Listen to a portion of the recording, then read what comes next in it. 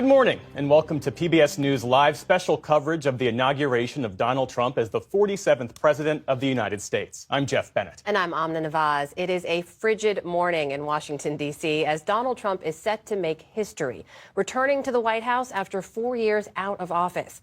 He'll be just the second person to hold non-consecutive terms as president after Grover Cleveland in the late 1800s. And today's ceremony will look very different than Mr. Trump's first inauguration 8 years ago. The cold weather forecast set off a scramble on Friday afternoon as the president-elect announced the oath of office, inaugural address, and even the parade will all be held indoors. Instead of crowds in the National Mall, you'll see Mr. Trump, his family, past presidents, and members of Congress, and other invited guests packed inside the Capitol Rotunda. You see a live picture of that right there.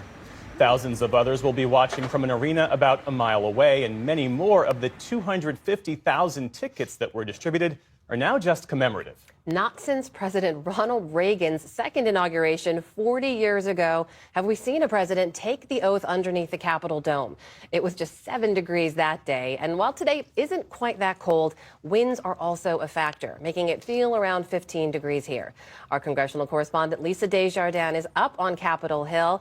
Lisa, tell us a little bit about the atmosphere now that this entire ceremony has moved indoors. As you all said, it is a cold day here in Washington, but it's a beautiful day, bright and sunny outside. I can see the blue sky through the windows here, and the atmosphere is beyond upbeat. Most of the people here in the Capitol today are Republicans. They are here to celebrate President-elect, soon-to-be President Trump's inauguration. There are a few Democrats here as well, but it is a strange atmosphere because so many of the people who intended to be here could not be here because it is a much smaller footprint. I'll put it to you this way. On the top floors of the Capitol building, it's almost silent. The bottom floors, a beehive of activity as people get ready for that inaugural ceremony in the rotunda. People will be packed in there. The orchestra that you'll hear has barely room to move their bows. I saw them practicing yesterday. But all in all, a very upbeat atmosphere here at the Capitol right now. And give us a sense of the security preparations there, too, Lisa. Yeah, this is by far, I think, after 2021, the most secure inauguration we've ever seen. There are some 30 miles of perimeter fencing, many roads closed here in the Washington, D.C. area, including some major routes for traffic. This is a corridor, of course, for the entire eastern coast, but travelers in the Washington, D.C. area know they could be rerouted here. The fence itself is 8 feet or more high, and that is intentional to make sure that it cannot be climbed, cannot be pushed down. This is directly a response to January 6th and the fact that those low barriers there were easily pushed aside by the rioters and insurrectionists that day. But I will point out something else. Being here for the 2021 inauguration, which was just days after January 6th, as you all remember, I remember members of Congress, Democrats, wearing bulletproof vests to that inauguration. I didn't sense that same level of fear or concern from this one. Of course, that does have to do what you perceive the threat to be, and at that point it was Trump supporters on January 6th. But there is more of a feeling of security, and there is more security for this inauguration. All right, our Lisa Desjardins up on Capitol Hill for us today. Lisa, we'll check back in with you in just a few. Meanwhile, to accommodate some of those who'd been hoping to watch the inauguration on the Mall, the inaugural committee arranged to use Capital One Arena here in D.C. That's home to the Washington Capitals, the Washington Wizards, and the Georgetown Hoyas, as well as concerts and other live events, but none like today's. It can seat around 20,000 people. That's a fraction of the crowd that had been expected on the Washington Mall. Our Stephanie Sy is inside the arena where there is a watch party for the inaugural ceremony and where later the president-elect will attend the inauguration parade. Stephanie, what's the mood where you are? What are people telling you?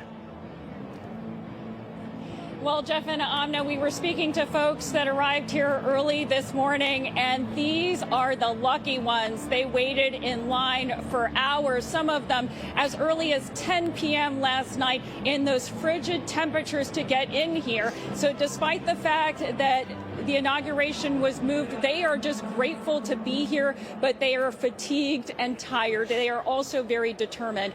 This feels a lot like you would expect any Trump rally. Of course, he had a rally here yesterday. The home of the Capitol, and the Wizards, as you can see, festooned in red, a color that has become synonymous with MAGA, and certainly that appears to be the core of the crowd here. Lots of red, Make America Great hats, lots of people wearing their American flag garb. You know, really, since I arrived in D.C. yesterday, I could feel the intensity of Trump's fan base here. They come from all over the country. Some of them have driven for up to 12 hours, one from as far as California. You know, when I was in the hotel room yesterday, there was a group of people that all had T-shirts saying, "I love felons," and they had Trump's face on their T-shirts. There was a pickup truck when I arrived at the airport that had detailed Trump's face with a crown, and it was called the Trumpcinerator, this pickup truck. So just everywhere you look in the Capitol today, again, you feel that fervor, almost religious fervor of the Trump fans. And Stephanie, Lisa was talking about the security posture around Capitol Hill. Tell us a little bit about what you're seeing there. Well, you know, by the time you even get to the arena, you've been through what feels like 3 security perimeters. So it feels very secure in here. Of course, they're magnetometers, and everyone that came in here was thoroughly searched. So it feels like a very secure, hardened space here. Stephanie Sy at Capital One Arena. Meantime, there have been a couple of early morning events at and near the White House, which our Laura Barone-Lopez has been watching. Laura, bring our viewers up to speed on what's transpired before we came on the air this morning.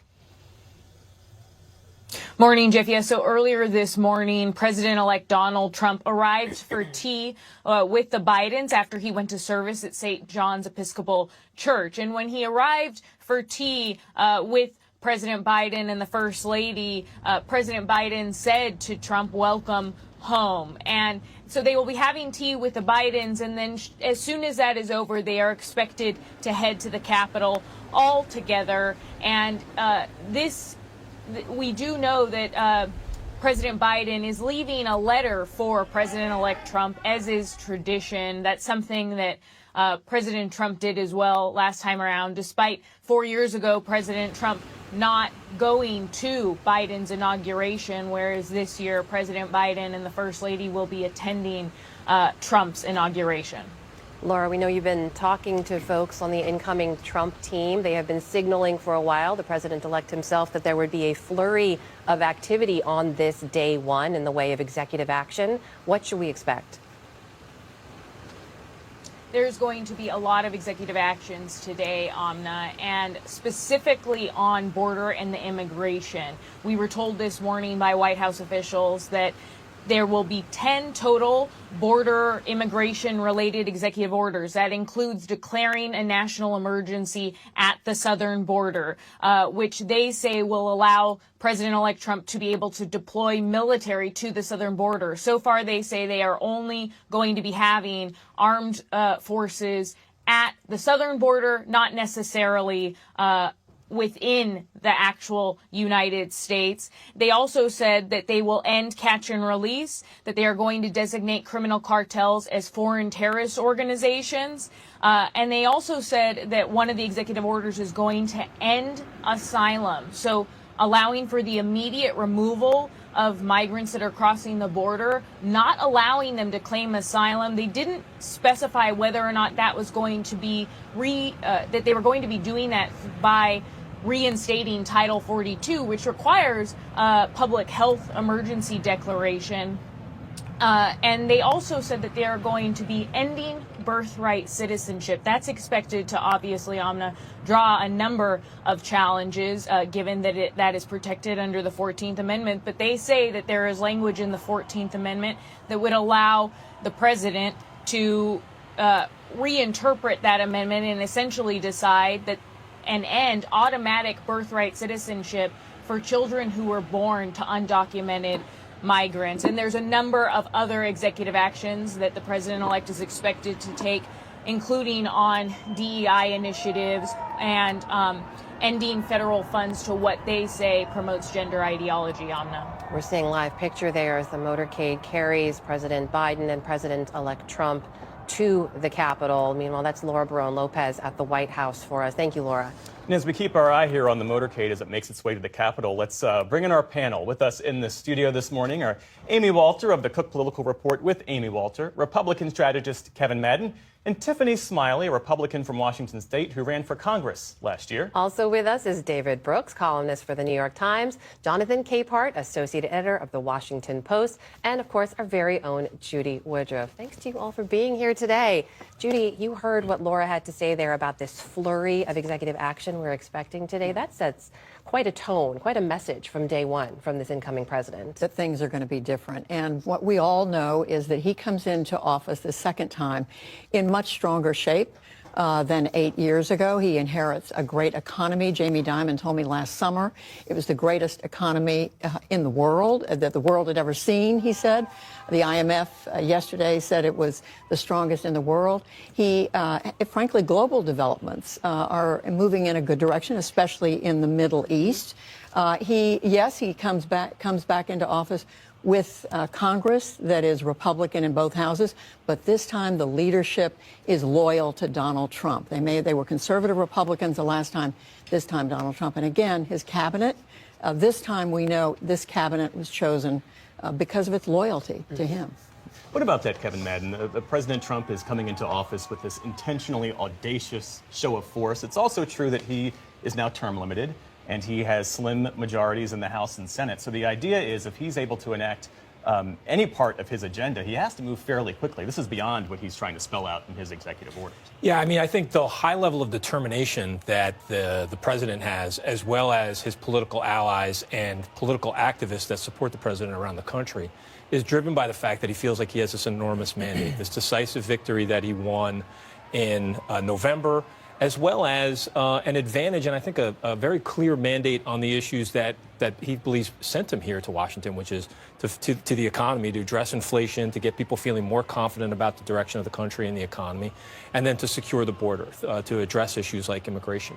And so I think in these early steps of the new administration, he is going to move with speed, but I also think he's going to move with an incredible level of volume, which is that he's going to, put out as many of these executive orders. We're expecting close to 100 today, and really try to sort of overwhelm the opposition that he's expecting from Democrats in the Congress. So I think those will be the two charges that he feels like he has. Shock and awe was the guidance we've been hearing, right, from the Trump team. David and Jonathan, can I ask you to just look at this moment here and weigh in on what could be unfolding inside this car? The outgoing president and the incoming president-elect riding together to the Capitol for Mr. Trump's swearing in. And just for context, this was not a moment we had back in 2021 because Mr. Trump did not stay around for Mr. Biden's swearing. There was no welcoming of him to the White House. David, just your thoughts on this moment.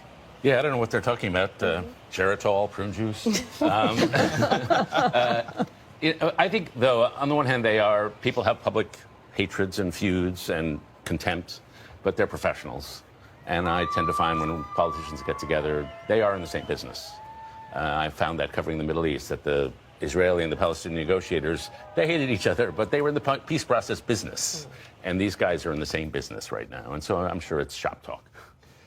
Jonathan, what about the dissonance, though, that some Democrats might see, where Joe Biden's last official act as president was to extend these preemptive pardons to people because he was fearful of Donald Trump's retribution, and yet, on the other hand, he's extending to him all of these gestures that Mr. Trump denied him 4 years ago, meeting at the White House for coffee and tea, sharing the limo over to the Capitol. How do you see that? I see it as President Biden showing that the office is bigger than one person, and that he's upholding a tradition that has always been there up until January 6, 2021, a peaceful transfer of power. These two men went at it when President Biden was on the campaign trail and even after President Biden got off the campaign trail. And yet we see them riding in the beast headed to the Capitol because President Biden has enormous respect for the institutions of our democracy. And I think that's why we see the two of them in the limousine together. Also, having met both men, they are, to David's point, they're professionals. But I wouldn't be surprised if there was some very frank talk going on, in addition to President Biden being very courteous. I would expect also President-elect Trump to be very courteous, because as we have seen, he talks a good game, a very rough and aggressive game, when the person's not in front of him. But once he is with them, it's a completely different story. Amy, when you look ahead in terms of what we have a good indication we'll see, right, in the way of executive action, and the president moving very fast as he comes into office, especially compared to first term. He signed one executive order on day one back in 2017. This is clearly a strong message. Where are the American people on these issues? Is this what they want to see the president do? It's a great question. As Judy pointed out, Trump is coming back into his second first term in much better shape than he was in 2017. The party is completely unified behind him. His favorable ratings are a little bit higher, not tremendously higher, but he's much more popular than when he left. He left with a 36% approval rating. He's now close to 47% approval rating. Kevin and I were talking before we went on air, just speaking about the two men in the car. Joe Biden's approval rating is as low as it's ever been. In fact, one of the lowest of a first-term president who was not reelected. So in that sense, he can feel like he has a mandate. Obviously, he won decisively and won the popular vote. But when you look at the polling, and this was a Fox News poll that came out recently, do you see that this president now has a mandate? Only 42% of voters said yes, they believe he has a mandate. Was Trump's success, do you think his success was because people really like Trump, or because it was a rejection of Biden and Harris? A majority said it was a rejection of Biden and Harris. So there are things that they do support. They do believe that he's going to do a better job on immigration. They want him to do that. The country is divided on what that means, and the way we ask that question, I think, is going to be really important about supporting deportations of people who are here illegally. But what they really do want to see is inflation tackled. And what the president is talking about right now, whether it's with tariffs or troops on the border, things like that, that is not necessarily going to help immediately with the things that people are the most interested in, and why so many people did support him in the first place. And we should say the motorcade has just arrived at the U.S. Capitol.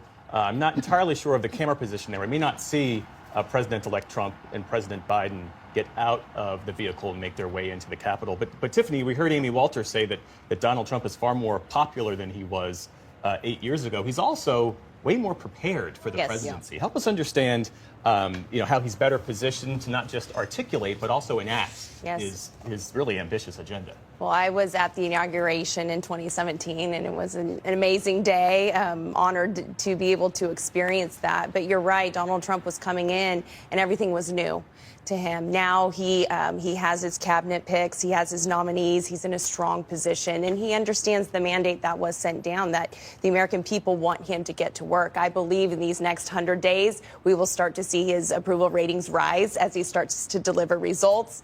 He is the creator of Art of the Deal. He knows how to get work done, and that's why the American people sent him there. I think as far as Biden, Trump is coming in to a country with Bidenomics. Perhaps that was a mistake for Biden to label his economic policy Bidenomics, because the American people really felt the effects of that. And it's an opportunity for Trump to come in and show what he can deliver. How are his supporters seeing this vast array of executive orders? I've heard anywhere between more than 50 to 100 executive orders that he intends to sign today. Some will be serious and substantive, and others will just be conversation starters. I mean, what does the MAGA base really make of all that? Yes, well, it's securing our border, and that's another reason why Donald Trump won.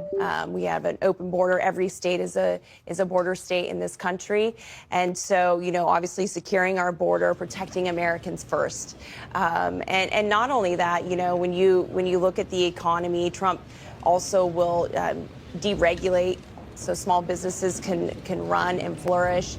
And as far as tackling inflation, and in these executive orders, he will be unleashing American energy independence, which will kickstart, getting a grip on inflation. We are seeing President Biden and President-elect Trump make their way into the Capitol. They are really shepherded by Amy Klobuchar, the senator there, who leads the bipartisan group that organizes these inaugural events. And this is a live look inside the U.S. Capitol. That is Elon Musk, of course, in conversation with another tech leader. We'll continue with live picture inside this room as well. This is, of course, where that swearing-in ceremony will unfold in just a matter of minutes. In the meantime, I want to bring in two more guests. Two former senators are also joining us. Democratic Senator Sherrod Brown of Ohio and Republican Bob Corker of Tennessee. Gentlemen, thank you so much for being with us. Senator Corker, let's begin with you. This is, however you look at it, quite a political comeback for President-elect Donald Trump. 4 years ago, a very different scene unfolding in that Capitol rotunda when many of his supporters stormed it violently. What are you thinking about this day? How are you viewing today's proceedings? Well, I'm thinking about the fact that every president wants to be the greatest president in modern history, or at least in their time. And I look at the setup that the president-elect has. It's incredible because what makes a great presidency is the context. Where is the world at that juncture? And if you look at the opportunities that exist right now in the Middle East, because of what has happened with Hamas and Hezbollah and Iran and Syria, you look at the tremendous opportunity in Ukraine to come to a settlement. Both entities, both Russia and Ukraine are tired of fighting, and so there's an opportunity to do there that's something that hopefully is great for democracy. You look at China and what's happening within their country. There's just tremendous international opportunities. And then domestically, with the immigration issue, hopefully it'll go beyond just dealing with the borders, but solving the entire issue, which be tremendous economically for our country and put a big issue behind us. Dealing with the other issues that have been mentioned, I just think the context is set for the president-elect to be a great president. And the question is, will he rise to that occasion? He has such opportunity for all the reasons you mentioned, the excitement, the fact that Democrats actually, instead of coming in with resentment right now, they're actually realizing that they got it wrong, that they made mistakes, and they're wanting to move a little bit in the direction more to the center. So it's a great opportunity for our country. It's a great opportunity for him. And hopefully that is what he'll set out to do. We are watching as members of the president's cabinet, his cabinet nominees, and a few others make their way into the Capitol. Senator Brown, you heard Senator Corker there say that this is a moment where Democrats are trying to take stock of what they got wrong. Is that how you're viewing this moment? Reflect on the day for us. Yeah, Bob, nice to see you. It's a great president was one who wants to bring people together. And, the executive orders are fine, and they will make progress on some issues, I assume. But people are unhappy. People voted for Trump in large part because they've seen a rigged system against them. They've seen corporate profits go up. They've seen CEO pay go up. Stock buybacks, they've seen their own wages stagnant. They've seen huge numbers of lost industrial jobs. They've seen really since NAFTA. And that sickness has infected our society in terms of lost jobs and lost wages, while the rich get richer and everybody else struggles. And to see a president surrounding himself with California billionaires, I'm hopeful it's an inaugural speech that he talks about substance and talks about workers. He won his campaign in part by talking about workers, but I would give one example of something he could do. A judge in East Texas, at the behest of the Texas Chamber of Commerce, a Trump judge, one judge about 6 weeks ago made a ruling on overtime that took away overtime from 4 million workers across the country. The president could fix that.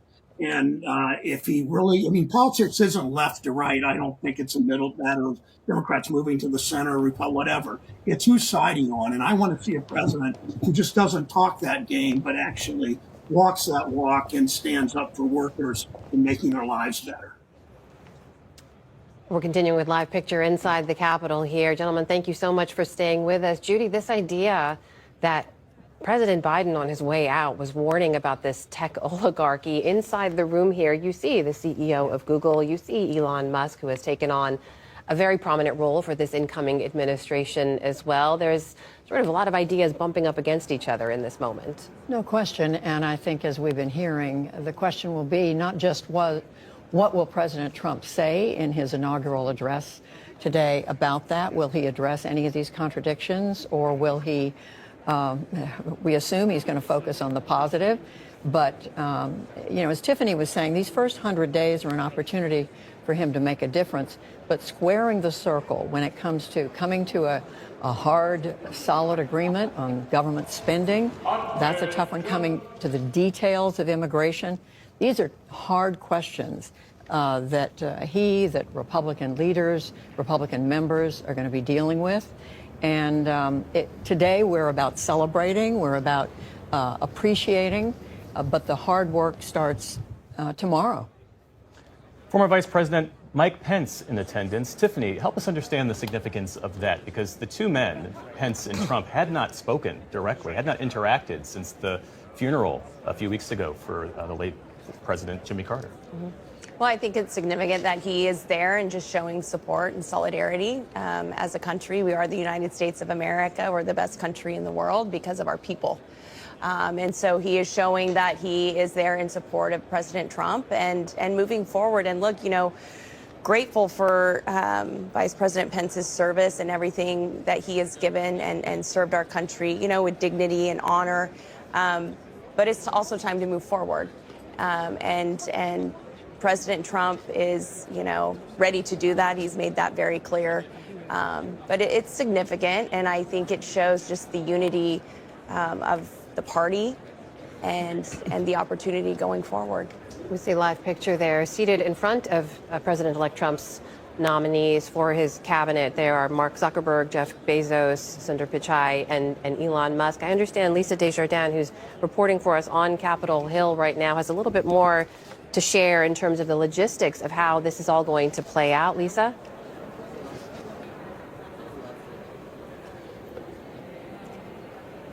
Yeah, hi guys. I think I've just lost my connection with you, but I'll tell you just a couple of things going on here at the Capitol. One thing with the changed footprint here with the moving the ceremony indoors, there is actually an entirely separate viewing area that has been moved into the Capitol Visitor Center, which is an underground facility. I went by there this morning, and we understand that President-elect Trump, once after inauguration, plans to go by there. Those are where some people who had tickets for outdoors will be able to sit and watch the speech, and then he will give remarks, we understand, down there after his inaugural address. Obviously, very coveted positioning there. Also want to talk about Democrats. You may notice as you're looking up in the rotunda there, you may see some purple colors.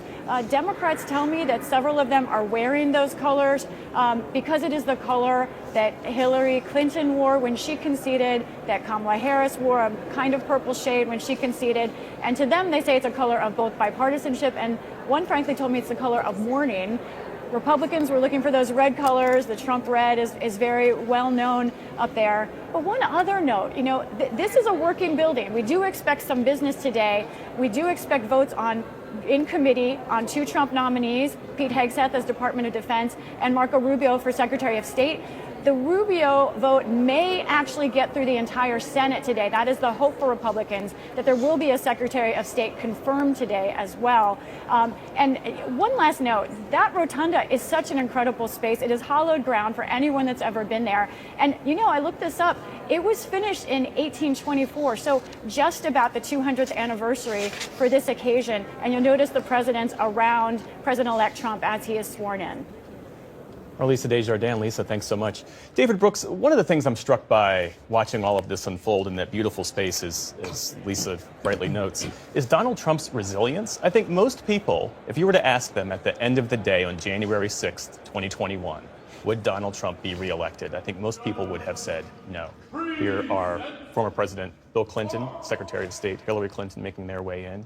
The fact that Donald Trump was not just reelected, but survived 2 impeachments, 2 assassination attempts, 4 criminal trials, 1 conviction, and yet he's on his way to take the oath of office as the 47th president. The sweep is just remarkable. You know, it's a life lesson. You go back to Richard Nixon's career, the guy was counted out for dead 1,000,000 times, and it's the same with Donald Trump. He had some help from the Democrats. I think the trials and the indictments helped him. There were other things that helped him, but he kept going, and he's in control of the party. The thing I'm looking for today is this an electoral monarchy, or is it an ideological movement? And what I mean by electoral monarchy, and this is what happens, say, in Turkey and El Salvador and other countries, you elect a person and they're all about themselves. It's transactional. They'll flip-flop policies if they feel it'll help them. And we've seen Trump do that on H-1B visas, on TikTok, things like that. And that's what all the tech moguls are hoping for. An ideological movement, it's more what Steve Miller wants or Steve Bannon wants. And what it's all about the ideology, it's all about the populism, it's about the nationalism. And I'm looking for indications, what kind of president are we going to get? Well, let's talk about that with Laura Brown Lopez. As we see a picture there, former President Bush, First Lady Laura Bush making their way in, members of the Trump family now, and here now is former President Barack Obama walking into the Capitol as well. Laura, as you watch all of this unfold as well, we think back to Mr. Trump's first inaugural address. The phrase that stood out, that stayed with everyone, has been this idea of American carnage. We've heard that this will be more of a message of unity. What do we expect to hear? Committee co-chair, Mr. Steve Witkoff. That's right, Amna. The president-elect is expected to give a much more unifying tone. The incoming administration says that he views this moment very differently than he viewed his election in 2016. And ultimately, when he was elected in 2016 and entered the White House after that election, he was met with a much larger resistance and viewed and was also much more amenable to establishment Republicans, many of whom resisted him much more back then. This time around, he very much has the Republican Party around him. He feels as though he has much more control and support across that Republican Party. You don't see as many of the Republicans in office anymore that were willing to stand up to him, whether it's Mitt Romney or the late John McCain.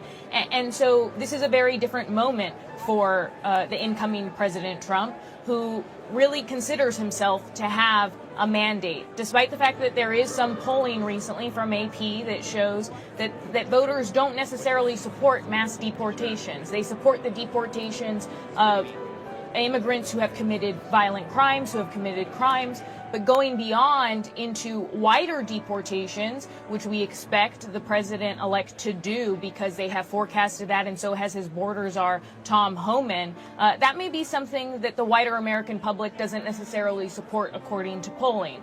That being said, given the calls this morning with White House officials, this administration is expected to launch what they call the biggest deportation effort in history. And they are cracking down not just on illegal immigration, but also legal immigration. And in those executive orders that we talked about a little bit earlier, another one that they are going to issue today is they are suspending refugee admissions for at least 4 months. So that's a crackdown on legal immigration, Amna. Kevin Madden, as folks have been instructed to take their seats there, we were seeing the tech billionaires, the head of Apple, the head of Google, Elon Musk there standing. You see Mark Zuckerberg, head of Meta, standing amid Mr. Trump's cabinet nominees. For people who voted for Donald Trump because they were concerned about the price of groceries, they were concerned about the affordability crisis, how does this tableau strike the American people, do you think? Well, I think there may be a little bit of a disconnect, but you have to remember that so many of the president's supporters are always happy to support anybody who has similar alliance with Donald Trump and his agenda than they do. I think also, look, a lot of Trump supporters will point out to you that Joe Biden and the Democrats were perfectly happy and thrilled to have the support of Mark Zuckerberg, Jeff Bezos, and Elon Musk when he was supporting Democrats.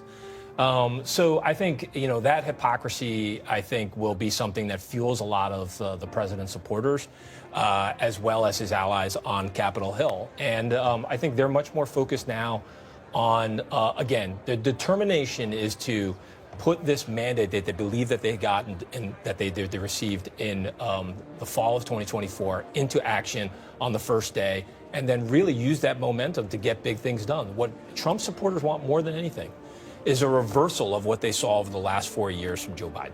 Tiffany, I see you shaking your head in agreement. And there's this truism in politics that personnel is policy, and that has always been especially true for Donald Trump. Help us understand that in the context of the folks that he selected to enact his agenda. Yeah, well, some of these billionaires and tech CEOs weren't with Donald Trump in the past, and now it's clear that they are.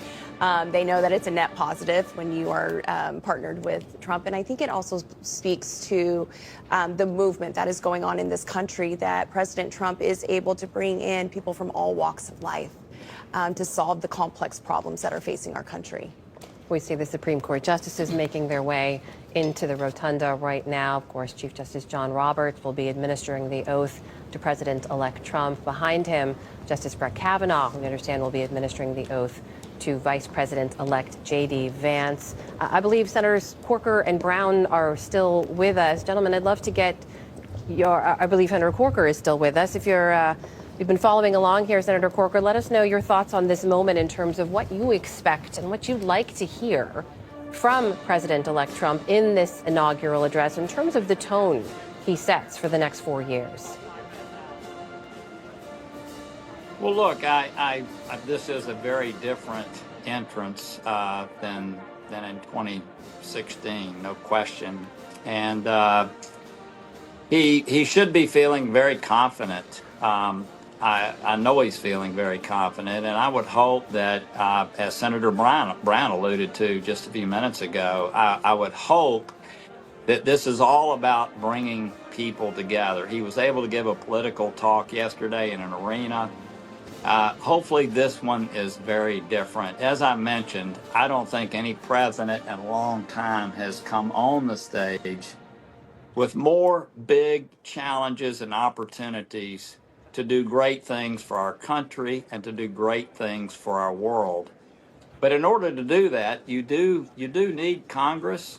You need people in our country, and I hope this is about a big vision, solving those problems, not casting blame, but let's move ahead. Great opportunities in front of us, and I hope that is what we hear. I have a feeling, I haven't obviously talked to the president in 6 years, but I have a feeling this could be very different than last time. I'm hoping so. Our nation and our world has tremendous issues for us to deal with, and he can make that happen if he approaches this job in that way.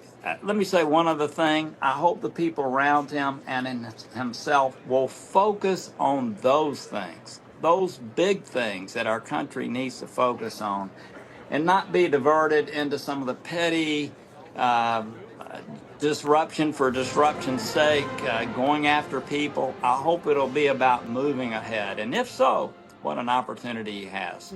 A number of opportunities await, a number of crises, too. I want to draw on your experience, Senator Corker, as the former chairman of Senate Foreign Relations. I mean, crises from Sudan to the Middle East to Ukraine as we watch members of the Trump family make their way into the Capitol. Is President Trump's traditionally isolationist worldview, is it prepared to meet the moment, do you think? Well, certainly it's prepared to meet the moment in Israel, right? And in the Middle East. I think it is prepared to meet the moment. And let's face it, look, we had our differences. I will say the Abraham Accords set the context for very good things to happen. And the Arabs and Israel are in a different place. Hezbollah, as I mentioned before, and Hamas are in a different place. I think in Ukraine and Russia, as mentioned earlier, they're both tired of fighting. And if he can bring himself to create an arrangement there that's good for Ukraine and democracy, good for Europe and the U.S., gosh, what an incredible undertaking that will be. And I think that through the relationship that he's attempting to have with Xi, maybe some good things can happen there. So those are going to be dealt with regardless of his isolationist view, right? They are going to be dealt with. And so, look, I'm hopeful. Look, I'm not electable, I'm sure, but I'd love to be coming in. I'd love to be coming into the world today as President of the United States with the opportunities that we have before us. What a great opportunity for him to take advantage of. Senator Brown, can I get you to weigh in here as you've heard what Senator Corker has to say in terms of what we could be hearing from President-elect Trump, whether or not he takes advantage of this opportunity to address all Americans and set a maybe different tone than he did back in 2017. What are your thoughts? No, I'm hopeful. I'm always hopeful, and I also am a realist. But I saw a president who clearly a wing of the Republican Party now captured by President Trump, clearly almost not even debatable, sided with Putin. I mean, clearly, it was pretty stunning to see a major political party support the Russian leader and essentially betray Ukraine. I saw Ukrainian Americans in Ohio who historically have voted Republican that were pretty stunned by Trump's and Vance's view on Ukraine. And so I'm hopeful that Trump is willing to stand up to Putin, but if it's a deal that betrays Ukraine, then it's a troublesome thing. And when you look at some of Trump's nominees on foreign policy issues, but I go back, Bob's specialty was foreign affairs in the Senate. I think that's fair to say. Mine, I was chair of the Banking Housing Committee. Mine is more domestic. Both of us, of course, did both things. But I'm really concerned about the billionaires around this president as he pursues more tax cuts for the rich, as he pursues an agenda that really deregulates consumer protections and worker safety rules and the overtime rule and all that. So while I'm hopeful, I need to be convinced, as I think the majority of Americans do. I mean, think about the last 30 years. Presidents of both parties sold American workers out on trade. It's Dr. King's birthday today that we honor. Dr. King, I talk about the dignity of work frequently. That term really came from Dr. King, where he wove together worker rights, civil rights, human rights. I'm hopeful the president will honor that today in words in his speech, and more importantly, in his deeds, whether it's the overtime rule, whether it's a tax cut like the child tax credit that works for 99 in my state, 90% of kids' families benefited from that. You got huge tax cuts that expired. We weren't able to renew it. I hope the president takes some leadership on those kinds of issues. Senator Brown, thank you for mentioning the fact that today is King Day. It's this rare coincidence in the calendar where January 20th is also the third Monday in January where we always celebrate King Day. The very last thing that Dr. King did in life was to fight for economic justice. He was fighting for the workplace safety for sanitation workers. There are many people who view the civil rights fight of the 21st century being one of economic justice. As we await the entry there of former Vice President Dan Quayle and his wife now making their way in. I think we saw former Vice President Mike Pence think he was going to be next. Yes. He's now walking in. Yeah, but picking up on that theme there, Senator Brown, where can Democrats work with Republicans on that issue, on the issue of economic justice? Well, it's up to the president to set the tone, but if the focus, there's some irony in the people that are now at this inauguration. All the billionaires all the California billionaires that supported Trump, they're all there crowded around. It's the thousands of MAGA devotees who were for Trump from the beginning. It's the evangelicals and their leaders who have been excluded from this. And I understand they had to shrink the number of attendees, but I don't think any billionaires got left out, pardon my term, but left out in the cold on this. But I hope that the pursuit of his agenda was less about rewarding his billionaires with tax cuts and weaker rules about their workers and about consumer protections. I hope it's more of a focus on workers. That was his campaign, but let's see. We see former President Bill Clinton, former Secretary of State Hillary Clinton making their way in now. And we understand because all the proceedings have been moved indoors, there are several screens available to people to watch these proceedings. That includes over at the Capital One Arena, where our Stephanie Sy has been speaking with Trump supporters who were lucky to gather there. Stephanie, how are people there reacting to this scene as it unfolds inside the Capitol? Well, you caught me just after a big round of boos. Every time the Clintons or President Obama show up on screen, you just hear this whole crowd erupt in boos. It's interesting because they're watching the same live feed that our viewers are getting, but on a jumbotron. And of course, you hear Sweet Caroline and Neil Diamond. So now it's become an impromptu karaoke session. I did want to talk a little bit, Amna, about just the contrast between, what we hear your guests talking about as far as specifics and policy and what we hear when we speak to Trump attendees at events like this. We spent the morning speaking to folks that were lucky enough to get into this crowd. And here's what they say. They bring up things like the economy. We interviewed one man whose son just had a baby, and he said he's struggling, and they believe that the last 4 years have been all doom and gloom, and that Trump will deliver them and bring them more economic security. I spoke to a couple here from Piperton, Tennessee. They really wanted me to name their hometown, who said they're, quote, tired of the pronouns. They're tired of the ideological debates over transgenderism. Oh, there's another boo. That was also for President Obama. And then a few people, including former veterans, who like President Trump's strongman persona. One man who kind of twisted Theodore Roosevelt's phrase about speaking softly with a big stick and said what he loves about Trump is he speaks loudly with a big stick. And finally, just a general sense that he can solve all of their problems. I mean, you hear that over and over again with people you speak to in his base, that whatever their problem might be, fears of public safety, concerns about their own family and drug addiction, concerns about their financial security and inflation, that they believe and they have so much faith that President Trump can cure all these ills, and that extends as far as veterans that believe he can bring world peace. So that's kind of the vibe here. They don't speak about specific policies. They don't have the details about tariffs. They speak in terms of vibes and the way they feel. This is a sporting arena, and it feels like a sporting event with all the boos and cheers and just, again, the fervent Trump fan that you feel here, some of whom have followed him since he was on The Apprentice and just view him as a glorious celebrity that can do no wrong. Stephanie Sy at Capital One Arena. Stephanie, thanks so much. As she mentions the boos and cheers, we heard boos and cheers for certain members of the U.S. Supreme Court.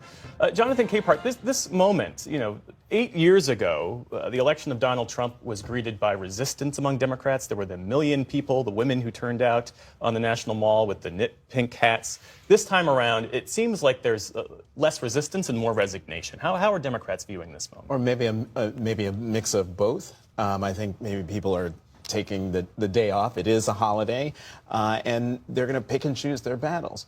But what I loved about Stephanie's report is that she showed us that there is literally a split screen moment in Washington.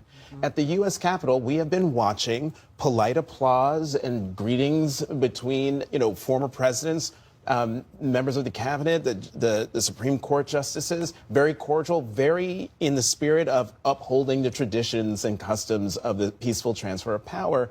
And meanwhile, Stephanie is sitting there and listening to people react, the incoming president's supporters react in real time with cheers and boos for the people they like or don't like. And it made me think of something that Susan Page told me yesterday when I interviewed her on my show. She said, Donald Trump hasn't changed. Washington has changed. And we've been talking around that in terms of, well, there's a Republican House, a Republican Senate. But really, this town, Washington, has changed. And, to Senator Corker's point, it does give the president-elect, an opportunity to make good on the promises that he made. It's just a matter of, will he grab that opportunity? And one more thing. I remember back at the convention in Milwaukee when it was right after the first assassination attempt, and members of Congress coming on and saying, he's a changed man. We're going to see, he's transformed. We're going to see a different, more unifying Donald Trump. And that was the case the first 20 minutes. And then it went off the rails. He's also for this inaugural speech, he is saying he is going to, this message, his speech will be one of unity. I'll believe it when I see it. I am not convinced. Look, like every American, I am hopeful, but I think as Senator Brown said, I'm also a realist. Yeah, and I actually literally wrote that down before you started speaking about the exact same thing, that Washington has changed, but has Trump. And we know that personality-wise, he is still going to be the same person. The reaction to him is going to be fascinating to watch, of official Washington as well as unofficial Washington, i.e. regular people in their regular lives. And it also, listening to former Senator Corker, reminded of the conversations that probably a lot of us had on these panels, Republicans saying, just stick to the economy. Don't talk about, just talk about the economy. Don't talk about retribution. Don't talk about going after your enemies. Just focus on the things people care about. And he would do that, and then he would move off of that topic. So I think we're going to see, maybe we may see a very different Donald Trump at this inaugural speech versus what he shows at the convention center / parade later this afternoon. David, what do you make of that dissonance? Yeah, well, first I want to say I'm disappointed there are more tech billionaires. Tim Cook, Jeff Bezos. I actually think the tech billionaires have a positive influence on him because on tariffs, on H-1B visas, I like the influence they're going to have. Nonetheless, as Jeff mentioned, it's not okay that they're up there. They should be in the audience. They should not be intermingled with the cabinet. That's a blurring of lines between public service and private interest. Better seats than the cabinet. It's better seats. So it's like William McKinley were inaugurated, and there was J.P. Morgan and Andrew Carnegie. Like we would blink at that. And so the blurring of those lines to me is a problem. Is there a benefit, though, that it's so transparent? Is there a benefit in the transparency of the transaction? Maybe. And if he does, as I said, this electoral monarchy part, that he is a transactional president, if I want Elon Musk to like me, so I'll do what Elon Musk likes. And that's why they all went to Mar-a-Lago. That's why they're all there, because they think he's transactional. Tiffany, what do you make of that? Well, I think it's the picture, right, that this is the doers and the disruptors versus the establishment, right? So this DC is different. It's going to have to change. Trump is bringing in people from the outside, and it's not business as usual. It's not politics as usual with the establishment that we've seen, even in the Republican Party, you know, for many years. That's why you were hearing people boo on some of the Republicans walking in. Times have changed, and I think it just shows the vision that Trump has going forward. I mean, Kevin, to that point, as Stephanie told us earlier, they were booing Mike Pence in the arena when he walked into the Capitol. And he's establishment. Look, Jonathan Capehart's analysis of this is exactly right, and I agree with it 100%. And I think the Pence isolation, where Pence is there on his own, sort of represents where the Pence people are inside the party. This is Donald Trump's party. He has all the support, he has the infrastructure, he has the momentum, he has control. I also think that what Jonathan pointed out about the sort of split screen, which is the polite applause, the focus on bipartisanship, the focus on substance, the focus on comedy inside the Capitol. Comedy, C-O-M-I-T-Y, not comedy funny. C-O-M-I-T-Y. Versus the way politics is going to be litigated over the next 4 years and probably in the future, which is at the Capital One Center, which is, you know, it's part UFC. WWF event and part political rally. Donald Trump is going to have a very unifying message today. He is. I mean, just by the sartorial communications of his tie, which is purple, we're going to see a unifying message. But the next day, or even later today, 24 hours from now, a single-minded pursuit that is going to, if he's going to achieve what he wants to do, is going to be fueled by a lot of partisanship and a lot of the passions of his activist base. So, you know, and let's enjoy the sort of pageantry of today, but I think that's where we go in the next 48 hours. We've been talking a lot about Donald Trump. Let's talk about J.D. Vance as we await his arrival and the arrival of his wife, Usha Vance, because he will be likely the inheritor of this movement. He is all of 40 years old, the first millennial vice president. There's a lot at stake. There's a lot riding on all of this for him, is there not, Kevin? Yeah, I think, you know, he's in many ways, you mentioned this earlier, Jeff, with the fact that Donald Trump is a lame duck president. There is an inheritance that comes with J.D. Vance's ascension to the vice presidency today. He will essentially be curating the the MAGA agenda and the MAGA approach for policymaking, potentially after this White House as a party leader going forward. So I think this is essentially the sort of starter's pistol for J.D. Vance's role in growing the party, not just over the last campaign, but also the many years that are ahead. And it goes to Tiffany's point about disruptors, which is really important to appreciate and understand how important this is to our politics. And that, who knows, 4 years from now, J.D. Vance is the establishment. And that there is a disruptor that says, we don't want to do things the way that these guys did it. Yeah. I'm the one that can actually deliver on the things that J.D. Vance and Trump were unable to do. So I do think we are entering this time. We've had, in our last 10 elections, we've had 9 change elections. Mm-hmm. This is the first time since the last time we had a second consecutive first-term president, so a non-consecutively elected president, that we've had 3 occupants of the White House in 3 consecutive elections lose. And so we are in a time of incredible disruption, and that I don't think that what is happening here is about what I think makes America so great is that there is continuity. It's more than just pageantry. This is making a statement about how important it is to have the peaceful transfer of power. But our politics is driven by a country that is evenly divided at 48, 49%. Yeah. And where the disruptors are is whoever's the party or the vision that's out of power. And we're going, I don't know when this ends, but it sure doesn't feel like this is the end of it. Judy, to that point, this idea of disruption, I know you've been traveling the country, talking to a lot of people about their political views, including supporters of Mr. Trump. The fact that he has managed to hang on to, sustain this idea that he's an outsider.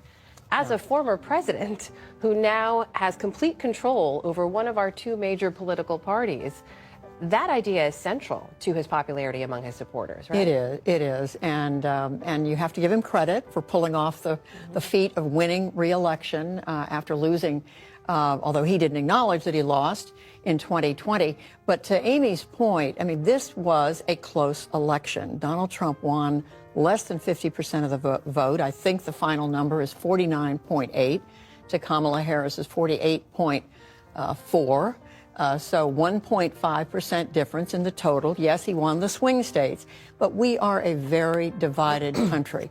And the other split screen I want to mention is one in our memories, and that is 4 years ago, in January of 2021, on the steps of the Capitol, and then inside the Capitol, the attack by supporters of Donald Trump. And I think of Mike Pence, the vice president here. 4 years ago, there was a noose that was built on the outside of the Capitol. So there are a number of split screens that we are thinking about today. Tiffany, how are Trump supporters making sense of that moment, that split screen, to keep this metaphor going? The sense that in this very room, Trump supporters, rioters, laid siege to that Capitol in an effort to overturn Joe Biden's election victory. Yeah, that was a dark day in our history for sure. But and those that broke the law, should be held to that standard. But again, anytime the media starts to talk about January 6th, the American people tune out. It's time to move forward. And I think that's exactly what we're seeing here today. That we are a country that can go through hard things. Democracy can be messy sometimes. And it can, create great change at the same time. So I am hopeful. I think President Trump's address will lay out a vision for our country.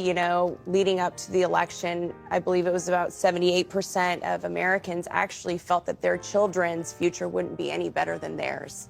And that's a dark place to be in this country.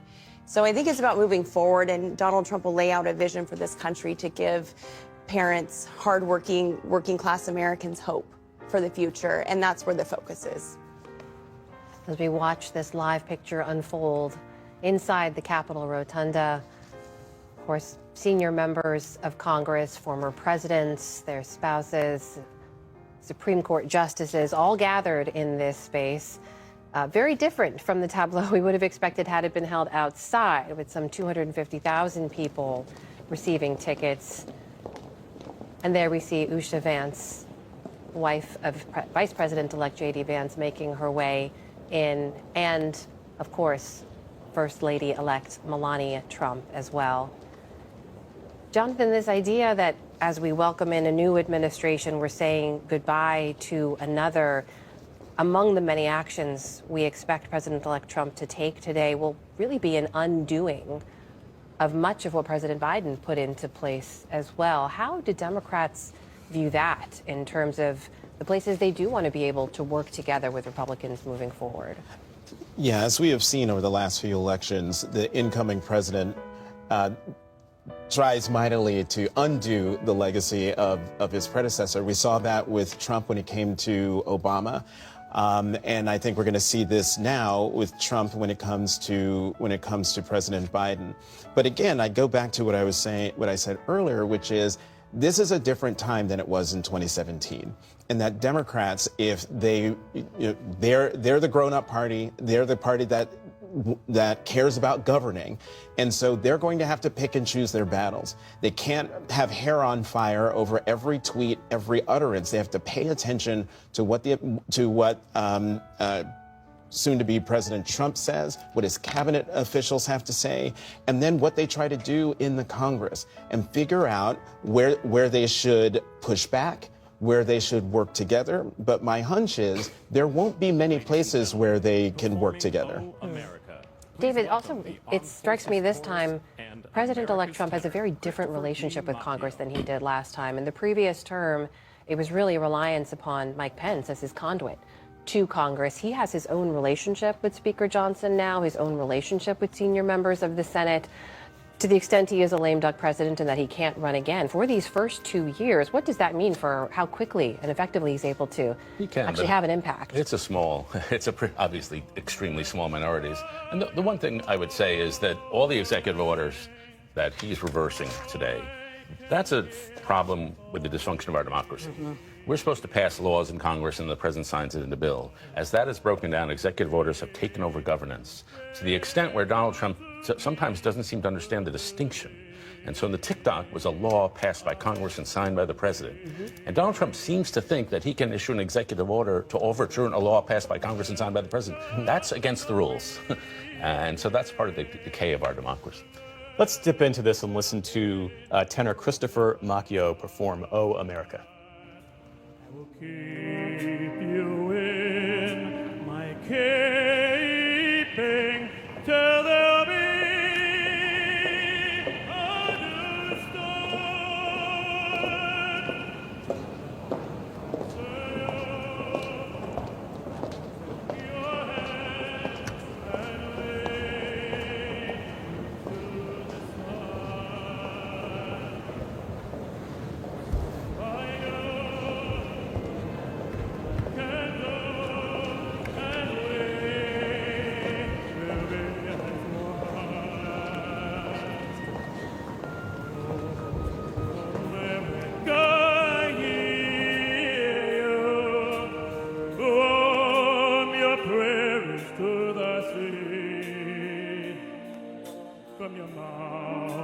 grand and all through this land you are beautiful to me. Oh, America, you're calling. Oh, I can hear you calling me. You're calling me to pay true to thee, true to thee, oh, I will be.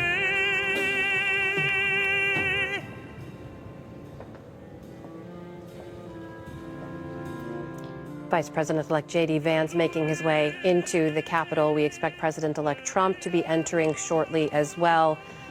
Former Ohio Senator Sherrod Brown has been with us this morning watching this all unfold. Senator Brown, your thoughts on this moment as we await just moments away from when President-elect Trump will be sworn back into office?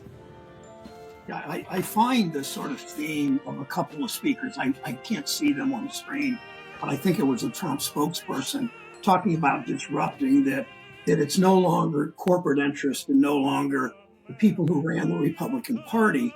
I find it, if not for the seriousness that I find amusing, that they're saying that Trump isn't going to listen to Wall Street anymore, isn't going to listen to the big corporate CEOs, he's going to listen to these California billionaires. I mean, the three of the richest people in the world are sitting on that platform with him. They all want tax cuts. They all want weaker consumer protections. They all want weaker worker safety rules. And so what gives? I mean, he's still going to provide the Republican mantra for years has always been more tax cuts for the rich, more tax cuts for large corporations. I don't see any movement away from that. But at the same time, he's clearly listening to billionaires. One of them, as we know, on the stage gave $250 million to the president's campaign. So it's not like disruption means it's all about a focus on workers. Disruption means, well, we won't do quite as much for corporate America. We're going to take care of these newly minted, in some cases, DECA or CENTA, if that's the word, CENTA billionaires. So I don't find much change. And I don't, again, politics is not left or right, it's whose side you're on. And I think the president today needs to essentially say to the public, I'm not going to let these billionaires run the country. They help my campaign, but I'm going to look out for workers. I hope he does that. I'm always optimistic. I just don't really see it coming. Well, President-elect Trump is now making his way into the Capitol. Tiffany Smiley, as we watch this live picture, I believe Senator Brown was referring to what you mentioned earlier about the disruptors. Care to respond?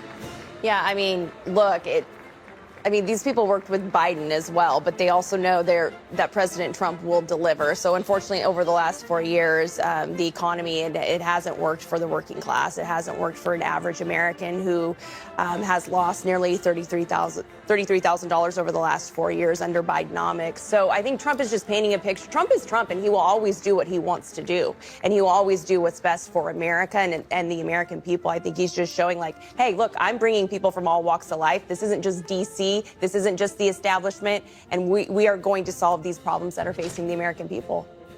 Former and future First Lady Melania Trump has made her way inside the Capitol Rotunda. Former Republican Senator Bob Corker has been with us all morning. Senator Corker, we saw a moment ago the arrival of House and Senate leaders. How do you expect the House and Senate in this go-round to be a check on executive power? I think they're going to be a check, and I just had a conversation with John Thune casually on the Senate floor. I escorted a new senator, someone who's being sworn in about on January 3rd. But I think they will be a check. Obviously, there's going to be a lot more communication. There's going to be a lot more communication between the two than has happened in the past. Obviously, Senator McConnell and President Trump didn't communicate that much. Thune and the president will.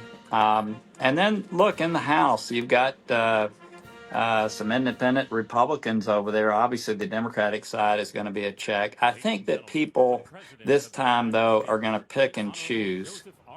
I think there's going to be more prudence in the way that they check, understanding the capital that the president comes in with, political capital.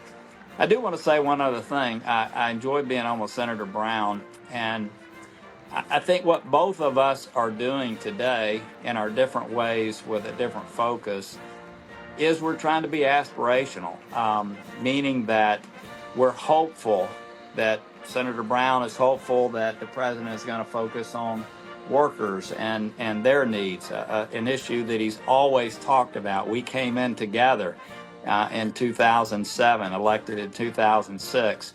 I, too, am trying to be aspirational. And I think that is the way that both the House and Senate in some ways will be. Can they influence the president to stay focused, to move in a direction that is good for our country? I think that's the mode that everyone around is going to be, hopeful that somehow the president will stay focused, that he'll try to bring out the best in all of us. And we're going to see in just a few moments whether that's his first step here at the inaugural speech. Indeed. We'll end on that moment of hope, that note of hope, and go inside the Capitol Rotunda to watch this inaugural proceed.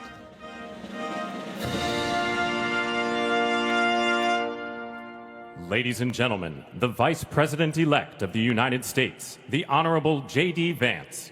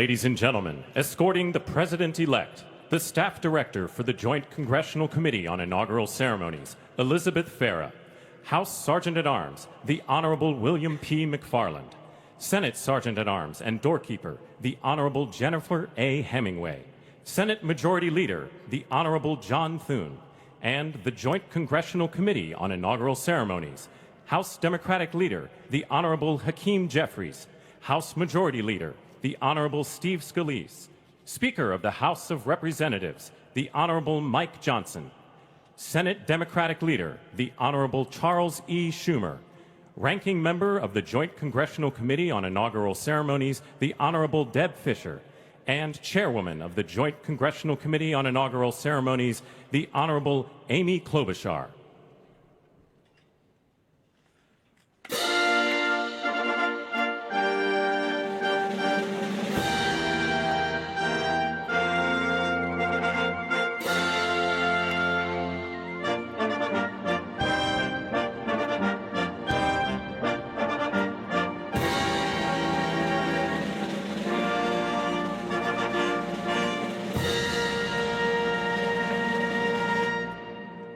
Ladies and gentlemen, the President-elect of the United States, the Honorable Donald John Trump.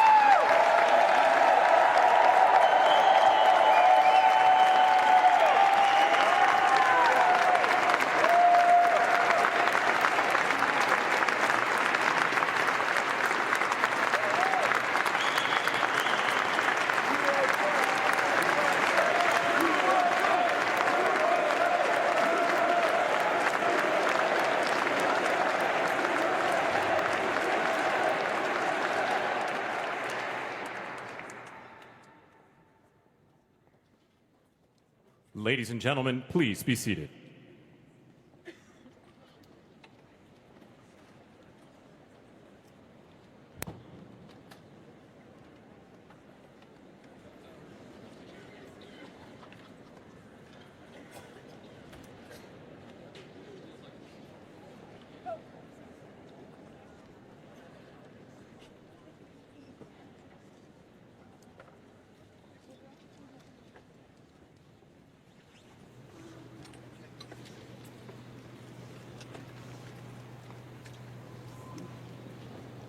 Please welcome the chairwoman of the Joint Congressional Committee on Inaugural Ceremonies, the Honorable Amy Klobuchar.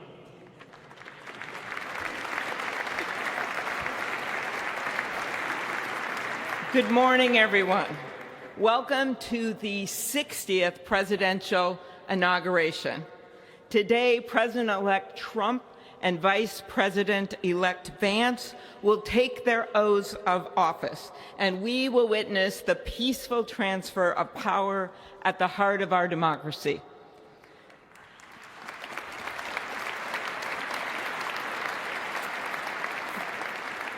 For the past year, I've chaired the inaugural ceremony committee, which includes the leadership of Congress from both parties.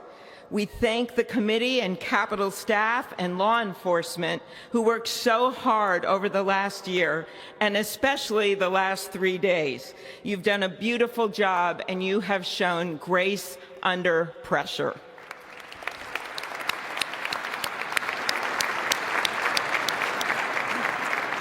Our theme this year is our enduring democracy.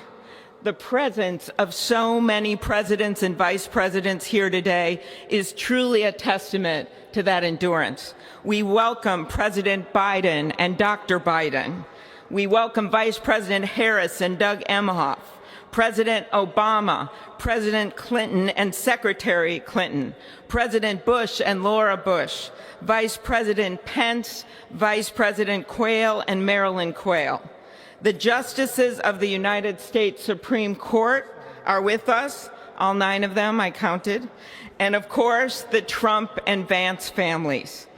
This ceremony marks what will soon be 250 years of our democracy. It is the moment when leaders elevated by the will of the people promise to be faithful to our Constitution, to cherish and defend it. It is the moment when they become, as we all should be, the guardians of our country. Through war and peace, through adversity and prosperity, we hold this inauguration every 4 years, and today it falls on Martin Luther King Day. A further reminder that we must strive to uphold the values enshrined in our Constitution, the freedoms, the liberties, and, as is inscribed on the entrance of the United States Supreme Court, equal justice under law.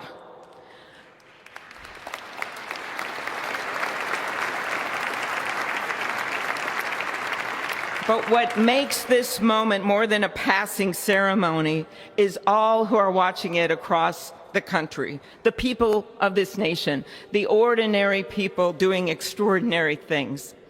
President Kennedy, who at one point worked as a senator in this building and would often walk through this very rotunda, once said, "In a democracy, every citizen, regardless of interest in politics, holds office. Every one of us is in a position of responsibility." With that responsibility of citizenship comes an obligation not to seek out malice, as President Lincoln once reminded us, but to view others with a generosity of spirit despite our differences. With that responsibility of leadership comes an obligation to stand our ground when we must and find common ground when we can. With everything swirling around us, the hot mess of division, it is on all of us, to quote an incredible songwriter who just happened to be born in my state, to ensure that our nation's democracy is our shelter from the storm. There's a reason this ceremony takes place at the Capitol.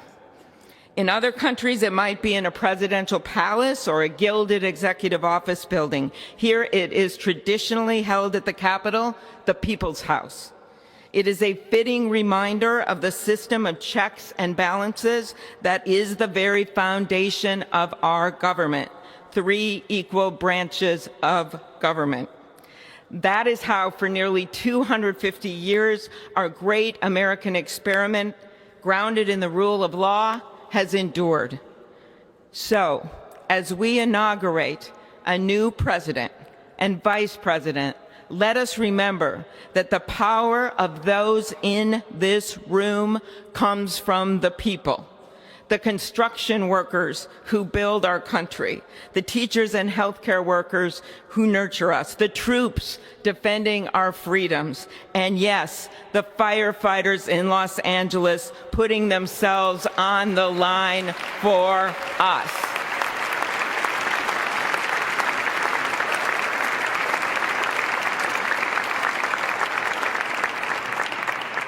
Our democracy's strength and grit must match theirs. May God bless our nation. Thank you.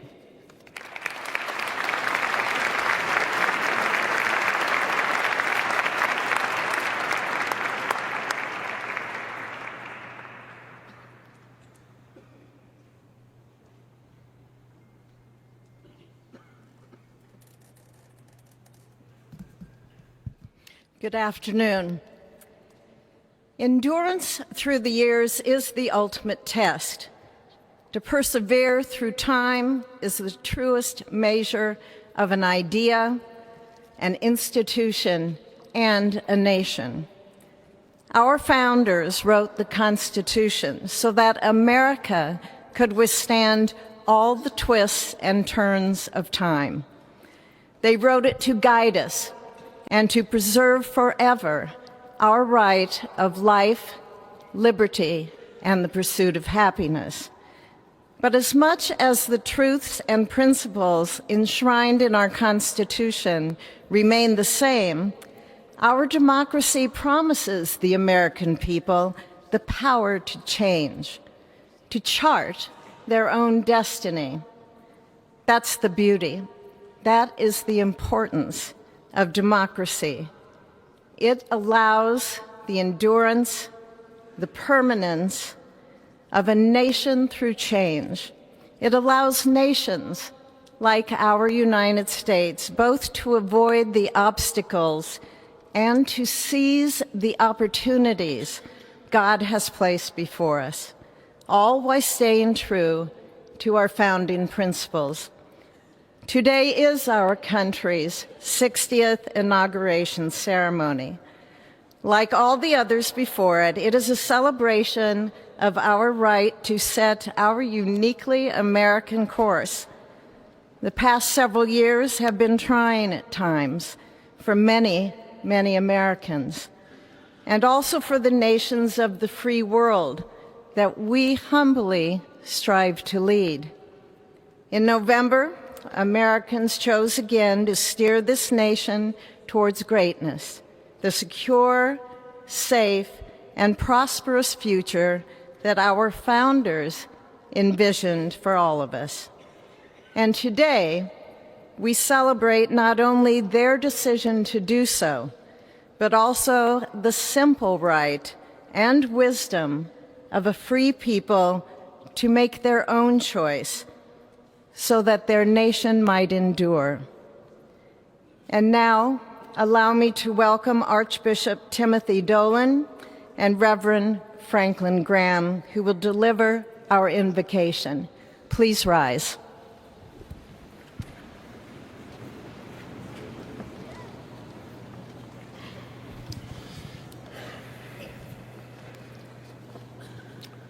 Be still and know that I am God, supreme among the nations, supreme on the earth. Let us pray. Remembering General George Washington on his knees at Valley Forge, recalling Abraham Lincoln at his second inaugural, with malice toward none, with charity for all, with firmness in the right as God gives us to see the right. Remembering General George Patton's instructions to his soldiers as they began the Battle of the Bulge 8 decades ago. Pray. Pray when fighting. Pray alone. Pray with others. Pray by night. Pray by day. Observing the birthday of the Reverend Martin Luther King, who warned, without God, our efforts turn to ashes. We, blessed citizens of this one nation under God, humbled by our claim that in God we trust, gather indeed this Inauguration Day to pray for our President Donald J. Trump, his family, his advisors, his cabinet, his aspirations, his vice president, for the Lord's blessings upon Joseph Biden, for our men and women in uniform, for each other whose hopes are stoked this new year, this Inauguration Day. We cannot err in relying upon that prayer from the Bible, upon which our president will soon place his hand in oath, as we make our own the supplications of King Solomon for wisdom as he began his governance. God of our fathers, in your wisdom you set man to govern your creatures, to govern in holiness and justice, to render justice with integrity. Give our leader wisdom, for he is your servant, aware of his own weakness and brevity of life. If wisdom which comes not from you be not with him, he shall be held in no esteem. Send wisdom from heavens that she may be with him, that he may know your designs. Please, God, bless America. Please, mend her every flaw. You are the God in whom we trust, who lives and reigns forever and ever. Amen.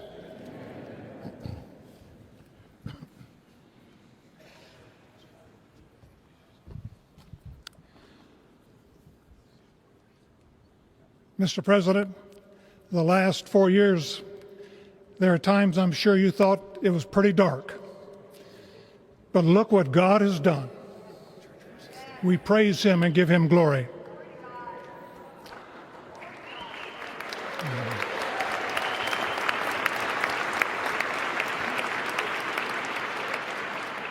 Let us pray. Our Father and our God, thou hast said, blessed is the nation whose God is the Lord. As the prophet Daniel prayed, blessed be the name of God forever and ever. For wisdom and might are his. He changes the times and the seasons. He removes kings. He raises up kings. He gives wisdom to the wise and knowledge to those who have understanding. Our Father, today, as President Donald J. Trump takes the oath of office once again, we come to say thank you, O Lord our God. Father, when Donald Trump's enemies thought he was down and out, you and you alone saved his life and raised him up with strength and power by your mighty hand. We pray for President Trump that you'll watch over, protect, guide, direct him. Give him your wisdom from your throne on high. We ask that you would bless him and that our nation would be blessed through him. We also ask that you would bless and protect Melania as First Lady. We thank you for the beauty, the warmth, and grace that she shows not only to this nation, but to the whole world. We thank you for Vice President-elect J.D. Vance and his wife Usha and their young family. May he be a strength to President Trump, to stand beside him, to hold up his arms like Aaron held up the arms of Moses in the midst of battle. The prophet Samuel reminded the people, it was you that brought them up from the land of Egypt. And he said, now stand still that I may reason with you before the Lord. So, Father, we take this moment to stand still, to remember the great things that you have done for this nation. Thank you for the protection, the bounty, the freedoms that we so enjoy. We remember to keep our eyes fixed on you, and may our hearts be inclined to your voice. We know that America can never be great again if we turn our backs on you. We ask for your help, and we pray all of this in the name of the King of Kings, the Lord of Lords, your Son, my Savior, and our Redeemer, Jesus Christ. Amen. Ladies and gentlemen, please welcome Associate Justice Kavanaugh to administer the Vice Presidential Oath of Office.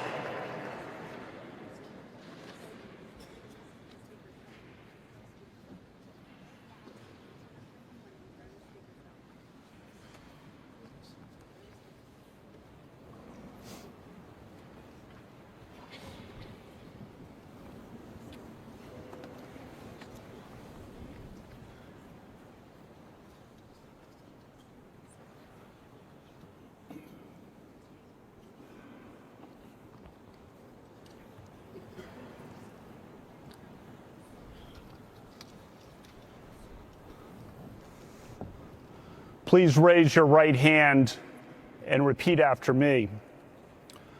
I, James David Vance, do solemnly swear. I, James David Vance, do solemnly swear that I will support and defend the Constitution of the United States that I will support and defend the Constitution of the United States against all enemies, foreign and domestic, against all enemies, foreign and domestic, that I will bear true faith that I will bear true faith and allegiance to the same, that I take this obligation freely,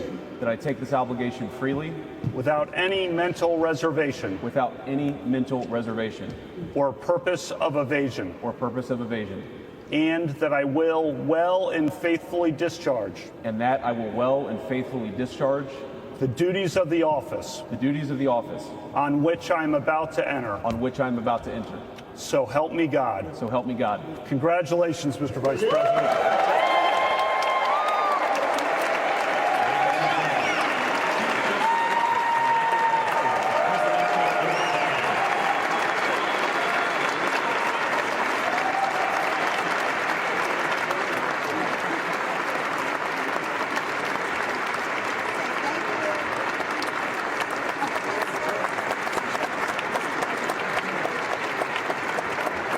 Ladies and gentlemen, please welcome Chief Justice Roberts to administer the presidential oath of office.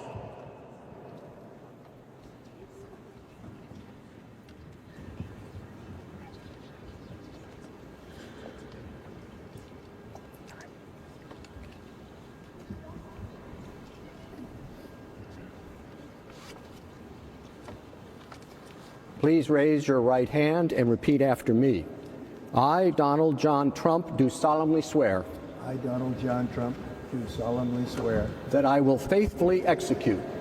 That I will faithfully execute. The office of President of the United States. The office of President of the United States. And will, to the best of my ability.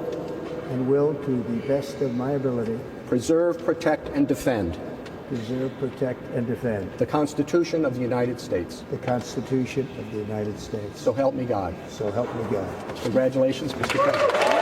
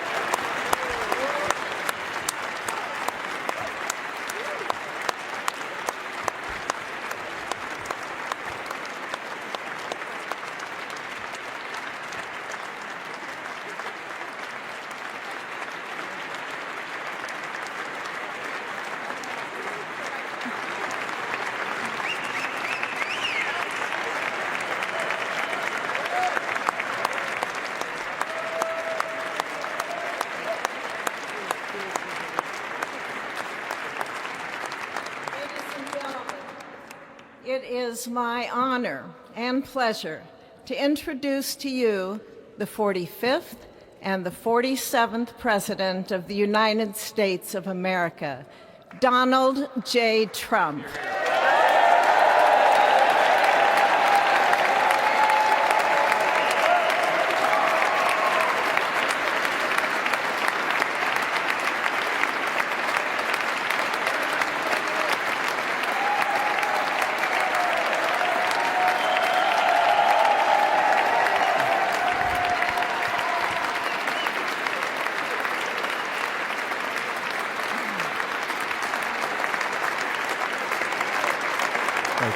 Thank you very much, everybody. Well, thank you very, very much.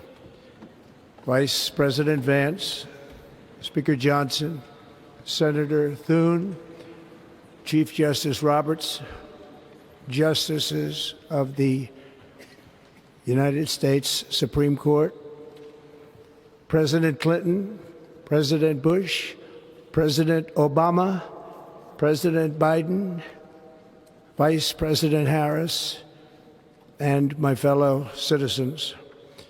The golden age of America begins right now.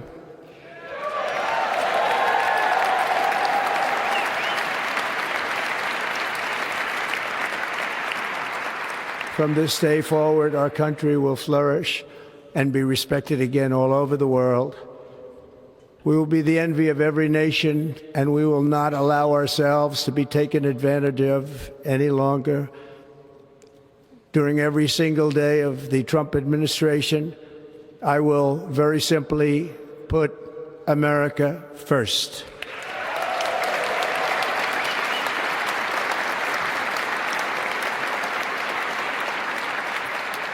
Our sovereignty will be reclaimed. Our safety will be restored. The scales of justice will be rebalanced. The vicious, violent, and unfair weaponization of the Justice Department and our government will end.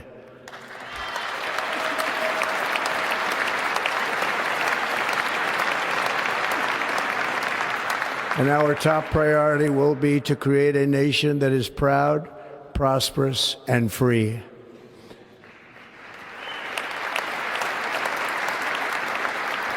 America will soon be greater, stronger, and far more exceptional than ever before.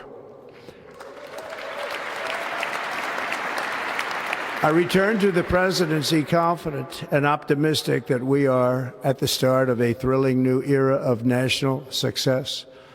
A tide of change is sweeping the country. Sunlight is pouring over the entire world. And America has the chance to seize this opportunity like never before. But first, we must be honest about the challenges we face.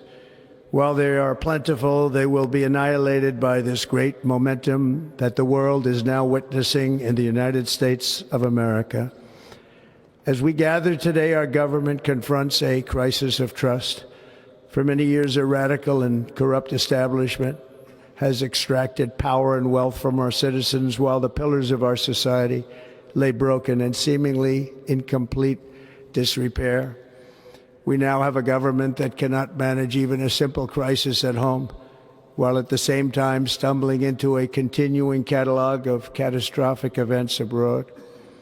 It fails to protect our magnificent, law-abiding American citizens, but provides sanctuary and protection for dangerous criminals, many from prisons and mental institutions that have illegally entered our country from all over the world. We have a government that has given unlimited funding to the defense of foreign borders, but refuses to defend American borders or, more importantly, its own people. Our country can no longer deliver basic services in times of emergency, as recently shown by the wonderful people of North Carolina, been treated so badly.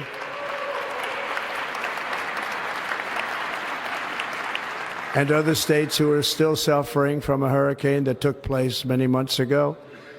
Or more recently, Los Angeles, where we are watching fires still tragically burn. From weeks ago, without even a token of defense, They're raging through the houses and communities, even affecting some of the wealthiest and most powerful individuals in our country, some of whom are sitting here right now. They don't have a home any longer. That's interesting. But we can't let this happen. Everyone is unable to do anything about it. That's going to change. We have a public health system that does not deliver in times of disaster, yet more money is spent on it than any country anywhere in the world. And we have an education system that teaches our children to be ashamed of themselves in many cases, to hate our country despite the love that we try so desperately to provide to them. All of this will change starting today, and it will change very quickly.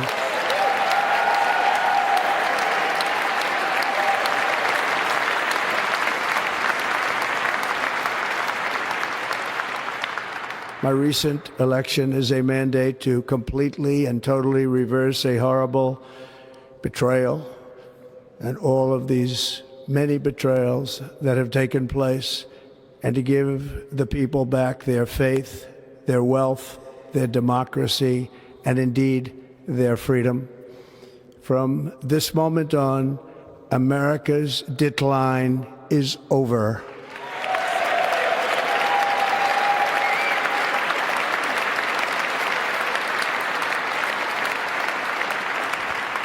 Our liberties and our nation's glorious destiny will no longer be denied, and we will immediately restore the integrity, competency, and loyalty of America's government. Over the past 8 years, I have been tested and challenged more than any president in our 250-year history, and I've learned a lot along the way. The journey to reclaim our republic has not been an easy one, that I can tell you. Those who wish to stop our cause have tried to take my freedom and indeed to take my life. Just a few months ago in a beautiful Pennsylvania field, an assassin's bullet ripped through my ear. But I felt then, and believe even more so now, that my life was saved for a reason. I was saved by God to make America great again.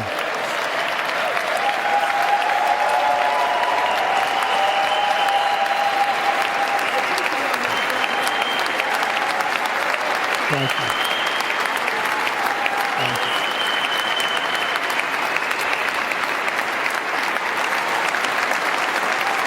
Thank you very much.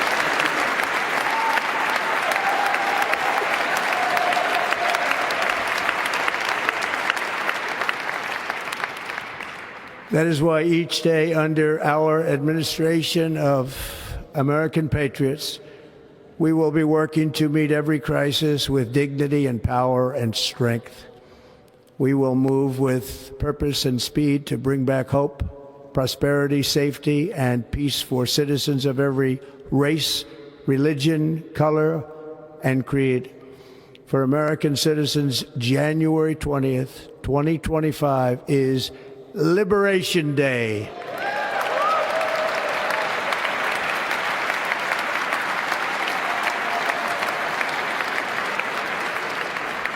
It is my hope that our recent presidential election will be remembered as the greatest and most consequential election in the history of our country. As our victory showed, the entire nation is rapidly unifying behind our agenda with dramatic increases in support from virtually every element of our society, young and old, men and women, African Americans, Hispanic Americans, Asian Americans, urban, suburban, rural. And very importantly, we had a powerful win in all 7 swing states. And the popular vote, we won by millions of people. To the Black and Hispanic communities, I want to thank you for the tremendous outpouring of love and trust that you have shown me with your vote. We set records, and I will not forget it. I've heard your voices in the campaign, and I look forward to working with you in the years to come.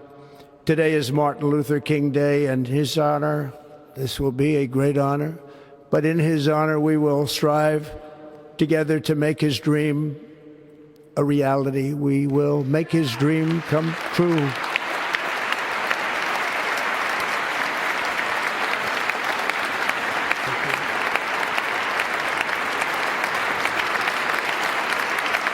Thank you. Thank you. National unity is now returning to America, and confidence and pride is soaring like never before. In everything we do, my administration will be inspired by a strong pursuit of excellence and unrelenting success. We will not forget our country. We will not forget our Constitution, and we will not forget our God. Can't do that.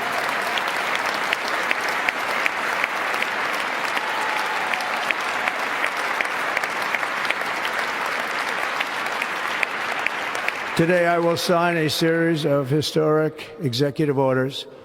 With these actions, we will begin the complete restoration of America and the revolution of common sense. It's all about common sense. First, I will declare a national emergency at our southern border.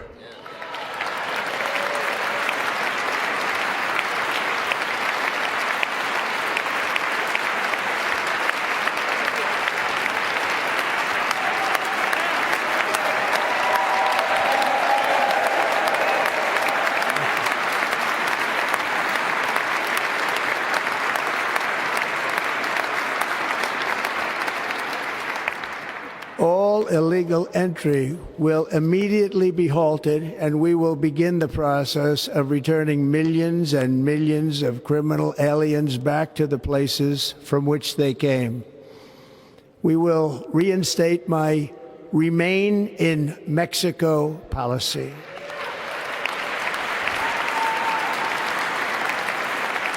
I will end the practice of catch and release. And I will send troops to the southern border to repel the disastrous invasion of our country.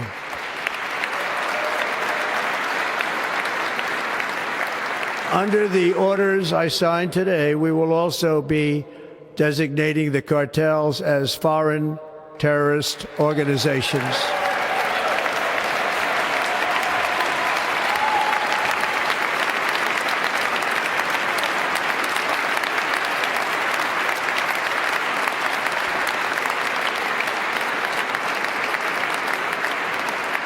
And by invoking the Alien Enemies Act of 1798, I will direct our government to use the full and immense power of federal and state law enforcement to eliminate the presence of all foreign gangs and criminal networks, bringing devastating crime to U.S. soil, including our cities and inner cities.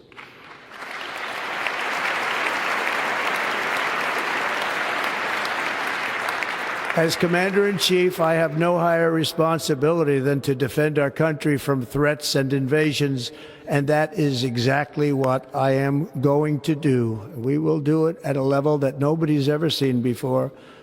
Next, I will direct all members of my cabinet to marshal the vast powers at their disposal to defeat what was record inflation and rapidly bring down costs and prices.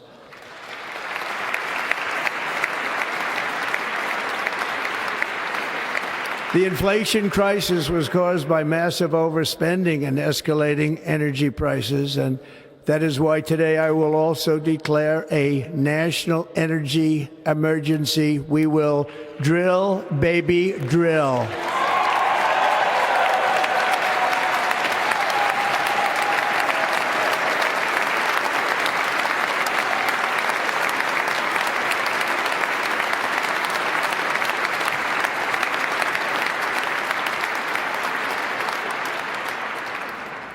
America will be a manufacturing nation once again, and we have something that no other manufacturing nation will ever have, the largest amount of oil and gas of any country on earth, and we are going to use it.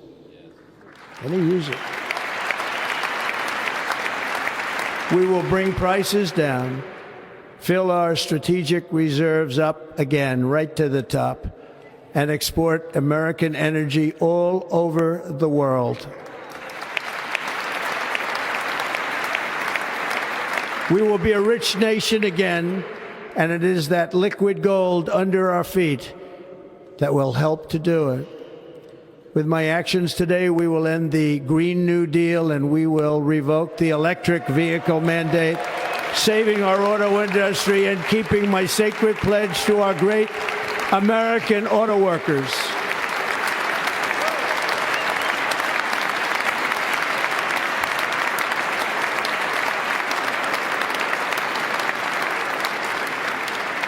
In other words, you'll be able to buy the car of your choice. We will build automobiles in America again at a rate that nobody could have dreamt possible just a few years ago. And thank you to the auto workers of our nation for your inspiring vote of confidence. We did tremendously with their vote. I will immediately begin the overhaul of our trade system to protect American workers and families. Instead of taxing our citizens to enrich other countries, we will tariff and tax foreign countries to enrich our citizens.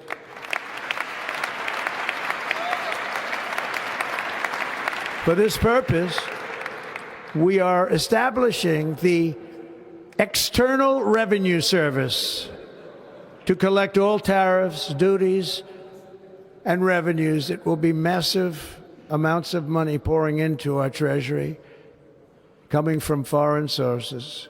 The American dream will soon be back and thriving like never before to restore competence and effectiveness to our federal government. My administration will establish the brand new Department of Government Efficiency.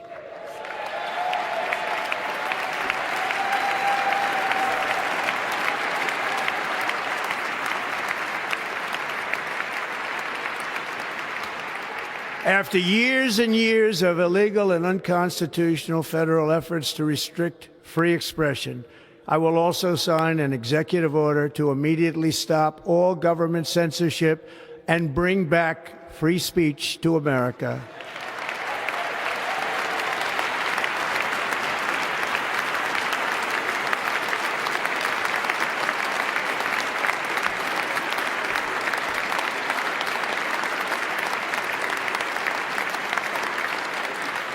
Never again will the immense power of the state be weaponized to persecute political opponents, something I know something about. We will not allow that to happen. It will not happen again. Under my leadership, we will restore fair, equal, and impartial justice under the constitutional rule of law.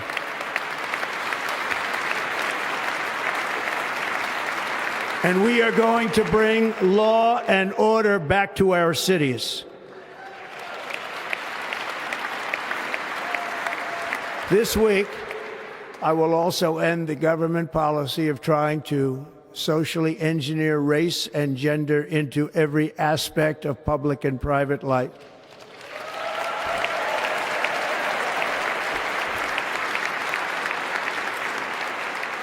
We will forge a society that is colorblind and merit-based.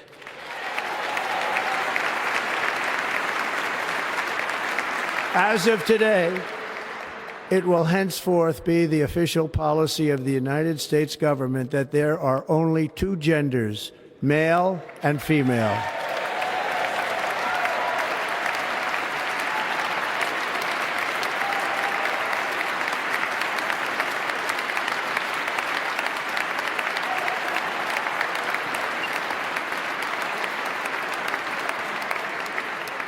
This week, I will reinstate any service members who were unjustly expelled from our military for objecting to the COVID vaccine mandate with full back pay.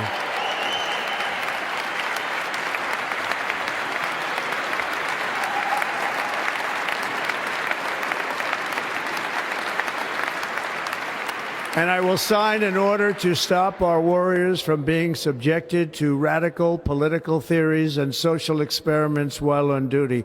It's going to end immediately. Our armed forces will be freed to focus on their sole mission, defeating America's enemies.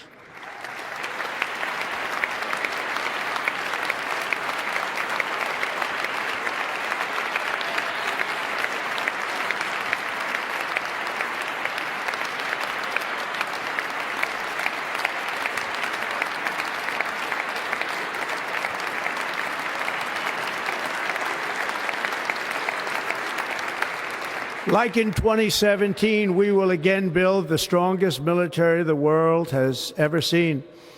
We will measure our success not only by the battles we win, but also by the wars that we end, and perhaps most importantly, the wars we never get into.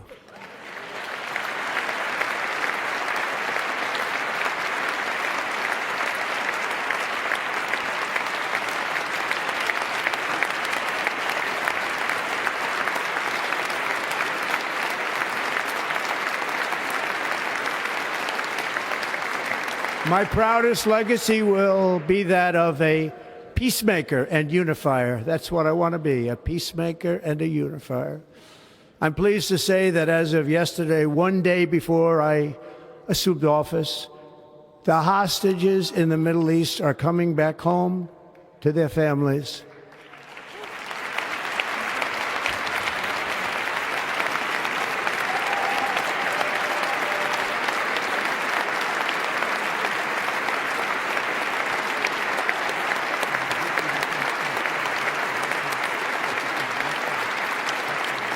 Thank you. America will reclaim its rightful place as the greatest, most powerful, most respected nation on earth, inspiring the awe and admiration of the entire world. A short time from now, we are going to be changing the name of the Gulf of Mexico to the Gulf of America, and we will restore the name of a great president, William McKinley, to Mount McKinley, where it should be and where it belongs.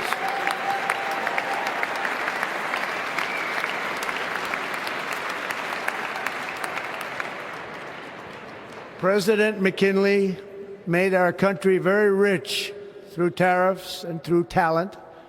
He was a natural businessman and gave Teddy Roosevelt the money for many of the great things he did, including the Panama Canal, which has foolishly been given to the country of Panama after the United States.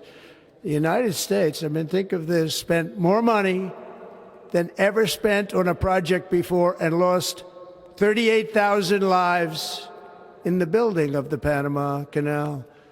We have been treated very badly from this foolish gift that should have never been made, and Panama's promise to us has been broken.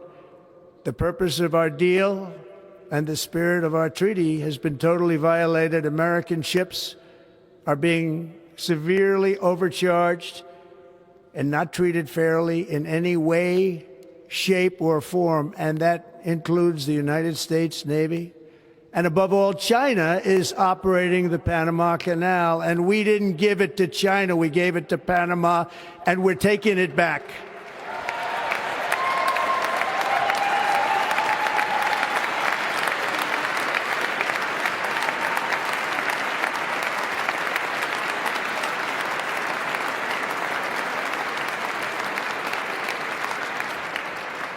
Above all, my message to Americans today is that it is time for us to once again act with courage, vigor, and the vitality of history's greatest civilization. So as we liberate our nation, we will lead it to new heights of victory and success. We will not be deterred. Together we will end the chronic disease epidemic and keep our children safe, healthy, and disease-free. The United States will once again consider itself a growing nation, one that increases our wealth, expands our territory, builds our cities, raises our expectations, and carries our flag into new and beautiful horizons. and we will pursue our manifest destiny into the stars, launching American astronauts to plant the stars and stripes on the planet Mars.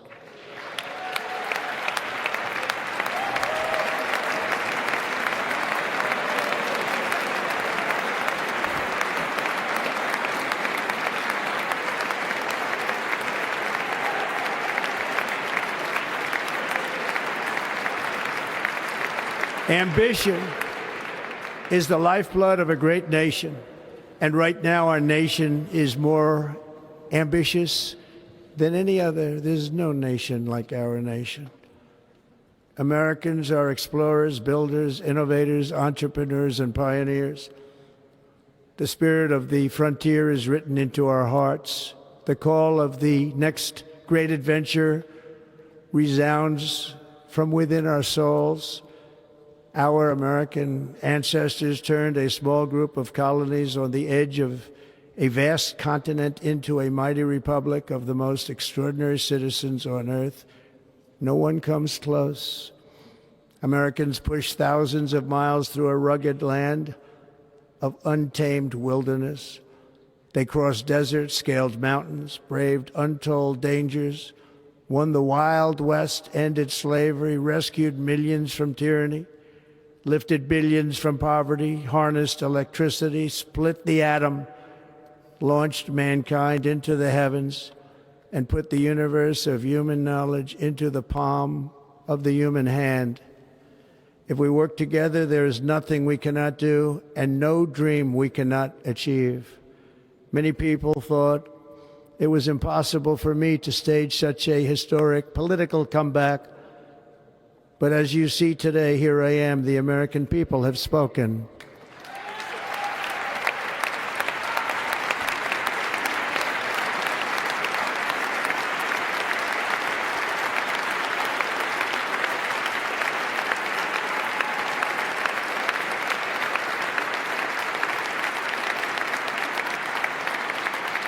I stand before you now as proof that you should never believe that something is impossible to do. In America, the impossible is what we do best.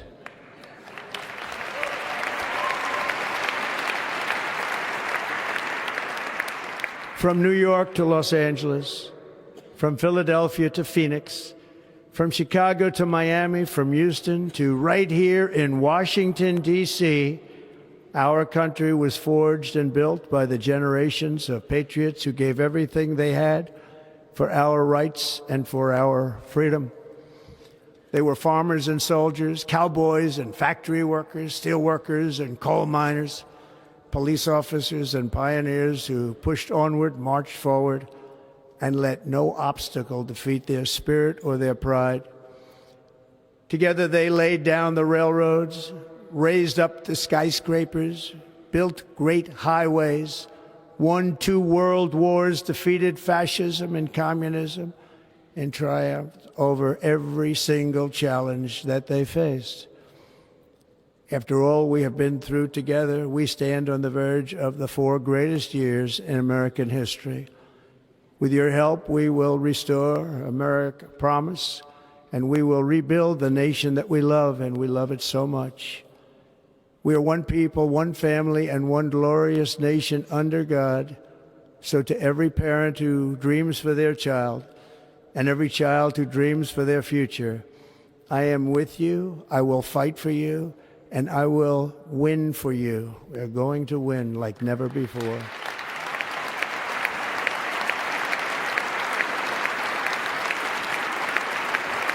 Thank you. Thank you.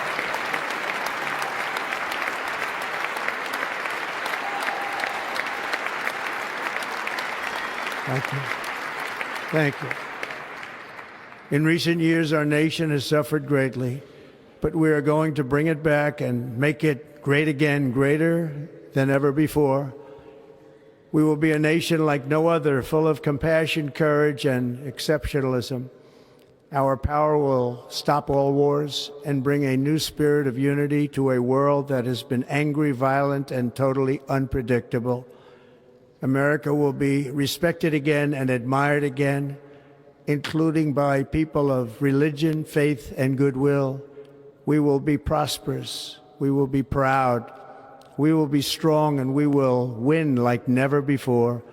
We will not be conquered. We will not be intimidated. We will not be broken, and we will not fail. From this day on, the United States of America will be a free, sovereign, and independent nation. We will stand bravely. We will live proudly. We will dream boldly, and nothing will stand in our way because we are Americans. The future is ours, and our golden age has just begun. Thank you. God bless America. Thank you all. Thank you. Thank you very much. Thank you very much. Thank you.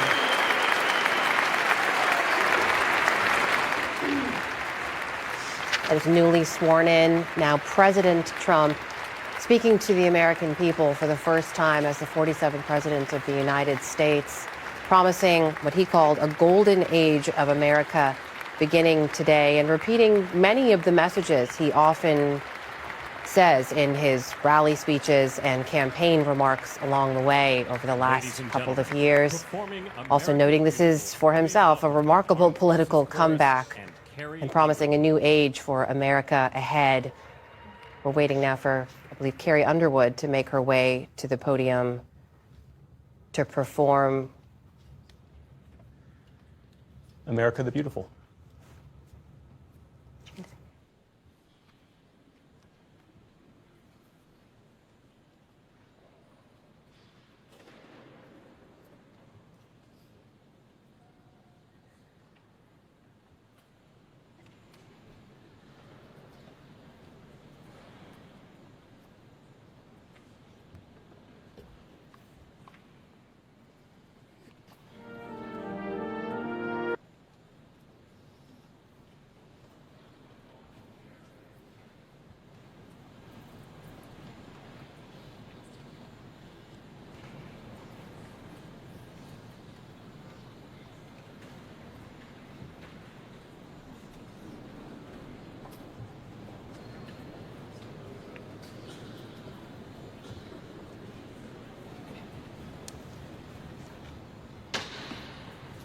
We're standing by to await the music. I believe Carrie Underwood will perform America the Beautiful in just a moment.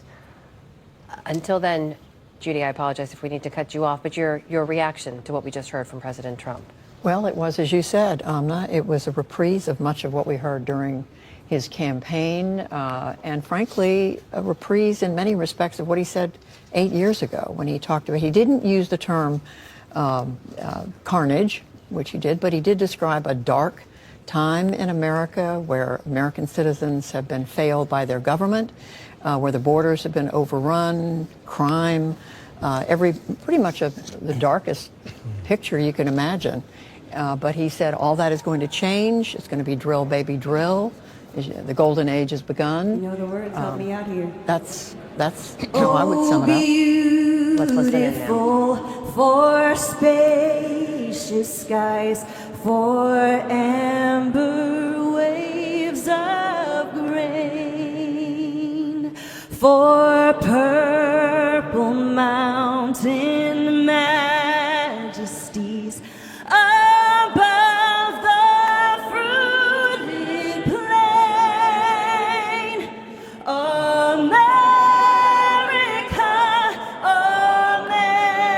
America, God shed his grace on thee and crown thy good with brotherhood from sea to shining sea.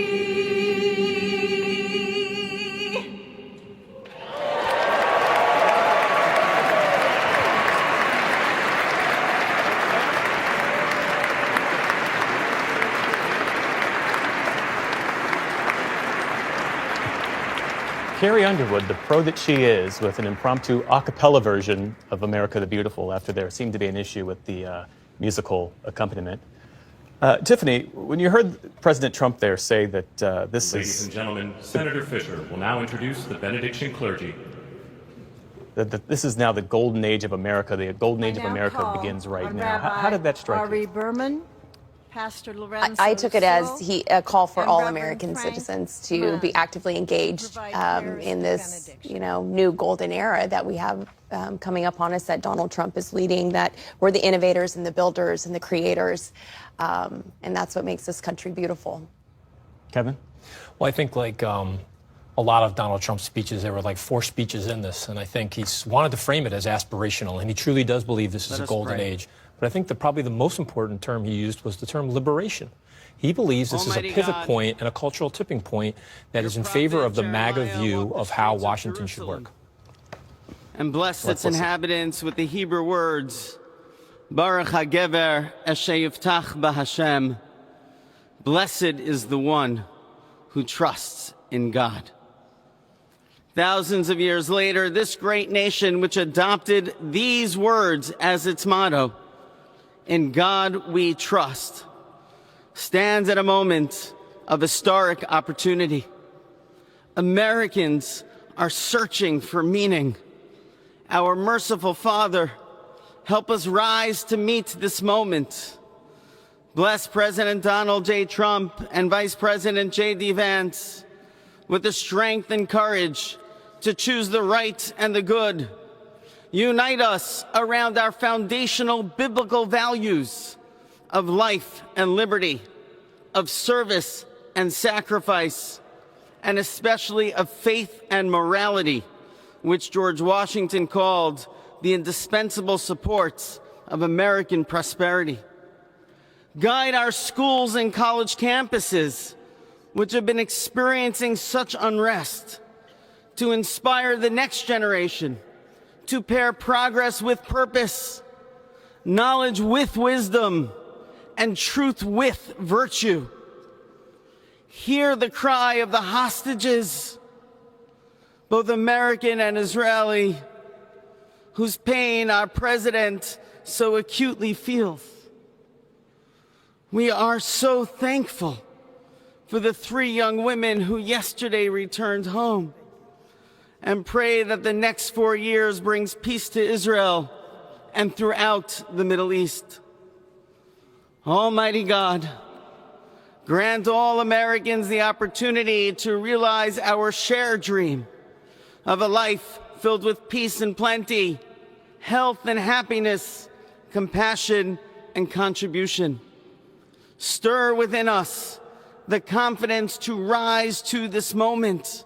For while we trust in God, God's trust is in us, the American people. America is called to greatness, to be a beacon of light and a mover of history. May our nation merit the fulfillment of Jeremiah's blessing, that like a tree planted by water, we shall not cease to bear fruit. May all of humanity experience your love and your blessing. May it be thy will, and let us say, Amen. Let us pray for our 47th president. Heavenly Father, we're so grateful that you gave our 45th and now our 47th president a millimeter miracle. We are grateful that you are the one that have called him for such a time as this, that America would begin to dream again. We pray that we would fulfill the true meaning of our creed, that we hold these truths to be self-evident, that all men are created equal. We pray that you use our president, that we will live in a nation where we will not be judged by the color of our skin, but by the content of our character. Heavenly Father, in the name of Jesus, we are so grateful today that you will use our 47th president so we would sing with new meaning, my country, 'tis of thee. Sweet land of liberty, of thee I sing. Land where my fathers died, land of the pilgrim's pride, from every mountainside. Let freedom ring, and because America is called to be a great nation, we believe that you will make this come true. So let freedom ring from the prodigious hilltops of New Hampshire. Let freedom ring from the mighty mountains of New York. Let freedom ring from the heightening Alleghenies of Pennsylvania. Let freedom ring from the snow-capped Rockies of Colorado. Let freedom ring from the curvaceous hilltops of California. But God, we're asking you not only that. Let freedom ring from Stone Mountain, Georgia. Let freedom ring from Lookout Mountain of Tennessee. Let freedom ring from every hill and every molehill in Mississippi, from every state, every city, every village, and every hamlet. And when we let freedom ring, we will be able to speed up that day where all of your children, black men and white men, Protestant and Catholic, Jew and Gentile, will be able to sing in the meaning of that old Negro spiritual, free at last, free at last. Thank you, God Almighty.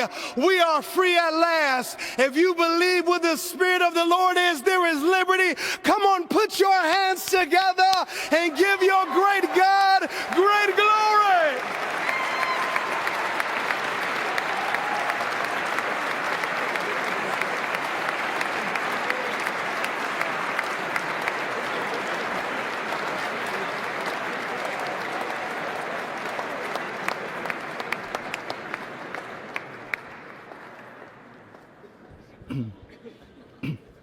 Almighty and eternal God, we gather here today in reverence, joined in our shared hopes and dreams for our beloved nation.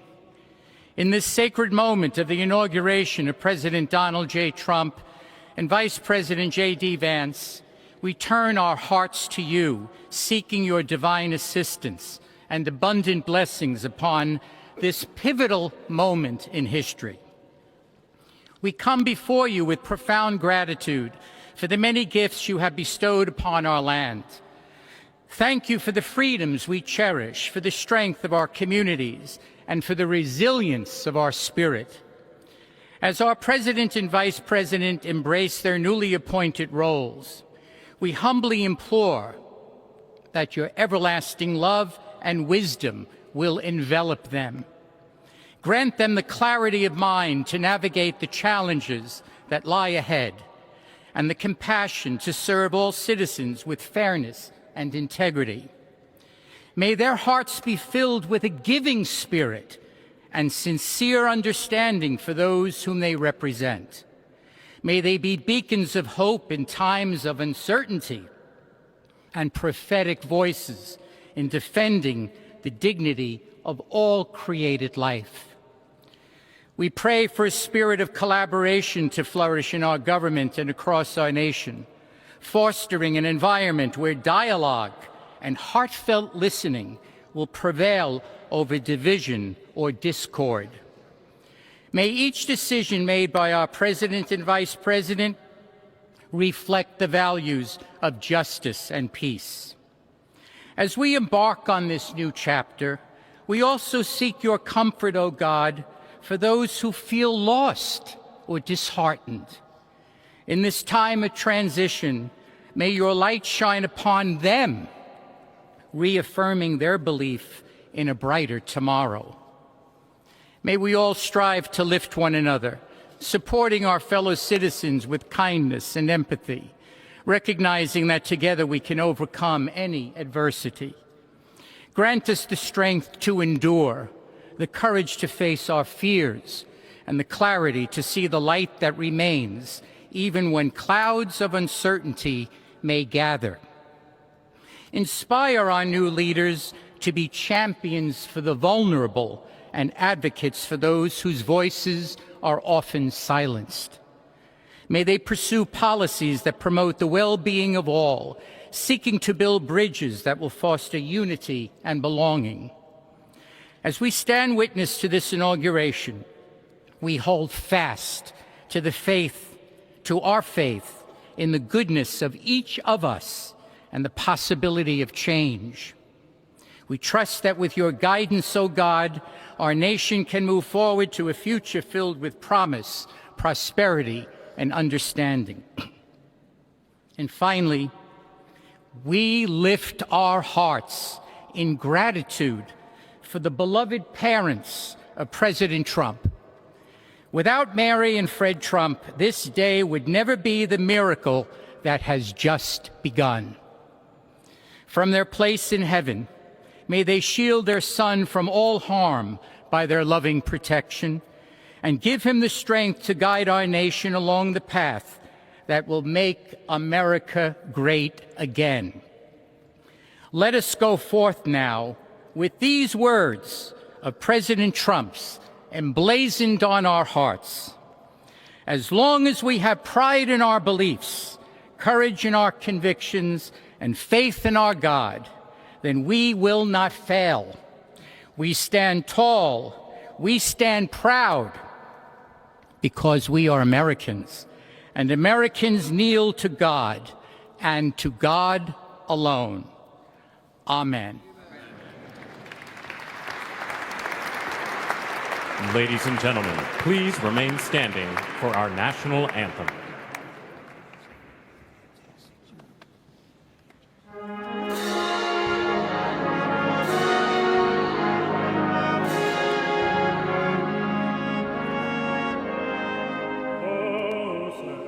Can you say, o'er the dawn's early light, what so proudly we hailed at the twilight's last gleaming, whose blood stripes and bright stars through the perilous fight of the ramparts we watched were so gallantly streaming, and the rockets in glee, heavens bursting in earth, gave proof through the night that our flag was still there. Oh, say does that star-spangled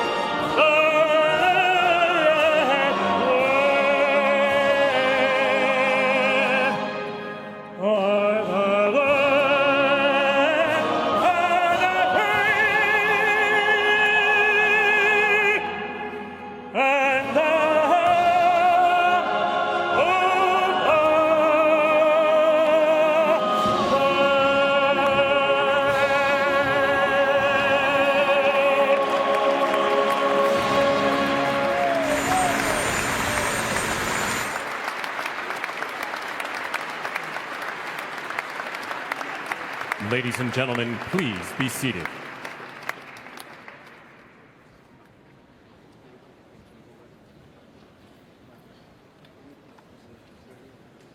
Ladies and gentlemen, please remain at your seats while the President and official party depart the platform.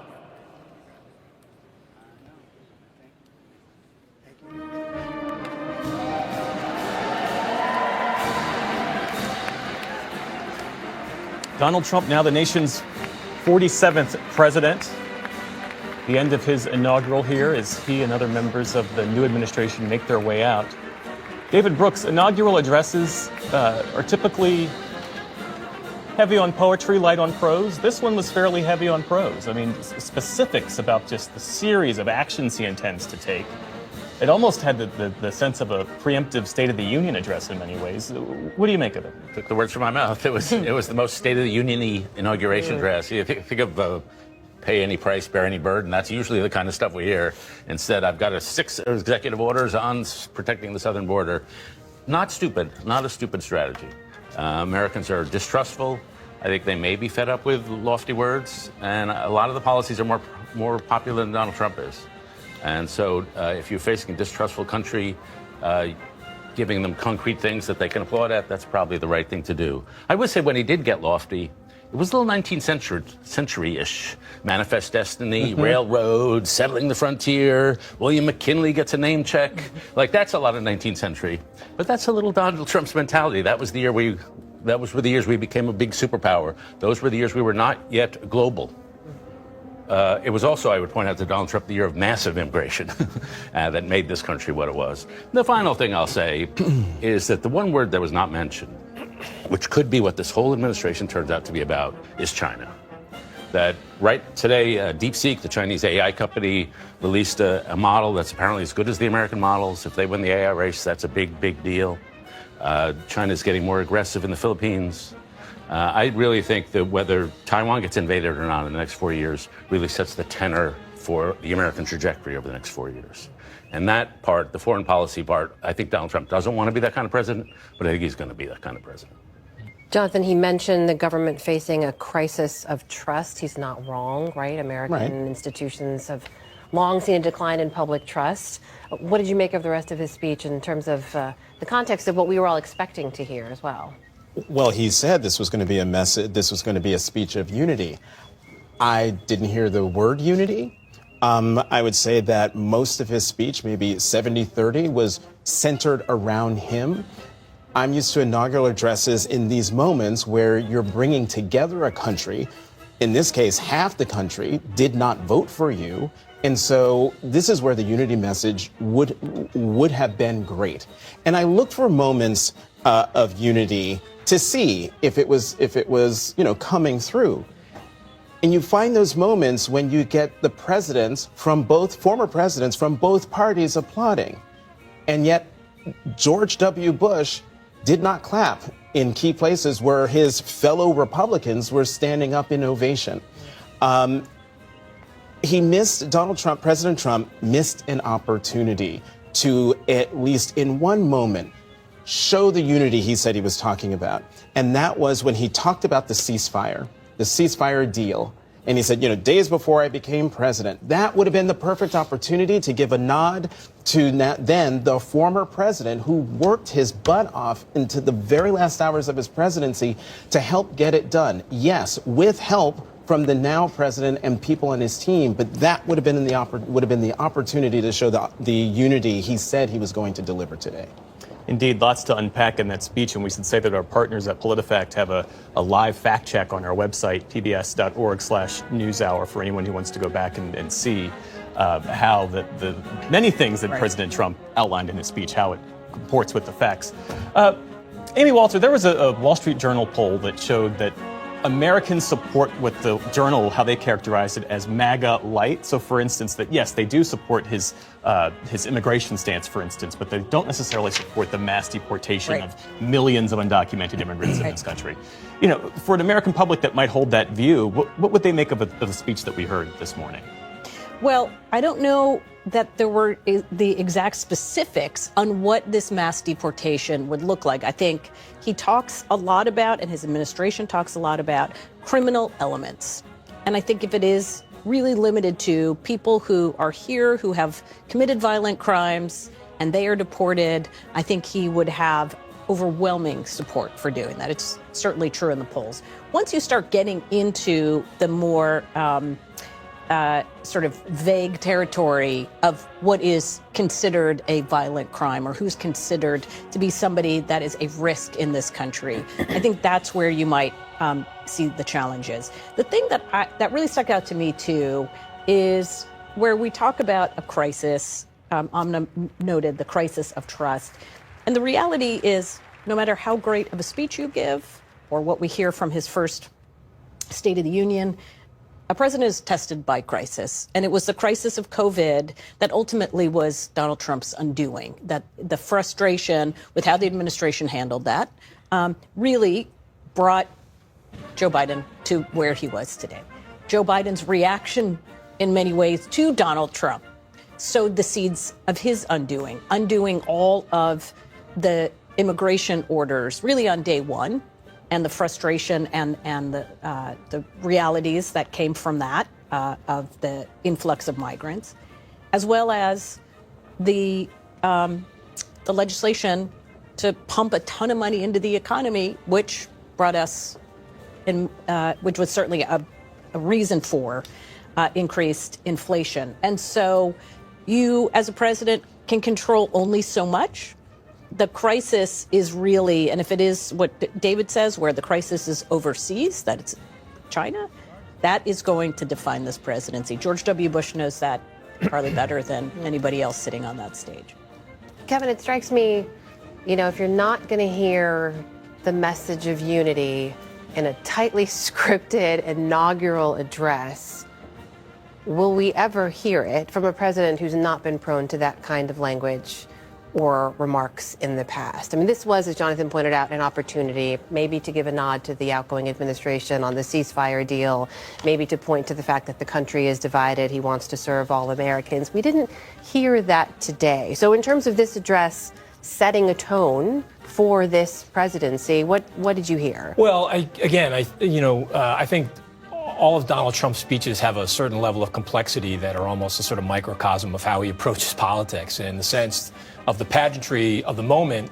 Starting off with the golden age is a design towards the aspirational sort of frame that I think Senator Corker had talked about. But I agree with Jonathan that it was more confrontational than it was unifying.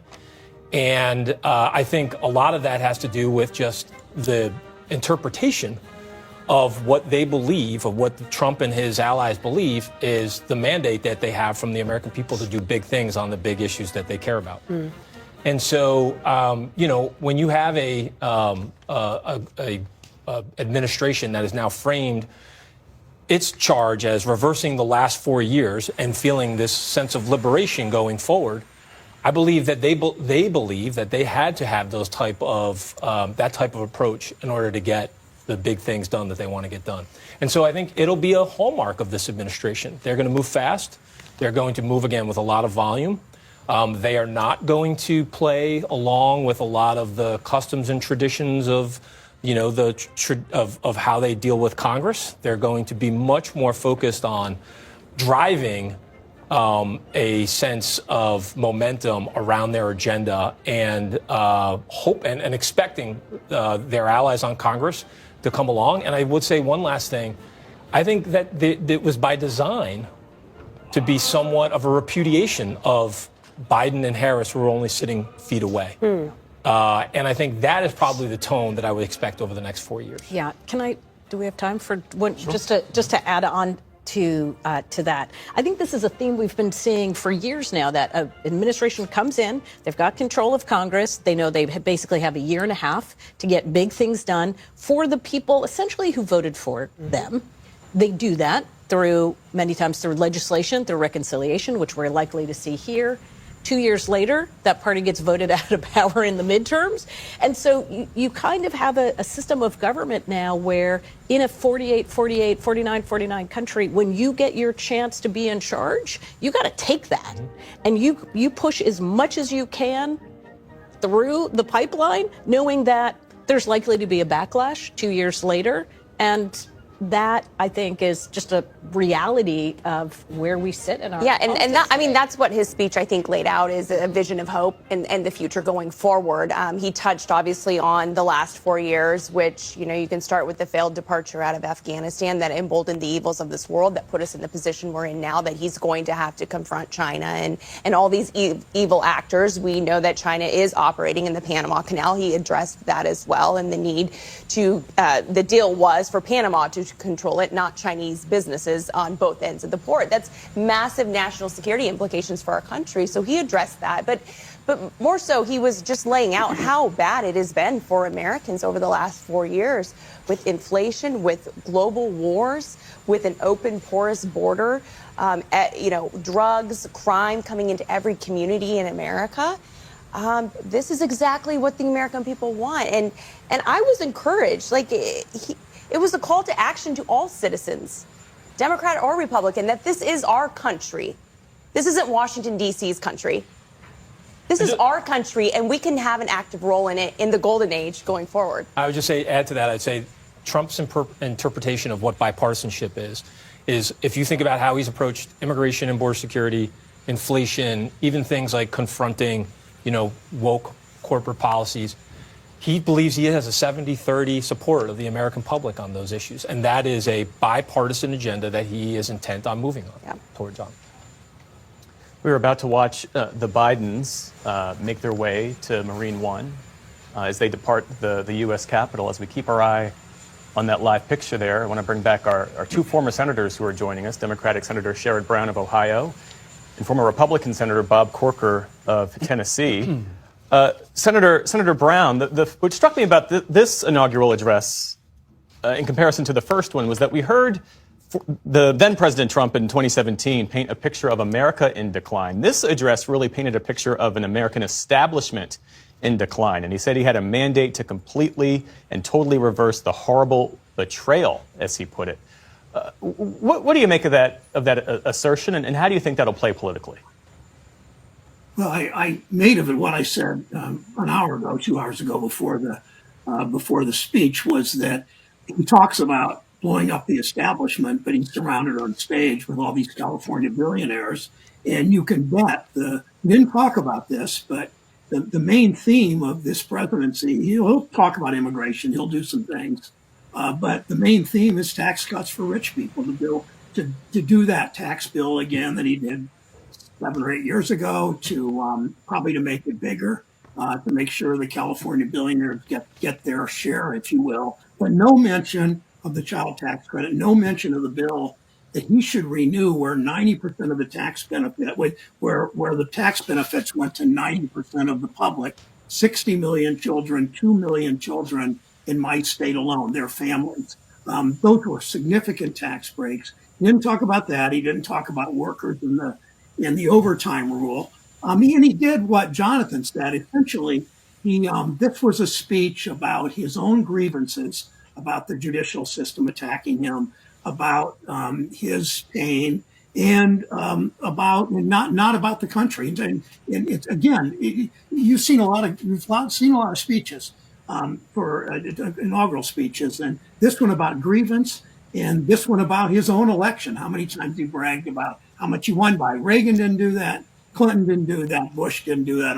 Neither Bush. Obama didn't do that. Instead of the focus on workers, instead of the focus on inflation, what do you see there with inflation other than talk? My wife Connie and I go to the grocery store after church often, and I hear at the checkout counter, I hear at the checkout line, I hear in the aisles, I hear the meat counter, I hear over and over about inflation. And the answer to that, in many ways, I know Amy talked about spending, but the answer in many ways is we're paying for corporate tax breaks, we're paying for executives getting their stock buybacks, and no mention of that. And I don't think the president will go after that when it comes to inflation. So whatever he did in the speech is not that relevant. What matters is what he's going to do next, and obviously we'll judge by his actions. But I'm concerned that his actions are mostly going to be about feeding the billionaires on stage and not standing up to those interest groups that presidents should stand up to, and in most cases, presidents of both parties have failed. Mm-hmm. And we should say what we're witnessing right now, this is unique to our system of government. This is the American transfer of power, demonstrating the resilience and stability of our system. President Biden, Dr. Jill Biden, boarding Marine One as they make their way away from Washington, capping 50 years of public service, and President Trump and First Lady Melania Trump walking back to the Capitol to resume a number of the day's events. Senator Corker, you're with us as well. Your reflections on this moment, sir? Obviously, a little less aspirational, a little more focus on. It actually reminded me of the photograph, of the court appearance that ended up being really well seen among his supporters of strength and defiance. And I think that is what he chose to reinforce here. He did speak, I listened to Senator Brown, my friend. He did speak to the issues that he felt elected him. And he was obviously very somber in how he did so, somber about the state of the country, which whether whether you agree with it or not, many people felt that way, and that's why he is elected today. So again, it was less on the aspirational piece, far more on the business before him, the business that brought him here, and his intention in dealing with those issues immediately. So more of a business talk, less of a raising people up talk. We're watching President Trump there and Vice President Vance make their way back into the Capitol. We understand they're going to be making their way to Emancipation Hall. It's an overflow room that has been set up when the ceremony was moved indoors. We understand he'll address the crowd gathered there as well. We'll bring you those remarks live when they happen. You're also watching here as now former President Biden and former First Lady Dr. Jill Biden prepare to take off and leave Washington. Also on Capitol Hill is our Lisa Desjardins, who's been following these proceedings. Lisa, your takeaways from what we just heard from the newly sworn-in President Trump. Well, two things. First, as we see now former President Biden leave the Capitol, it does strike me this is a man who now, 52 years after he started on the Capitol as a young senator, now we see the end of his public service. But as to the speech, David said something. He said the one word I didn't hear was China. There were two other words I didn't hear, and Senator Brown referred to one of them, taxes. Tax cuts is something that the Republicans here are obsessed over, spending late nights already trying to figure out what could be a very difficult tax cut bill that they say is the core of the Trump agenda. But that's not what we heard from President Trump today. The other thing, I didn't hear the word debt. The debt and deficit are also core concerns here at the Capitol, occupied not just a lot of time and policy concern, but they are, I remind you, one of the reasons that former Speaker Kevin McCarthy was ousted. This is a Republican conference, especially on the House side, that has many members unsatisfied with the state of the debt and deficit. Didn't hear those from President Trump. And it reminds me that I didn't really hear much about the work that Congress needs to do. This was a speech about an executive talking about the presidency, but he does need to work with Congress, but I didn't hear that at all in this speech. We know back at the White House, our White House correspondent Laura Barone-Lopez has also been listening in. Laura, we're watching former President Biden now take off, as Lisa pointed out, capping that 52-year of public service and his career coming to an end in a way he did not anticipate it coming to an end. We know he had warned against the incoming president as a threat to democracy. And we know President Biden was working up until the last minutes of his presidency. Tell us a little bit about what's transpired while we're watching this inaugural proceeding. In the final minutes of his presidency, before he was heading to the Capitol with now sworn-in President Trump, President Biden issued some very last-minute pardons, preemptive pardons to his family members, specifically a number of his siblings, James Biden, Valerie Biden Owens, as well as their spouses. And then President Biden said that it was because of the fact that they were under threats, attacks, and he was referencing past promises made by Donald Trump to go after not just Joe Biden, but also his entire family. Trump had said that repeatedly on the campaign trail, as well as his allies said that they would go after Joe Biden and his family. And so in this preemptive pardon issuing, Biden said that it wasn't because his family did anything wrong or anything illegal, but that this was because he had no guarantee that his family would not be prosecuted. And so he decided to issue these preemptive pardons just minutes before his presidency ended, Amna. And there was also a notable act of clemency for an indigenous activist. Tell us about that. That's right, Jeff. I don't have that one just in front of me, but those were other pardons that the president made, adding on to his clemencies and commutations that he's issued, a historic number more than any president to date, Jeff. And especially with large numbers in the final few months of his presidency. And so that's something that a number of legal experts have said could very well be a legacy-defining moment for the outgoing president. But if I could, I'd like to highlight a few things that stood out to me from now President Donald Trump's speech, and specifically the significant focus on immigration. And in the speech, he was talking and saying all illegal entry to the United States will immediately be halted, and that he will direct migrants to be returned back to their countries of origin. That's going to require some agreements. It's a lot easier said than done. That they will have to have agreements with countries saying that they are willing to take migrants back to the country of origin. And I was also talking to some legal experts about the executive order that is coming on ending birthright citizenship. And immigration lawyers that I was talking to today, Jeff, said that that would be in violation of the 14th Amendment, that the interpretation that the Trump administration is viewing the 14th Amendment, saying that it would allow them to stop automatic birthright citizenship for children of undocumented migrants, immigration lawyers say that is not the correct interpretation of the 14th Amendment and could likely very quickly be halted by judges. We are watching as Republican House leaders make their way to Emancipation Hall in advance of those remarks that Amna mentioned that we expect to hear from President Trump, to that overflow crowd standing in front of what is a replica of the Statue of Freedom. The bronze version of that sits atop the Capitol dome. And that commutation I was mentioning earlier, it was for the indigenous activist Leonard Peltier. President Biden commuted his life sentence, and he will serve out the remainder of that sentence at home confinement. Amna. So we see supporters of Mr. Trump. They're waiting for the president to come address them. We'll bring you that live when it happens. In the meantime, we know other supporters are gathered at Capital One Arena. Our Stephanie Sy is there, has been speaking with them and watching as they watched the inaugural address unfold. Stephanie, what was the reaction there? And Amna, you had to come to us right when this very noisy band started.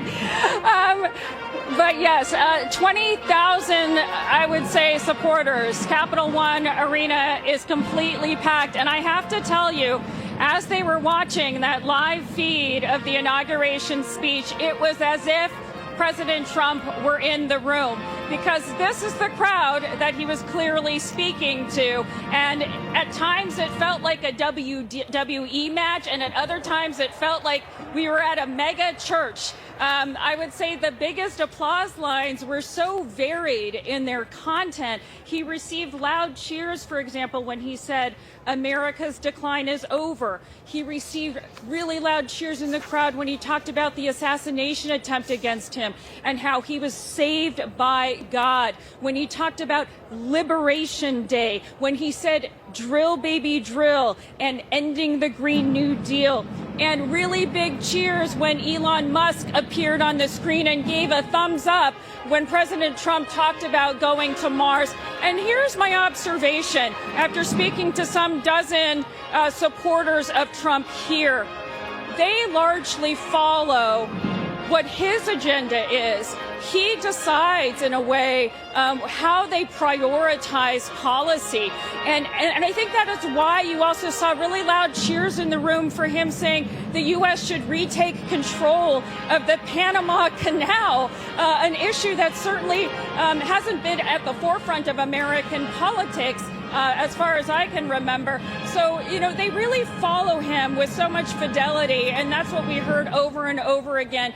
Now, just to remind you, the folks that are in here, some of them have been waiting all night in the cold just to get into the arena, and now we're starting to see more festivities as they ramp up for the arrival of the president in a couple of hours. This is, of course, where they will be holding the inauguration parade. I'm not sure how it will all play out, but in the last half hour, we've seen more and more military brass and those types of dignitaries show up. And just one disruption I noticed toward the end of the speech, and that was a protester, a lone protester, who shouted, "Free Palestine." And very quickly, the crowd shouted her down and said, "Get her out, get her out." And indeed, security guards came and got her and took her out. I mean, talk about coming into the lion's den to say that. And that is exactly how it felt. But overall, a very boisterous, energized crowd. Everybody woke up as soon as the inauguration proceedings began. Applause for President Trump at the watch party at Capital One Arena, and applause for him as well inside Emancipation Hall. Let's take a listen as it looks like Vice President J.D. Vance will be the first to speak. Well, thank you all so much for being here. And was that a hell of a speech or what? That was, man. That was a good way to start it off. You know, I didn't know exactly what the president would put in that speech, and I hoped to myself that he wasn't going to hold back, and sir, you didn't hold back. That was a hell of a way to start the next 4 years. But I just want to say from the bottom of my heart, and I know I speak for the president and for all of us, thank you, thank you, thank you for making this possible. We love you. We wouldn't be here without you, and we're going to make America great again together for the next 4 years.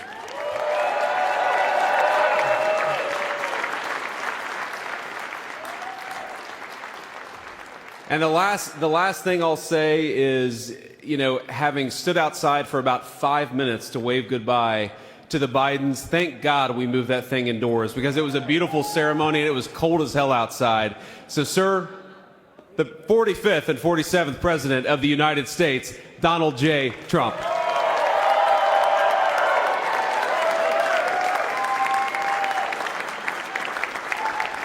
No, he's right. I said, oh, look at this beautiful sunny day.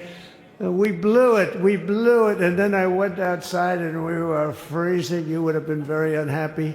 The sun was very deceptive, I will tell you. It is cold out. And I'm sort of saying, you know, that was so beautiful today. Maybe they should do it there every 4 years. Does that make sense? I don't know. Because, you know, the outdoor thing is really good, but it gets a little cold around this time of the year, as some people have noticed. And a lot of times they suffer through it. There was no suffering in that room. It was 72 degrees. It was perfect with the best acoustics I think I've ever heard in a room. This is not so bad either. But I just want to say, you're a younger, far more beautiful audience that I just spoke to. And I want to keep it off the record. I want to keep that off the record, because I don't want to have all those big shots up there. I don't want to think you're more powerful than them, you look better than them, and I love you. Now, we just had a great time. We just had a great day. This was amazing. You know, when you think we took a journey, I mentioned in the speech, a lot of people said that was not a journey that was possible, and it was indeed possible. I didn't really know too much about what they were saying when they said that, but a lot of people felt it, and we hooked up with J.D. very early. I watched J.D. over a period of time. I endorsed him in Ohio. He was a great senator, and very, very smart. The only one smarter than him was his wife. That was I would have chosen her, but somehow the line of succession didn't work that way, right? But now she's great and he's great. This is a great, beautiful couple, and unbelievable career. I just said to him, you are very upwardly mobile, because he hasn't been doing it that long, but he picked it up so quickly. Remember, the first week was a little bit like the fake news was hitting him really hard. And I said, ooh, this may be tough, but after that, it was smooth sailing for him. He took on everybody. He took on the meanest. I don't want to use the word corrupt because we're into a new system, so let's wait till the corruption begins, because it will. But he took on some pretty mean people, and he handled it well. I want to also congratulate Mike Johnson for the job that he's doing.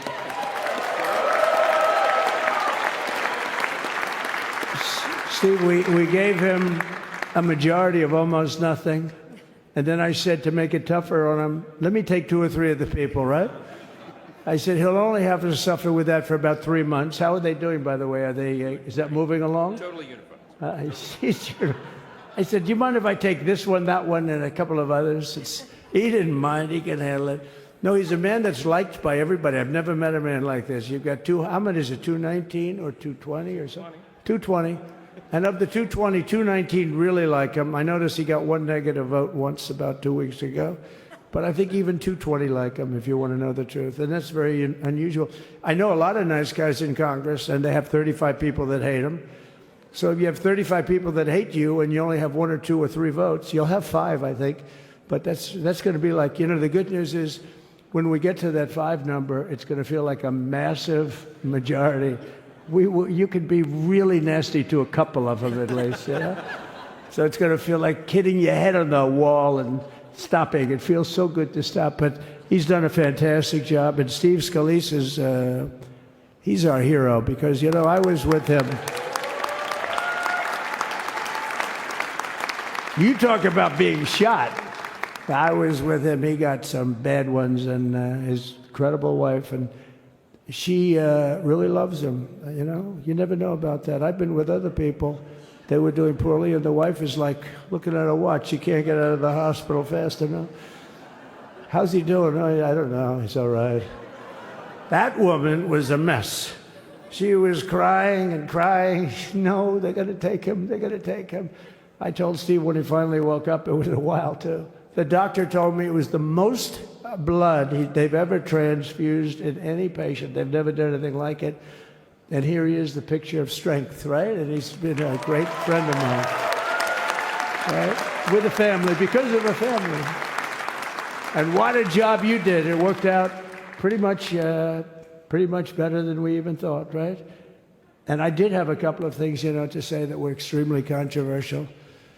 And between J.D. and Melania and anybody else that heard, please, sir, it's such a beautiful, unifying speech. Please, sir, don't say these things. I said, I'm telling you, it's going to play great. They say, you're right. For this group of people, it's going to play great. You're the only ones I hurt by not, but we had some beauties, didn't we, Melania? She said, sir, calls me sir when she's angry. No, I'm only kidding. I better say I'm only kidding, or the press is going to pick that one up loud and clear. No, but she said, no, I think it would be terrible. It's such a nice speech. I think it's, it all depends on your delivery. How was the delivery? Was it good? But she said it's such a beautiful speech. You can't put things in there that you were going to put in. And I was going to talk about the J6 hostages, but you'll be happy because, it's action, not words that count. And you're going to see a lot of action on the J6 hostages. See a lot of action. And I was going to talk about the things that Joe did today with the pardons of people that were very, very guilty of very bad crimes, like the Unselect Committee of Political Thugs, where they literally, what they did is they destroyed and deleted all of the information, all of the hearings, practically not a thing left. They deleted all the information on Nancy Pelosi having turned down the offer of 10,000 soldiers. You wouldn't have needed 10,000. You could have had 500, and it would have stopped. Because we may have had 1 million people that day, the people that were there. You don't see any photographs, but we have a lot of great photos. But you don't see those photographs. They don't put them in. They show the people at the Capitol. But I was talking about that. I was going to talk about that. They said, please don't bring that up right now. You can bring it up tomorrow. I said, how about now in front of I'll bring it up right now. This little time delay is good because we're getting great reviews on the speech. Now watch. They'll take the speech and say, I didn't like it because he left there and he's talked to people. But we're giving you a little more information than we gave upstairs. But no, they pardoned a lot of people. They pardoned, before we even get to today, they pardoned, 33 murderers, absolute murderers, the worst murderers. When you get the death sentence in the United States, you have to be bad because they don't give it much. And he pardoned almost everybody having a death sentence. And if you went through the crimes that were committed, you wouldn't even believe them, the level of violence, the people that were killed, the innocence of people that were killed and children killed by these people. And he pardoned them for whatever reason. He spared them, but they didn't spare the people that they killed. And who knows what happens in the future. It's one of the worst because a lot of times they let them out early after that. They say you're going to be in for life, but then all of a sudden they get let out for good behavior, and then they go on a rampage. You know, it's one of those little things, right? But I was going to talk about that. But I was really going to talk about the level of, you know, what's going on. Why are we doing this? Why are we trying to help a guy like Milley? Why are we doing Milley? He was pardoned. What he said, terrible what he said. Why are we helping some of the people? Why are we helping Liz Cheney? I mean, Liz Cheney is a disaster. She's a crying lunatic and crying Adam Kinzinger. He's a super crying. I never saw the guy not crying. He's always crying. I looked at him. I remember years ago he was actually on my side.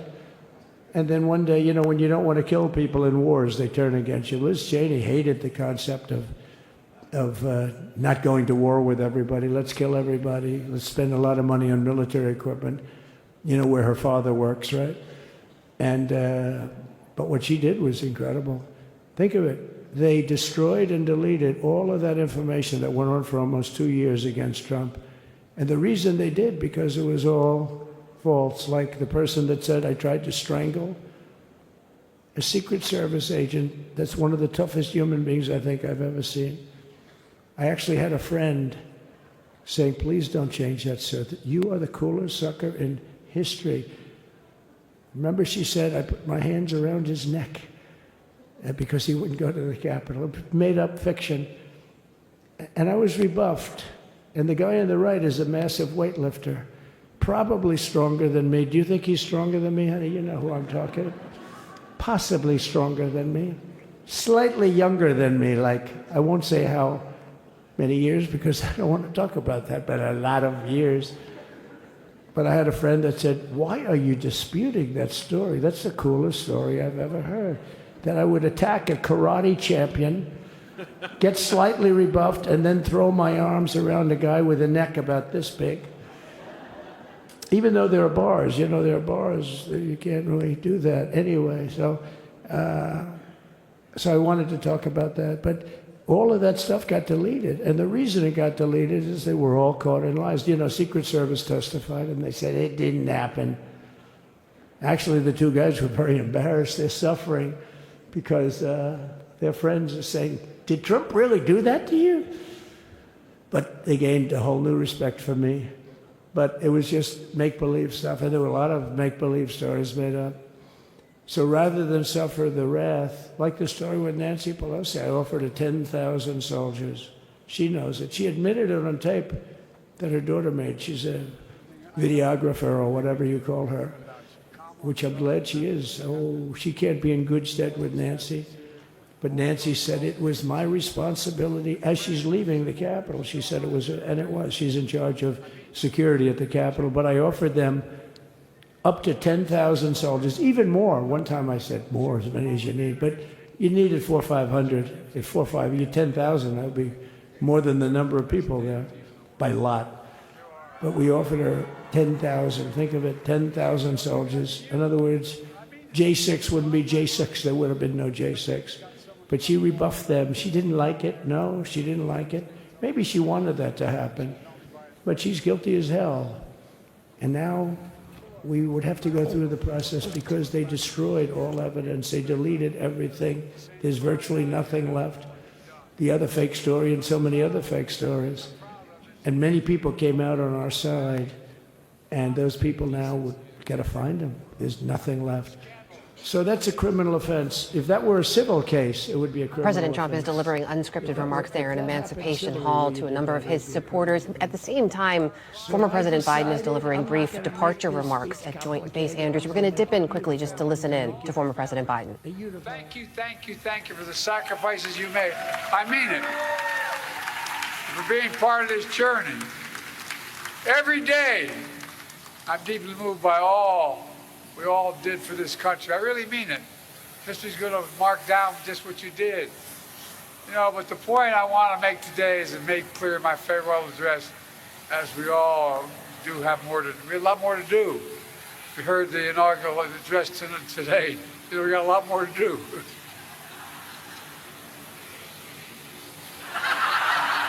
I know from many years of experience, they're up and down, but we have to stay with it. My dad taught me the measure of a person, heard me say it before, is how quickly they get back up when they get knocked down. That's what we have to do right now. And we've always done our best as Americans. We never, never, never give up. Never.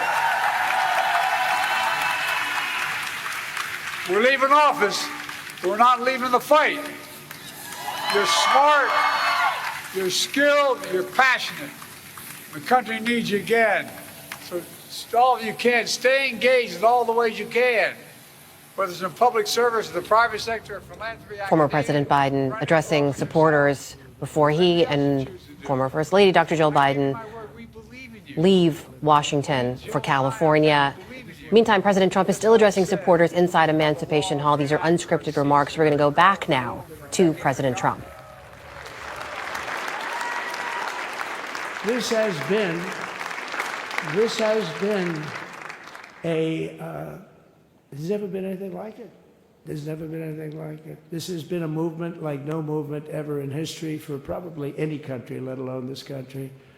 You know, if somebody's running for president, and if they go out and they announce they're going to Arizona, they're going to Nevada, they're going to someplace, if you have 200 or 300 people, that would be standard. Ronald Reagan would go out. I mean, outside of the last couple of days where people get a little excited, but even then you have a couple of thousand people. But if you're going to go someplace, any place, any one of the swing states, any one of the other states, I mean, how about the non-swing states? We won Alabama by 48 points. We won Tennessee by massive numbers. Wyoming, we won by numbers that are, nobody's ever seen numbers like that. And, you know, places like California, we did great, but when they send out like 38 million ballots, nobody knows where the hell they're sending them, and then they come pouring back, the whole thing. You know, they passed a law in California that if you work in an election bureau and if you so much as ask for a voter ID, if you say, sir, ma'am, could I please look at your voter ID? They have the right to put you in jail. You're a criminal. Can you believe that? There's only one reason that happens. They want to cheat. So they had it where voter ID wasn't accepted.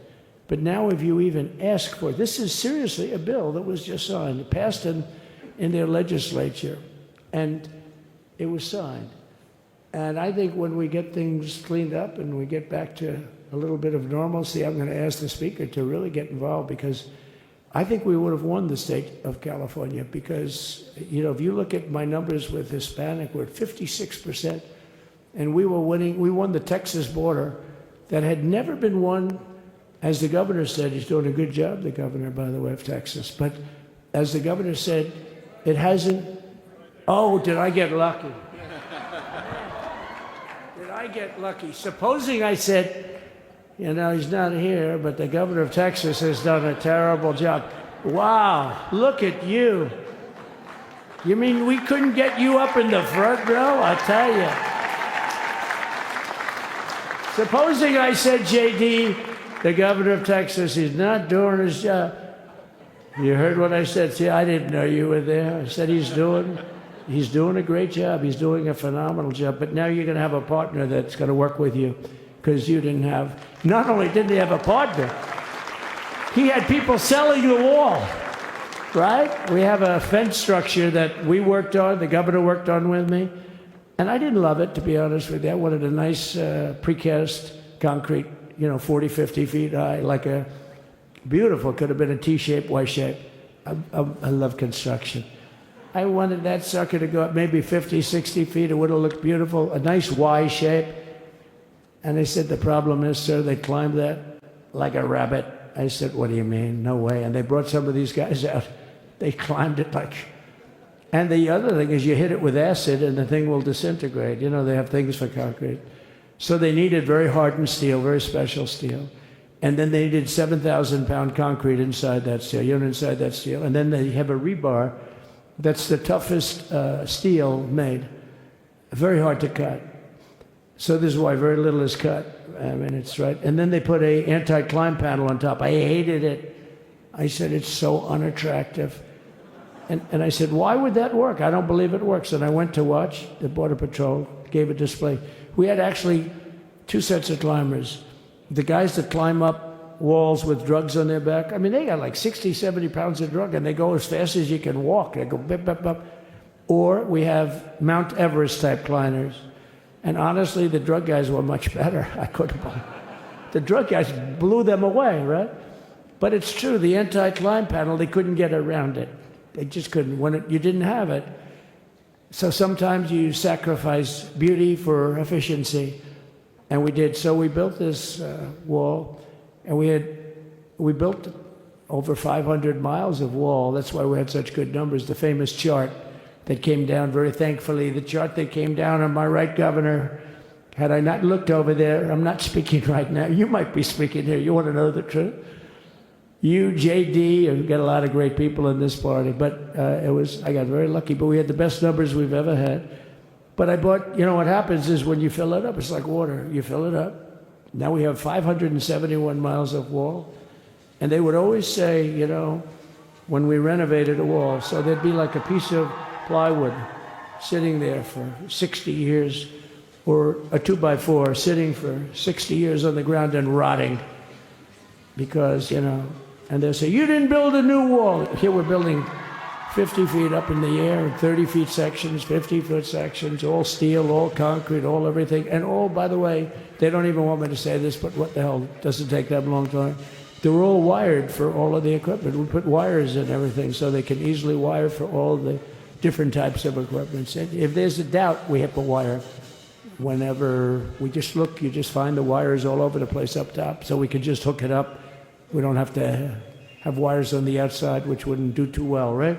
So anyway, so we built an extra 200 miles of wall, and the governor wanted to buy it. He tried to buy it, and they wouldn't sell it to him. He wanted to put it up himself. Could have been done in 3 to 4 weeks, 200 more miles, because when you do it, now they just keep going further out, getting around.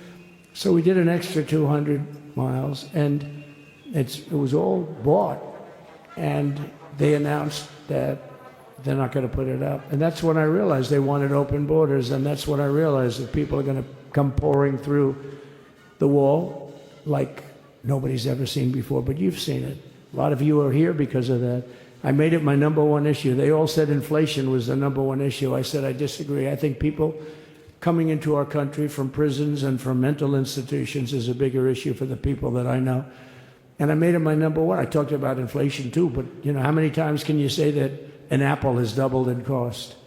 I'd say it, and I'd hit it hard, but then I go back to the fact that we don't want criminals coming into our country. We don't want the jails of every country in the world virtually being deposited into the United States. And that man had to suffer with it.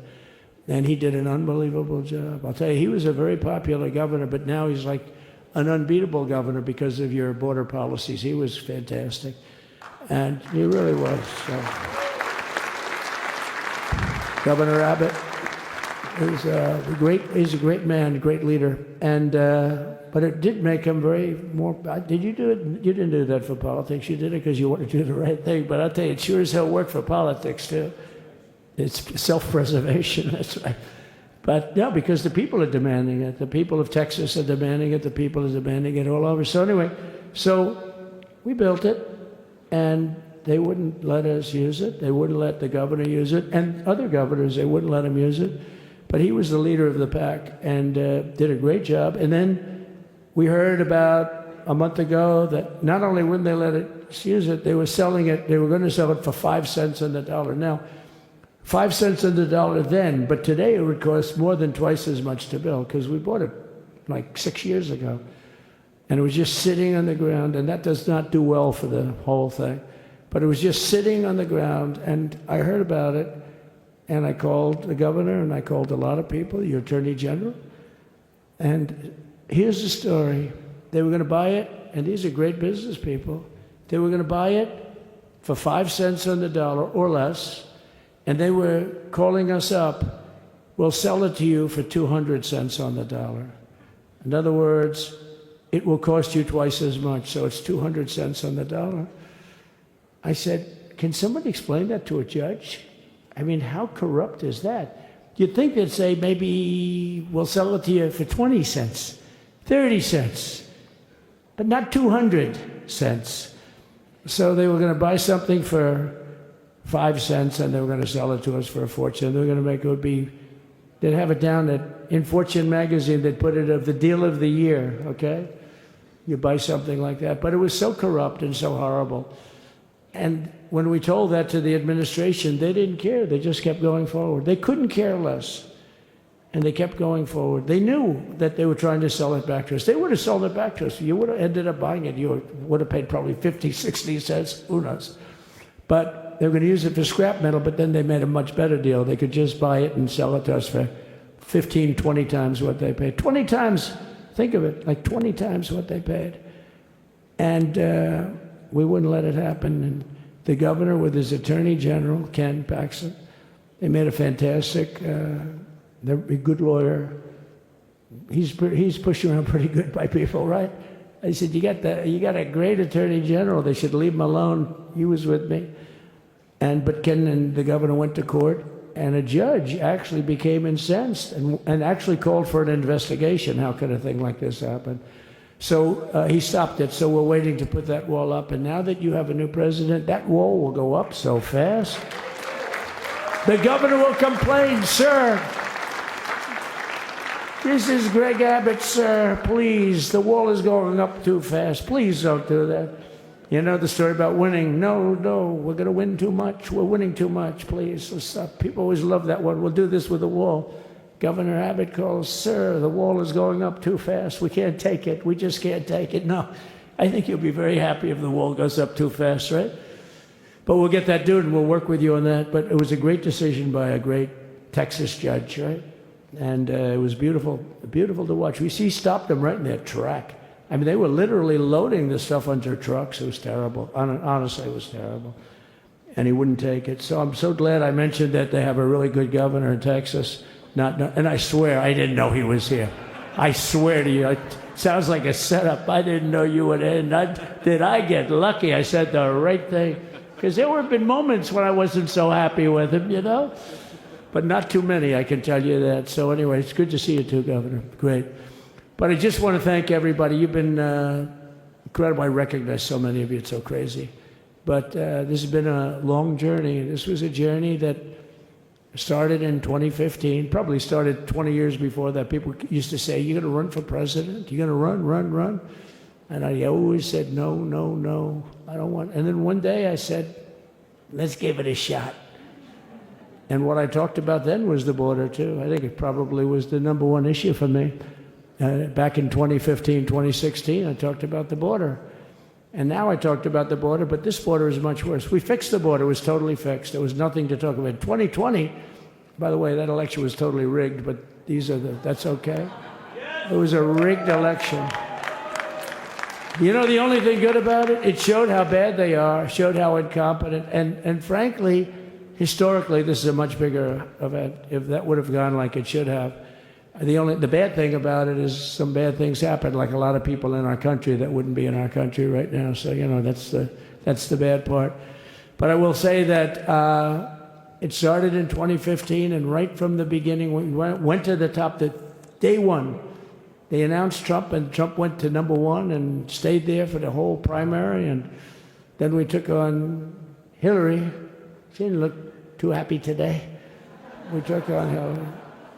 A very nice person, but we took on Hillary and we defeated Hillary, and then we did much better the second time in 2020. You know, we got millions more votes. We got millions, like 10, 12 million more votes than we did the first time. No president has ever gotten that many more votes. I got like 9 million more than anybody else had ever gotten, and they said we lost. And because of that, I said to Melania, what do you think? And she said, you want to do this again? And had we lost, and had I thought we lost, I wouldn't do it again, because that's like the ultimate poll, right? But I knew how well we did, and this time we made it too big to rig. It was so big. They tried like hell in the butt. They tried to do it, and around 9:02 they gave up. Last time they did bad things, but this time they just said, yes. You know, I don't know if you saw Mr. Speaker in Washington. They had placards. They were all set to march. They thought it'd be closer.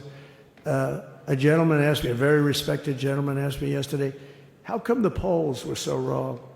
They showed you winning, but not in a landslide. I said, because people that are true Trumpers are so angry at the whole polling system and at the writers, the fake news, that they don't want to talk to anybody. So when you call somebody from Trump, who are you voting for? They say, it's none of your business. I'm not telling you. And that was probably 40% of the people they called. So they would discard that one, and they didn't show that. And then when the election happened, you know, the vote came, and it was much different, much higher than we're going to win, but they really thought, they couldn't believe, the one man said, I mean, it was so much higher. We won all 7 swing states. We won the popular vote by millions of votes, which is hard for a Republican. I'll tell you who came through. The unions came through. The auto workers were great. The Teamsters were great. The firemen were great. I think almost every union was great. The only one that weren't great, although Sean was great, and the Teamsters, Sean O'Brien, the head of the Teamsters, was fantastic. But generally speaking, the head of the union was against Trump, but the union would be with us for like 85%. Look what we did with the auto workers in Michigan. Look what we did with the Teamsters. The Teamsters were unbelievable. They were a solid Democrat vote, and they voted for Trump. So we had a great experience. Now we have to go to work and get it done, because we have to do something that's going to be great. We're going to turn our country around, and we're going to turn it around fast. And I think this was a better speech than the one I made upstairs, okay? I think this was better, JD. I think this was much better, and I got to see my friend. So, Governor, take care of yourself. You call me, we'll start working. You know what that means with him? He's going to be calling me tomorrow morning at about 6. And I said, how about next week? You call me, and we're going to get it started real fast. We'll really help you a lot. You've done a fantastic job protecting something which it's not supposed to be for the states. And amazing job you've done. Thank you very much. And I want to thank everybody. And I have a First Lady who's been incredible. She's been incredible. I shouldn't say this. I'm going to get hell when I say this, but her feet are absolutely aching. You know, those heels. And we thought we were leaving. We were going home. Sir, would you be able to go down and say hello to some of your other fans that are here? I said, oh, I didn't know that. Wow. Did you get to see pretty clearly the picture, I hope? Good. That's good. But because you wouldn't want to make the same speech again, right? But she said, darling, I love you so much, but my feet are killing me. I said, honey, let me just see how far it is. I asked the person. Oh, not that long, maybe 400 or 500 yards. That's 5 football fields. I said, can you make it? She said, we're going to make it no matter what. We're going to make it because we have to go. Right? Right? And then we went out to the helicopter, though, just prior to this, and said goodbye. And it's a custom, and the wind is blowing like crazy. And with the hat that she's wearing, she almost blew away. We almost lost off her. She was being elevated off the ground. She almost blew away. No. So we all appreciate it, because you've been a great First Lady. A beautiful and a great First Lady. And they love our First Lady. You know, JD, whenever I make a speech, I see hundreds of times, we love our First Lady. We love, and they do, and they should. She's great. So I just want to thank you. Thank you very much. I just want to thank everybody. And I felt that, I said to JD, should we give him the A treatment, the B treatment, the C, the D, or the F? You know what the F is? Hello, everybody. Thank you for being here. Bye-bye. I gave you the A+ treatment. Thank you. Thank you all. Thank you, Governor. Thank you all very much. Appreciate it. President Trump delivering freewheeling remarks to his supporters in the Emancipation Hall, the overflow room, as it were, during this inauguration. Remarks that would sound familiar to anyone who's attended a Trump rally as of late. Let's bring in Beverly Gage, history professor at Yale University, who's been standing by for us. Thanks so much for being with us. First, your reflections on the inaugural address and what we heard from President Trump just not even a full hour after taking the oath and delivering the prepared remarks upstairs. Yeah, the inaugural address was interesting because it wasn't a very traditional inaugural address, but I think that we've all probably gotten used to at this point, getting some non-traditional formats and forms of speech from Donald Trump. And of course, that was a much more extemporaneous, slightly strange but familiar speech that he just gave to his own supporters. Overall, I would say that the inaugural speech itself was pretty dark. He seemed much happier and more relaxed, just in a room of his own fans speaking off the cuff. Beverly, outside of his remarks as well, just the place that you see this incoming, now newly sworn in president holding in a modern American political history, coming in for a non-consecutive term, winning in the way that he did. Tell us about how you're viewing this next presidency of Donald Trump. One of the things that has really struck me over the last few weeks and few months is how much Trump seems to be gesturing really back toward the late 19th century, to the period of the Gilded Age. We saw that with his tribute to William McKinley and Theodore Roosevelt. A lot of the issues that he's taking on, tariffs and immigration, birthright citizenship, these were kind of the hot issues of that moment. And so it's interesting to see, I guess, a sort of combination of these self-conscious gestures toward the past, and at the same time, declarations that he is sui generis, he's something brand new, which is, of course, his favorite theme about himself. And Beverly, President Trump is taking office with a Republican-led House and Senate. Of course, recent presidents have had unified control of government for at least the first 2 years ahead of the midterms. What opportunities does that present to Donald Trump, and what challenges remain given that the Republican majorities in both chambers are really so slim? It is true that we have, for many decades now, been living in a world of not only close elections, and this was a close election, though it was decisive, but in an atmosphere of divided government with these little interregnums, right? A year or two, usually two, at the beginning of a presidency in which there's a new opportunity and the chance to really do something. So I think, some of both the alarming and the ambitious qualities of his inaugural, I think, really were aimed at the idea that there was a pretty limited period of time in which to carry that out. He does not have large majorities at all. And so I think one of the big questions ahead is whether he's going to be able to actually hold a coalition together to get done some of these ambitious and in some cases, pretty unprecedented or even outrageous things that he's proposing and that many of his supporters seem to want. Presidential historian Beverly Gage, thank you so much for being with us. We really appreciate it. Also with us today is Mary McCord, Executive Director of the Institute for Constitutional Advocacy and Protection at Georgetown University's Law School. She's a former acting assistant attorney general. Mary, I know we have a lot to talk about in terms of what President Trump was speaking about with the January 6th, as he refers to them, hostages. He's indicated he'd like to issue pardons for them as well. But I want to begin by asking you about those last-minute pardons that President Biden issued on his way out for the January 6th committee, for Dr. Anthony Fauci, General Mark Milley, and members of his own family as well. What do you make of that?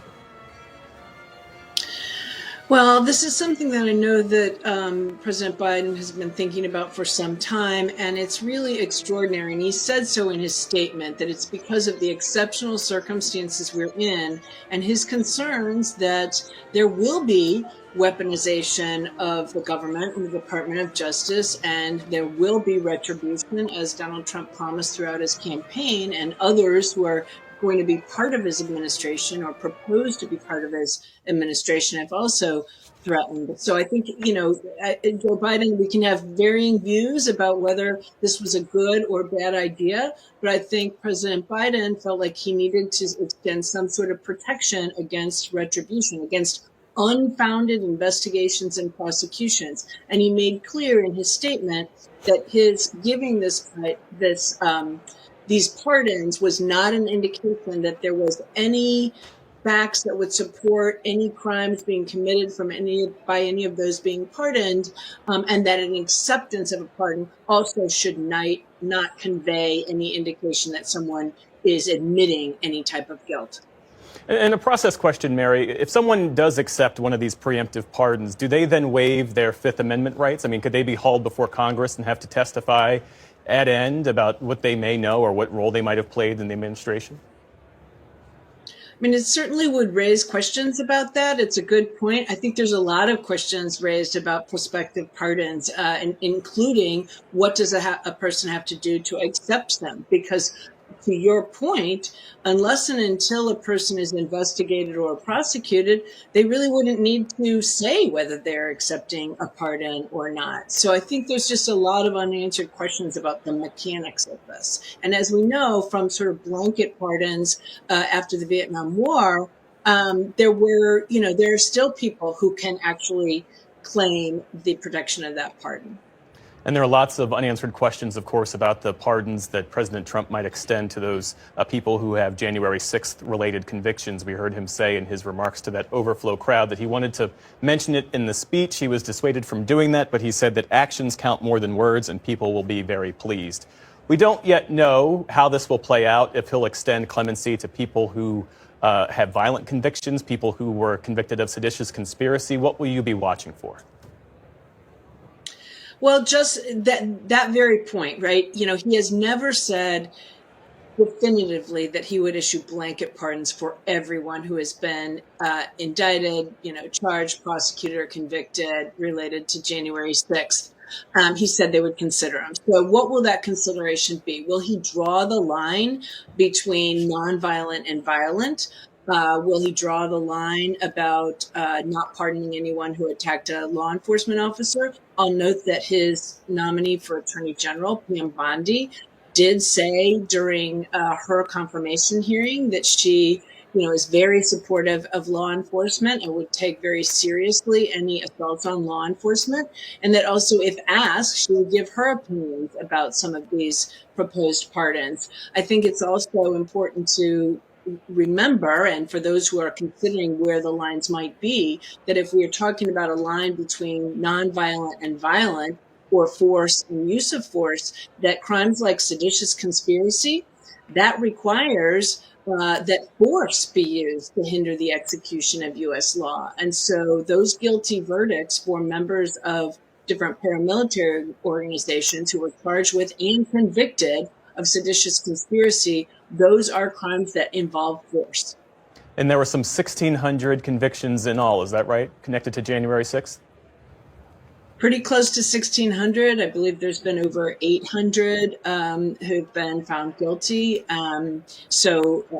Actually more than that, over 1,100, I believe, found guilty, over 800 being sentenced either to incarceration in a facility or, in some cases, a smaller percentage, home detention. So, the numbers are significant. The judges here, the federal judges in D.C. and the district court have spent a good part of the last 4 years handling these nearly 1,600 cases. They've ensured that defendants have had their rights protected. They've gotten counsel if they couldn't afford counsel. They've had their due process rights protected like any other defendant. And I think it would be a remarkable assault, frankly, on the judiciary as well as our criminal legal system to issue anything close to a blanket pardon. These judges have been clear across political lines, judges appointed by Democrats, Republicans, and President Trump himself in his first term, that the crimes committed by those who attacked Congress, who tried to prevent the transfer of power back in 2020, that these were very serious crimes. Mayor McWhorter, thanks to you as always for your insights. We appreciate it.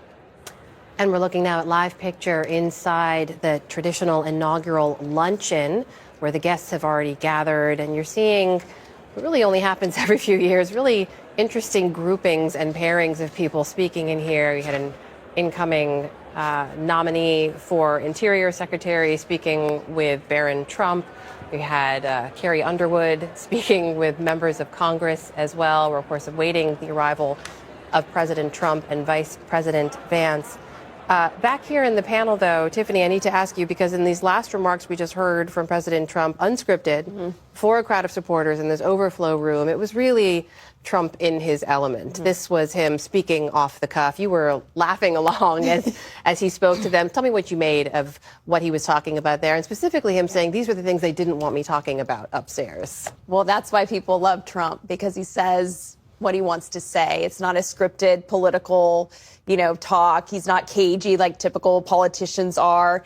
They know that they're getting the truth and they're getting the real deal. And that's exactly why the American people love Donald Trump. And that's what we saw. I think it's an interesting dynamic, that he had his scripted speech and then went immediately off the cuff to deliver remarks to his supporters. That's who Trump is, and it's why the American people love him. And it's why there has never been that Trump pivot that people talked about during the first term, that somehow, if Donald Trump was able to read from a teleprompter and deliver this, as prepared speech, that would somehow suggest how he might govern or how he might move in the future. He's always been who he is. He kind of had it felt like Henny Youngman in the Catskills, kind of working a crowd. But this is one of the skills that I think many of his critics really underestimate. Before Trump was, more than a businessman, and especially now, more than a politician, he's a showman, and he knows how to work a room, and he knows how to sort of really build and win over, people when he gets to talk to them in person.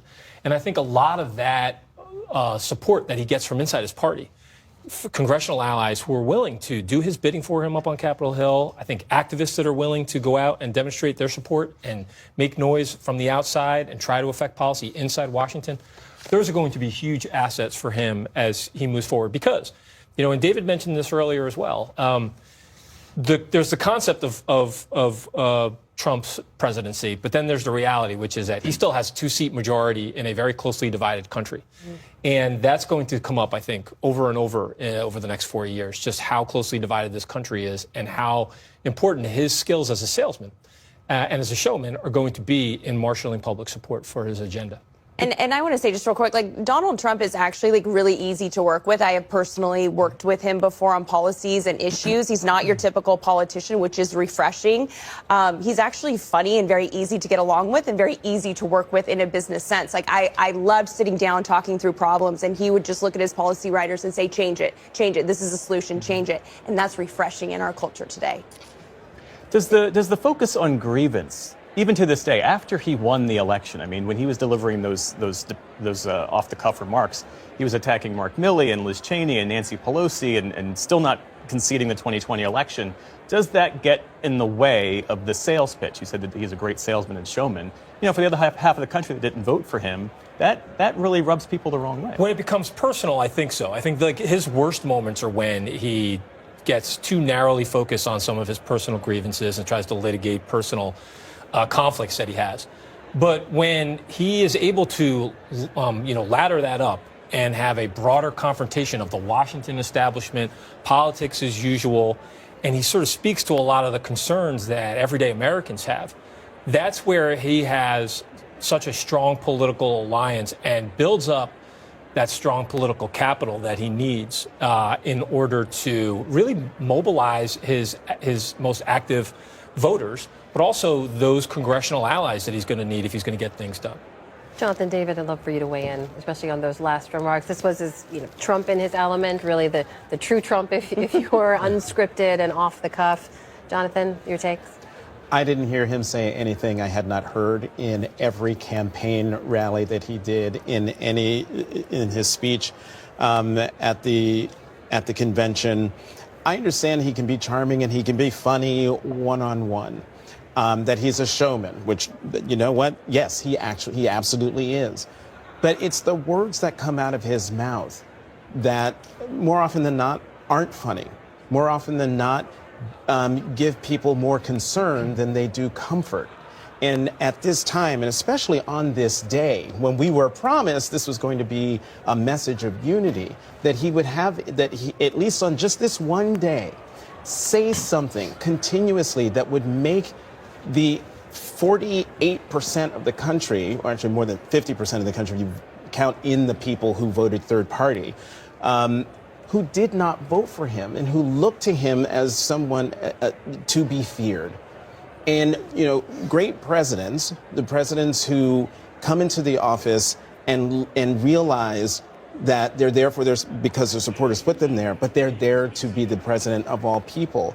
To me, it's incumbent upon him to say to those who didn't vote for him, I know you didn't vote for me, but I'm going to be your president. Instead, we got lots of the usual mean rhetoric about Nancy Pelosi, about the January 6th committee, relitigating the past, about the election of 2020. I don't know. I don't know what I expected today.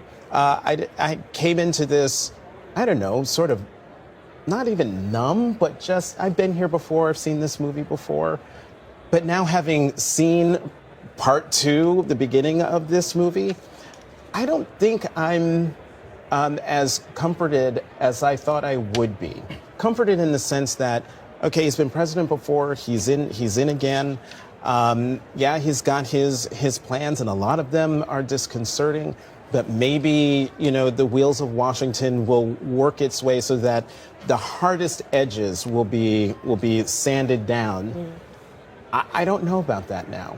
I will say what's different, this goes back to something he said as well in terms of the actions speaking louder than words. There's already reporting that the CBP One app, which is the legal means the Biden administration has set up for people to pursue an asylum claim, again, legally in the United States, that app is now down, which means some tens of thousands of people who had, appointments scheduled to legally pursue a case for asylum here, that's now been canceled. So that's one immediate change we're seeing right away. But this is what he said to expect, was they're moving fast. Right, David? Yeah, I mean, I think it's possible to both find many of his policies appalling and to find him funny. And I think he's a funny guy who sometimes has appalling policies. And I find some of it refreshing, like who gives a speech and then goes down and gives another speech telling everybody what they forced him to take out of the speech he gave upstairs. Like, nobody does that. You're not supposed to do that. The downside of that is the process. Governance is a process, and it's going to be run by the people who were in that luncheon room we were just looking at. And how well will there be a policy process to actually get things done? Finally, on the sharp edges, it's not my cup of tea. I'm willing to give him a break because the key word he used in that inaugural address was betrayal. The establishment has betrayed you. And that is actually true. If you look at people with high school degrees in this country, they die 8 years sooner. They're much more likely to die of opioid addiction. They make much less money. They have many fewer friends. Like, those people have been betrayed by a system over generations. And he is speaking to that, and that is utterly and totally legit. We're going to go live now to a signing ceremony. We believe President Trump will begin to sign some of those executive orders he said he intended to. Let's listen in. Cabinet and cabinet level appointments for your signature. Okay.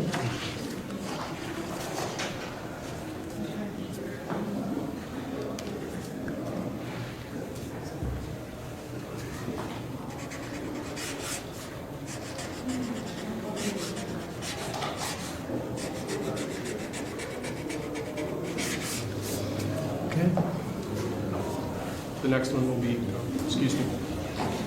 next one will be 47 sub-cabinet level appointments, sir. But you don't have to sign 47 times.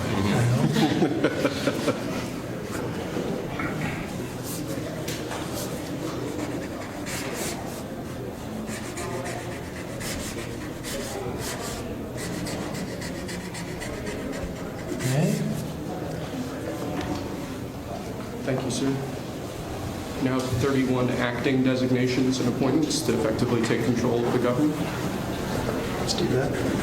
Yeah, that's important. That's important, isn't it?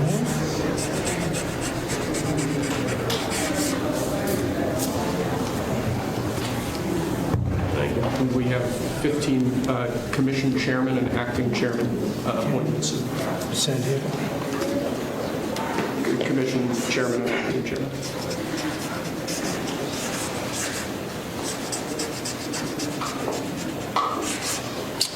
He was #1 at Harvard also. You know that? Good counsel. They have something in common. Thank you, sir. Lastly, we have a proclamation ordering that on all future inauguration days, including this inauguration day, that flags shall be flown at full mast. Very important.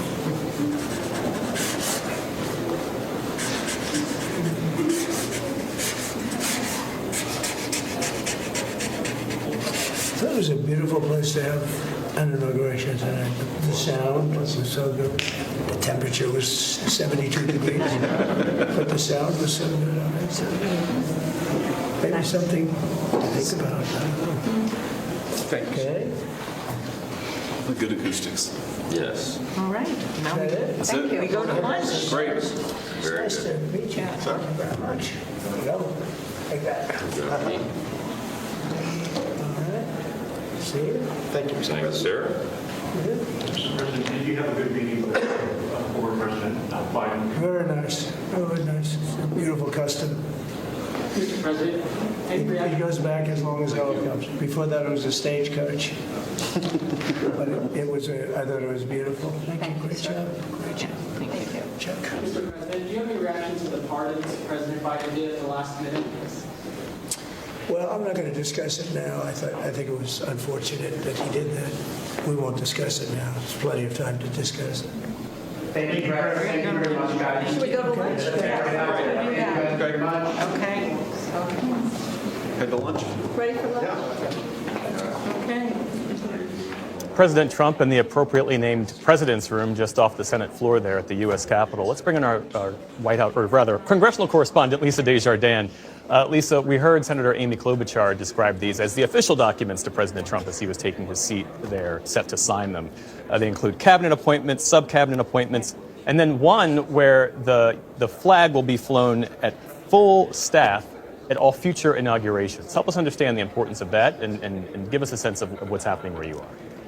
Well, this is a nod to Trump's own policy on this inauguration day, where outgoing President Biden had established a period of mourning for late President Jimmy Carter. Under that period of mourning, flags were to be at half staff on this day, just by the number of days allowed. President Trump wanted them at full staff, and so did the Speaker of the House. And so they arranged for them to be full staff today, and now they're saying in perpetuity that it should be at full staff whenever there's an inauguration. It's interesting. This is an old tradition at the Capitol where the incoming president signs basically the first structures of their presidency. That includes nominations, their cabinet officials, sub-cabinet level, also sets up some of the infrastructure and relationship that's formal with the House and Senate. This is a place where the president can sign other orders, though, as you saw, having to do with inauguration. But that's the only one he chose. And all of us, especially including Laura, are waiting to see when he signs those more direct actions. Really, his first policy decisions are still ahead of us for this day.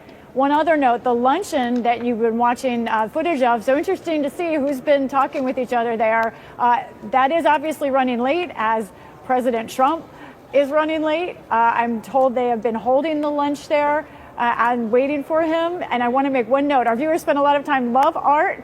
They may have noticed that beautiful painting there. I'm told that that painting is called American Horizons. It's on loan from the Art Institute of Chicago. And I saw this room last night. Guys, I've never seen Statuary Hall look more beautiful. The staff here at the Capitol really did a great job. So. Lisa, I have to say, I had a question about that piece of art, and I knew that you would know the answer. A serious question, though, because we were talking earlier about the potential pardons for Trump supporters, people who have January 6th related convictions. Has that been a point of contention among Republicans on Capitol Hill, especially in the Senate? How might this play out?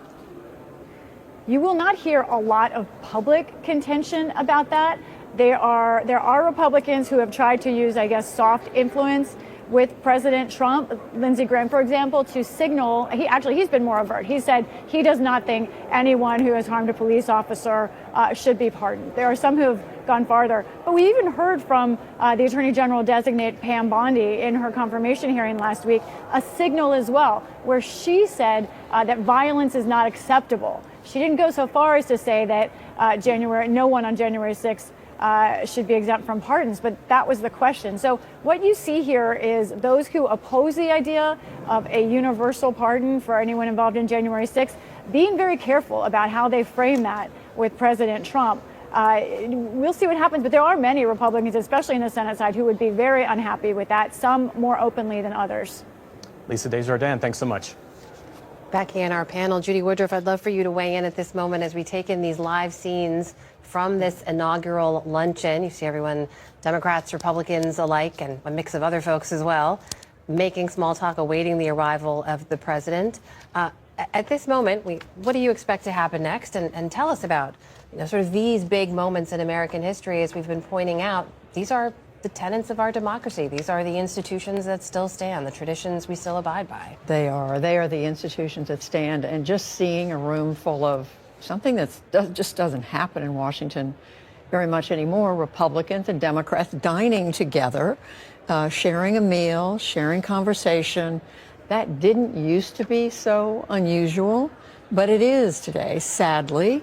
And to me, it brings to mind what you all have been discussing.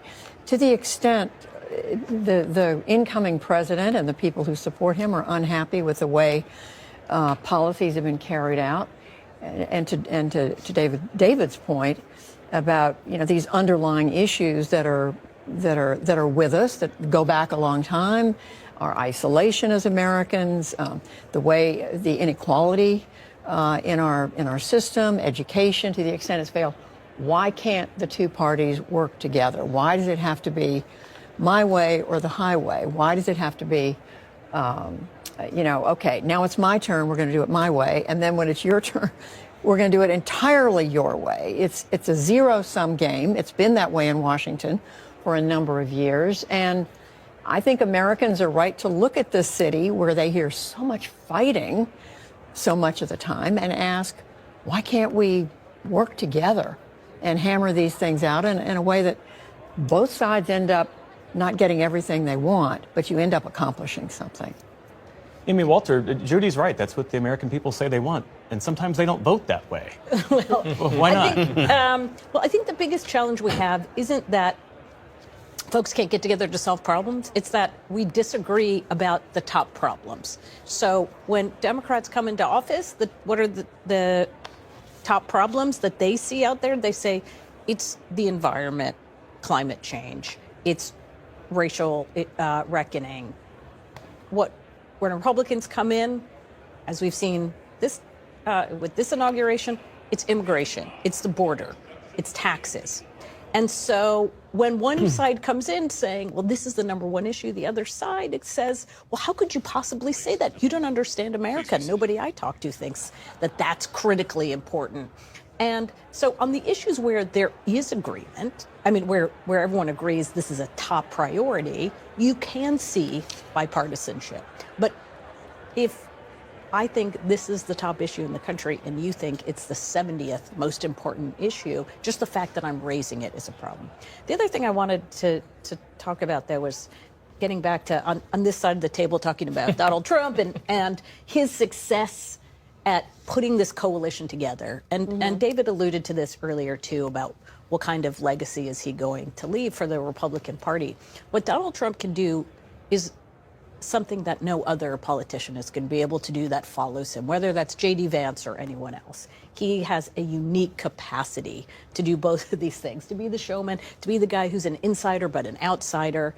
And whether his coalition is built on his personality or whether it is truly about this realigning moment where the Republican Party now becomes more associated with and aligned with a multiracial, multi-ethnic, populist working class that David was alluding to, about those who feel as if the elites have left them behind, that Democrats now are more associated with the elites, with the establishment, with the traditional. Is that going to continue in a post-Trump era? And a lot of that will be determined by the actions that he takes and how Democrats choose to respond to that. They built an entire campaign off of being against Donald Trump. Now they've got to figure out who they want to be for and what they want to be for. Kevin Madden, you're nodding in agreement, and I see you get that look in your eyes if you have something thoughtful to say. Well, I just, I agree with Yeah. Amy. Amy's exactly right. What I would add to what Amy's saying is that it's not just about Trump. Yeah. Bipartisanship is not going to be achieved unless Democrats come to the table as well. And like Democrats right now have a problem. They've lost their coalition. It's in tatters, and they want to get it back. And I think one of the ways they think they can get it back is by attacking Trump. So, if we are going to see bipartisanship, it's difficult for me to see how we don't sort of very quickly go back into a lot of the partisan sort of corners that we have in the country. I also think one of the things, and Amy can speak to this as analyzing campaigns, there's a structural deficiency around bipartisanship in the big middle in America. There are billions of dollars being raised and spent by organizations on the outside that are designed to attack the other party. And the big middle of the American electorate doesn't necessarily have that infrastructure, that funding, and that level of support. So that's one of the challenges that the system is going to continue to have to confront in the next 4 years.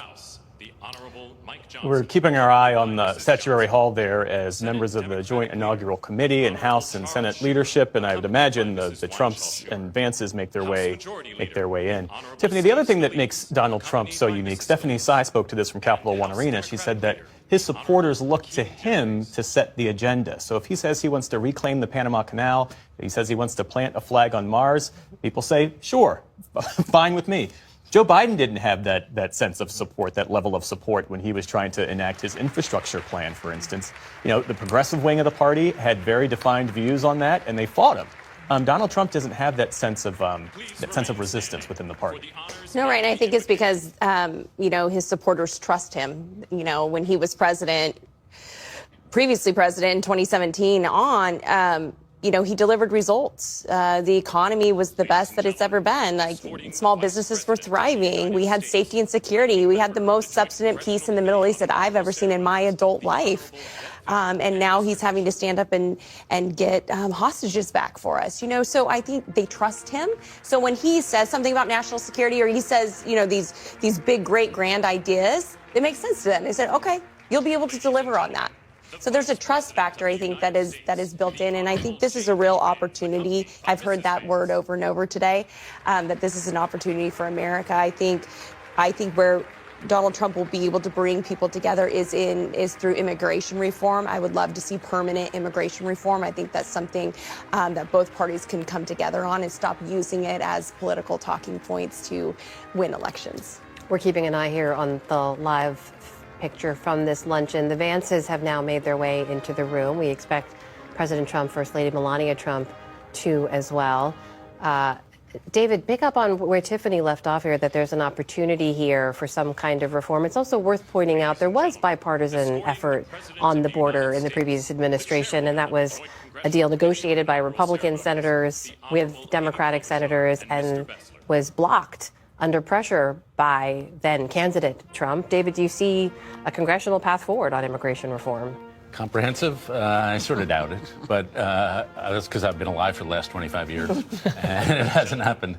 A lot of it, I don't know if we want to cut away for Mr. Trump, but I'll keep talking until you stop me. In that room are the people who are going to either support Donald Trump and help him or serve as guardrails when he goes astray. So President Trump talked about how the American establishment has betrayed you. I'm looking at a table in that room where you have John Thune, the Senate Majority Leader, sitting next to Jeff Bezos, who's the guy who delivers books to my front door, and across the table is Marco Rubio. Like, that's the establishment right now. And if Trump does something like, say, we need to shoot protesters in the legs, which he has in the past, some of the people in that room are going to say, no, Mr. President, we're not going to do that. And will there be a structure around him to keep things constitutional? That's what that room is about. Are those people around him? We'll see. I think so. Kevin, what do you think? Well, I think there'll be a number of tests of whether or not those folks are going to feel emboldened and are going to feel like they've got enough of the capital to really confront the president.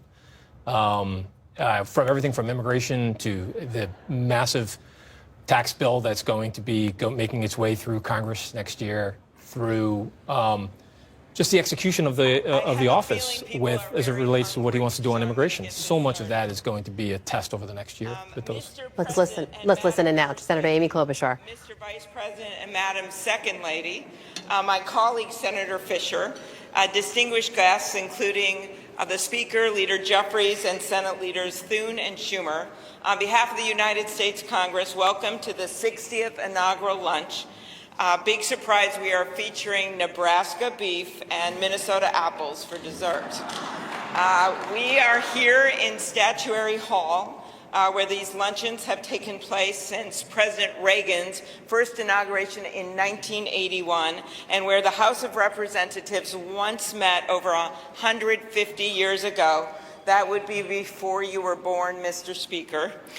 In 1864, after the new House wing of the Capitol was built, and in the midst of the Civil War, Congress dedicated this chamber to host statues chosen by every state. Walking into the hall, we all passed under the arch, holding the marble Car of History clock. The statue shows Cleo, the Greek muse of history, holding a book to record events as they happen. And as you can see, she's heard a lot of stuff. And as she rides her chariot forward into the future, she looks behind her to remember the past. She remains here as she has for hundreds of years, a reminder that history will remember the events of the present, and it is on us to write that history right now. Speaking of art, the painting right here before you, I chose this painting for this lunch this summer, and it's titled American Horizon. It's by Jane Wilson, who grew up on her family farm in Seymour, Iowa. Coming from the middle of our country, Senator Fisher and I both like the painting because the artist is from America's heartland, but the horizon could easily be Florida, Mr. President. I will also note that this is the first time in history we are featuring the work of a woman artist at this lunch, and we thank the Art Institute of Chicago for their assistance. Looking at the vast open landscape of this painting, we're drawn to the bottom of the frame where the land or the water, depending on where you're from, meets the sky, and the horizon endures. The enduring horizon is especially meaningful for us today as we mark our enduring democracy as we approach its 250th anniversary. It's a reminder that what's over the horizon is our next chapter, and it is my prayer that the people in this room can write that chapter together. I'd now like to ask U.S. Senate Chaplain Dr. Barry Black, and we thank God he is back with us and in good health, to deliver the invocation, after which lunch will be served. Thank you.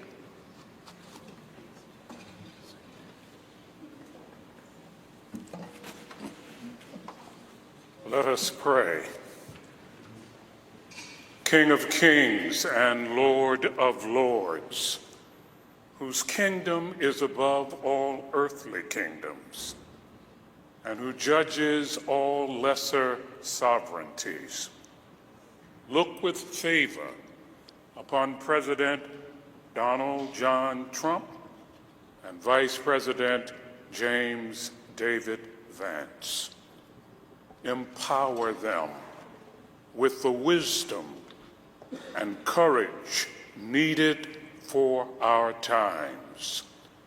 Protect them from the vicissitudes and challenges that obstruct the making of a world of justice, peace, and righteousness.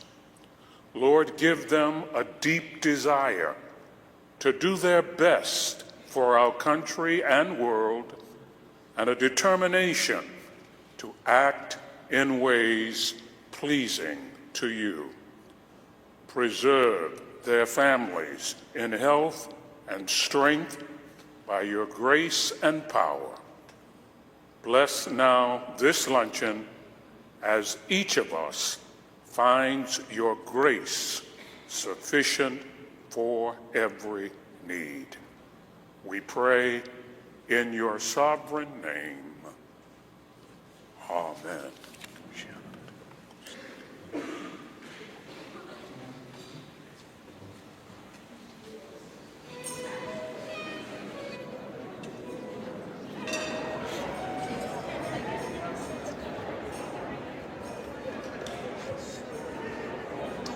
And while the president and lawmakers enjoy their lunch, we're going to take a short break ourselves. We'll be back with more reporting and analysis of today's events, including the upcoming but indoor inaugural parade. In the meantime, we're going to rebroadcast the main events from earlier today. That's the oath of office, followed by the inaugural address. Please raise your right hand and repeat after me. I, Donald John Trump, do solemnly swear.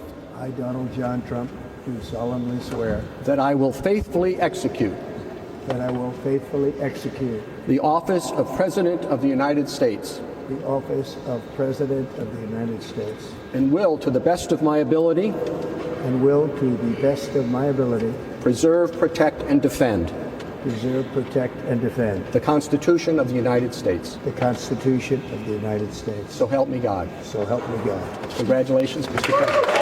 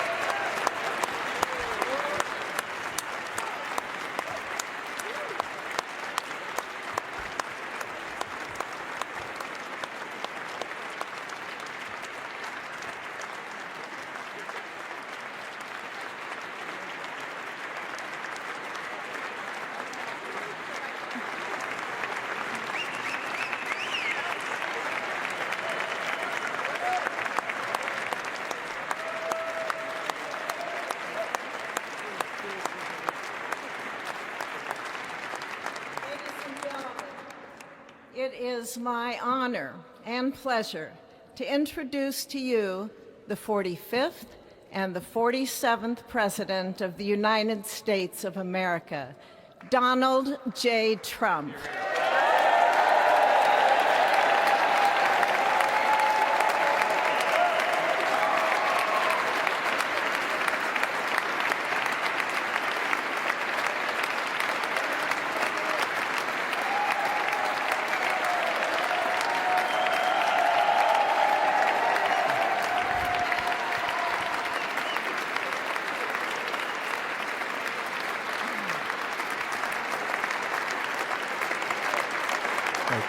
Thank you very much, everybody. Well, thank you very, very much. Vice President Vance, Speaker Johnson, Senator Thune, Chief Justice Roberts, Justices of the United States Supreme Court, President Clinton, President Bush, President Obama, President Biden, Vice President Harris, and my fellow citizens. The golden age of America begins right now.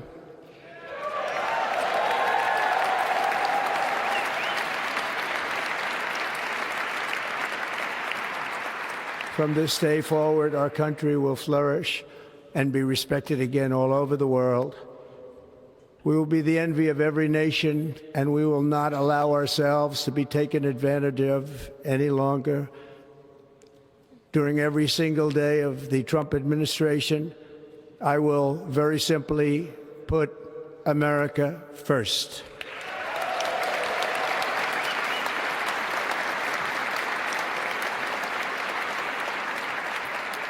Our sovereignty will be reclaimed. Our safety will be restored. The scales of justice will be rebalanced. The vicious, violent, and unfair weaponization of the Justice Department and our government will end.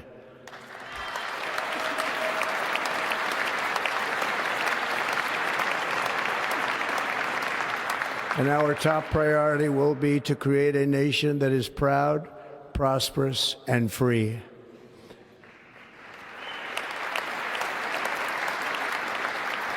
America will soon be greater, stronger, and far more exceptional than ever before. I return to the presidency confident and optimistic that we are at the start of a thrilling new era of national success. A tide of change is sweeping the country. Sunlight is pouring over the entire world. And America has the chance to seize this opportunity like never before. But first, we must be honest about the challenges we face. While they are plentiful, they will be annihilated by this great momentum that the world is now witnessing in the United States of America. As we gather today, our government confronts a crisis of trust.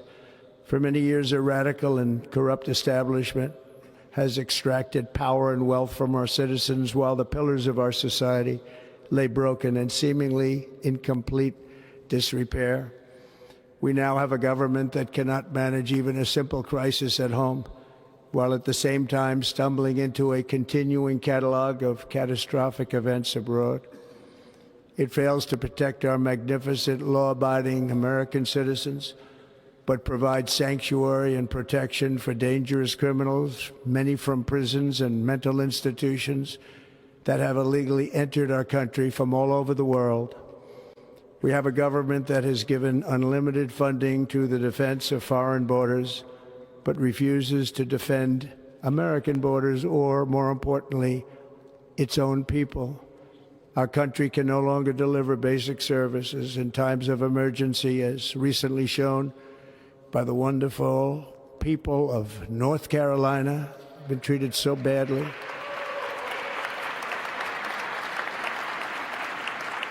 And other states who are still suffering from a hurricane that took place many months ago. Or more recently, Los Angeles, where we're watching fires still tragically burn. From weeks ago, without even a token of defense, They're raging through the houses and communities, even affecting some of the wealthiest and most powerful individuals in our country, some of whom are sitting here right now. They don't have a home any longer. That's interesting. But we can't let this happen. Everyone is unable to do anything about it. That's going to change. We have a public health system that does not deliver in times of disaster, yet more money is spent on it than any country anywhere in the world. And we have an education system that teaches our children to be ashamed of themselves in many cases, to hate our country despite the love that we try so desperately to provide to them. All of this will change starting today, and it will change very quickly.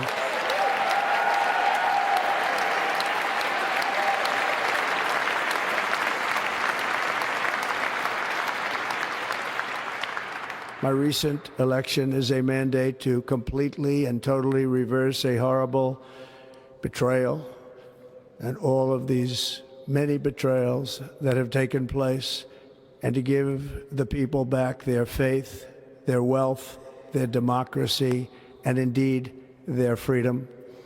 From this moment on, America's decline is over.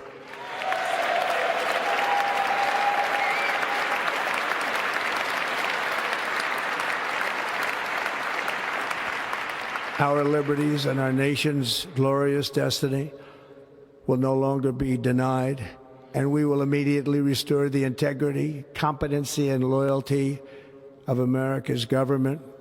Over the past 8 years, I have been tested and challenged more than any president in our 250-year history, and I've learned a lot along the way. The journey to reclaim our republic has not been an easy one, that I can tell you. Those who wish to stop our cause have tried to take my freedom and indeed to take my life. Just a few months ago in a beautiful Pennsylvania field, an assassin's bullet ripped through my ear. But I felt then, and believe even more so now, that my life was saved for a reason. I was saved by God to make America great again.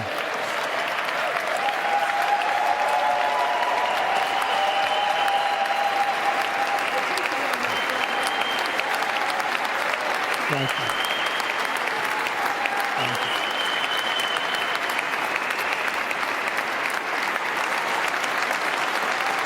Thank you very much.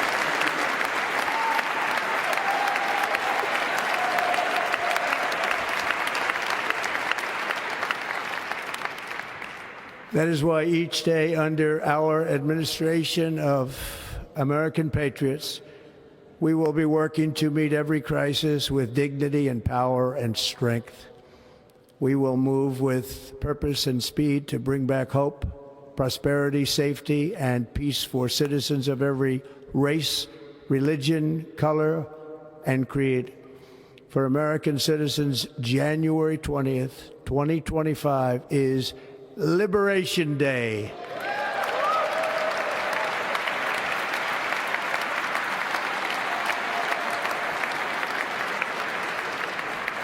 It is my hope that our recent presidential election will be remembered as the greatest and most consequential election in the history of our country.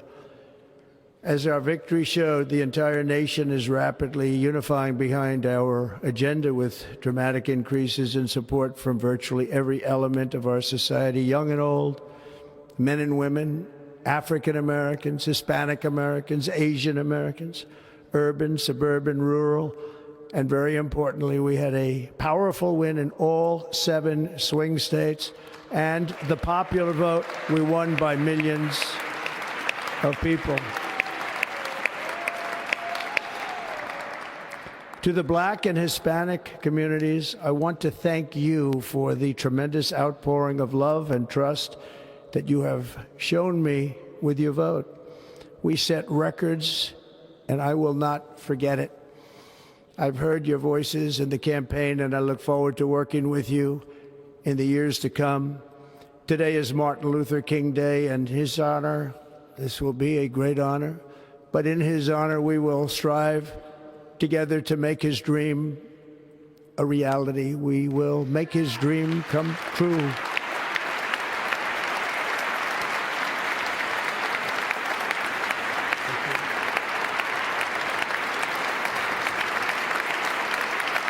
Thank you. Thank you. National unity is now returning to America, and confidence and pride is soaring like never before. In everything we do, my administration will be inspired by a strong pursuit of excellence and unrelenting success. We will not forget our country. We will not forget our Constitution, and we will not forget our God. Can't do that.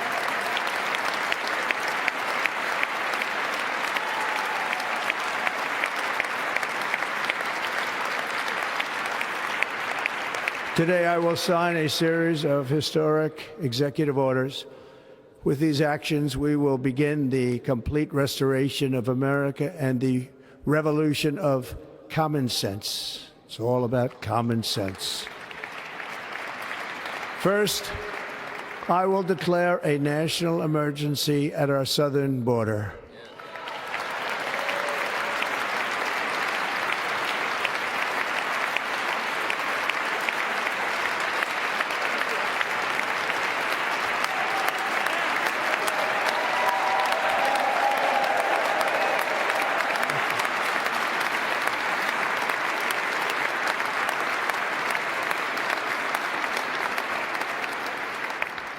All illegal entry will immediately be halted, and we will begin the process of returning millions and millions of criminal aliens back to the places from which they came.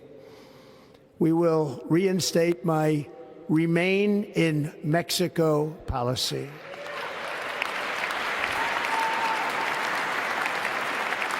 I will end the practice of catch and release.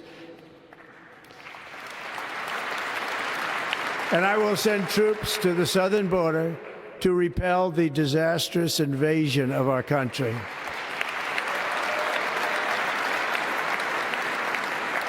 Under the orders I signed today, we will also be designating the cartels as foreign terrorist organizations.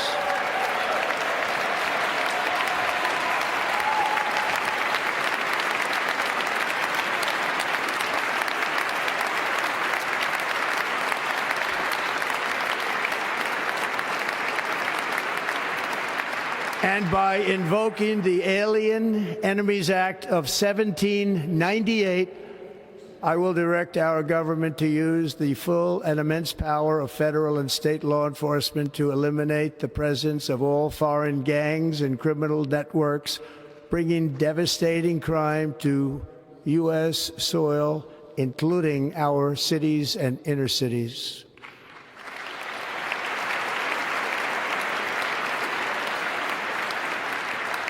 As Commander-in-Chief, I have no higher responsibility than to defend our country from threats and invasions, and that is exactly what I am going to do. We will do it at a level that nobody's ever seen before.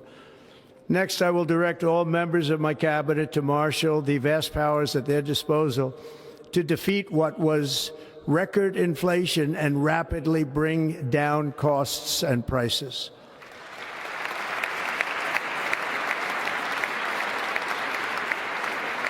The inflation crisis was caused by massive overspending and escalating energy prices, and that is why today I will also declare a national energy emergency. We will drill, baby, drill.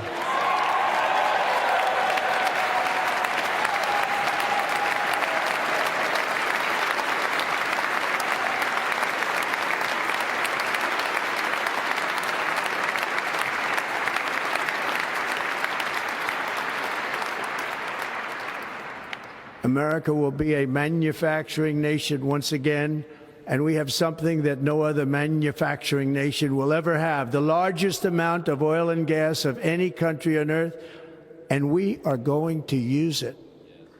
We're going to use it. We will bring prices down, fill our strategic reserves up again, right to the top, and export American energy all over the world. We will be a rich nation again, and it is that liquid gold under our feet that will help to do it. With my actions today, we will end the Green New Deal and we will revoke the electric vehicle mandate, saving our auto industry and keeping my sacred pledge to our great American auto workers.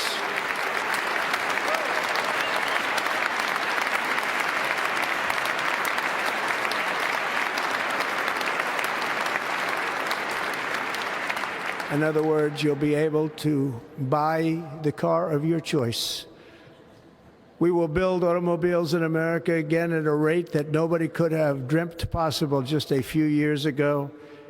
And thank you to the auto workers of our nation for your inspiring vote of confidence. We did tremendously with their vote.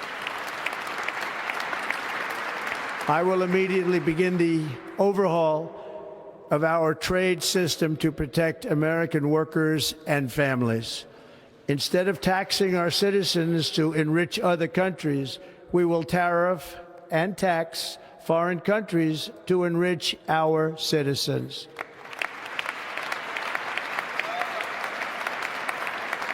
For this purpose, we are establishing the External Revenue Service to collect all tariffs, duties, and revenues. It will be massive amounts of money pouring into our treasury, coming from foreign sources.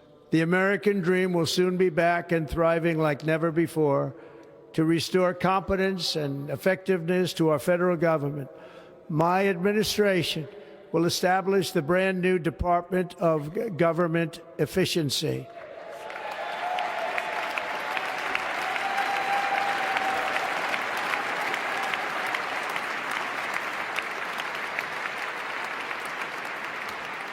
After years and years of illegal and unconstitutional federal efforts to restrict free expression, I will also sign an executive order to immediately stop all government censorship and bring back free speech to America.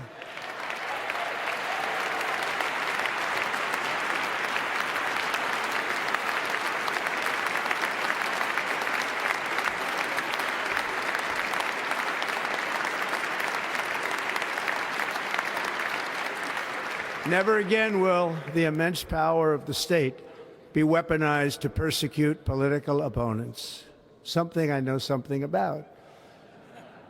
We will not allow that to happen. It will not happen again. Under my leadership, we will restore fair, equal, and impartial justice under the constitutional rule of law.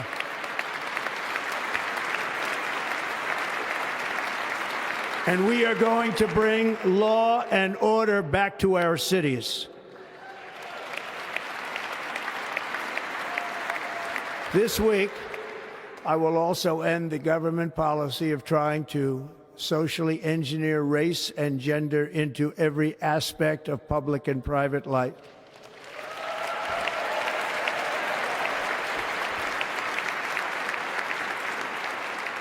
We will forge a society that is colorblind and merit-based.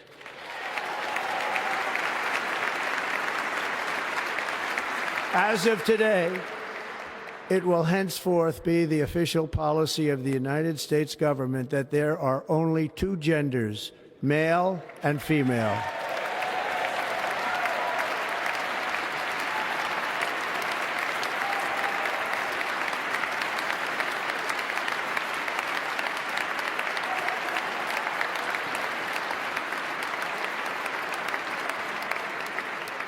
This week, I will reinstate any service members who were unjustly expelled from our military for objecting to the COVID vaccine mandate with full back pay.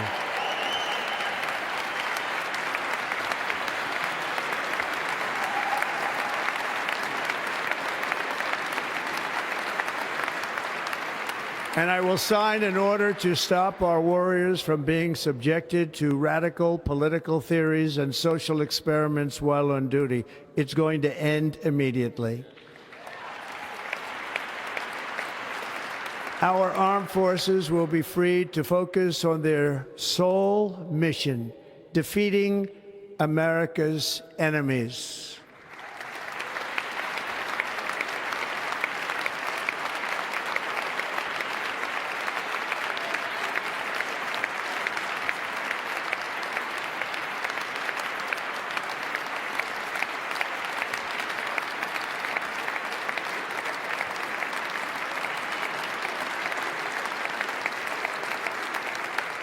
Like in 2017, we will again build the strongest military the world has ever seen.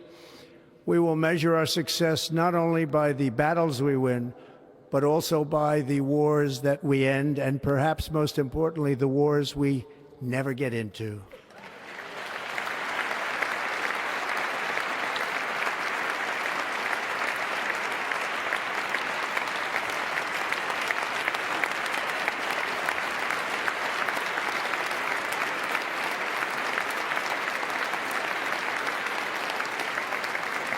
My proudest legacy will be that of a peacemaker and unifier. That's what I want to be, a peacemaker and a unifier. I'm pleased to say that as of yesterday, one day before I assumed office, the hostages in the Middle East are coming back home to their families.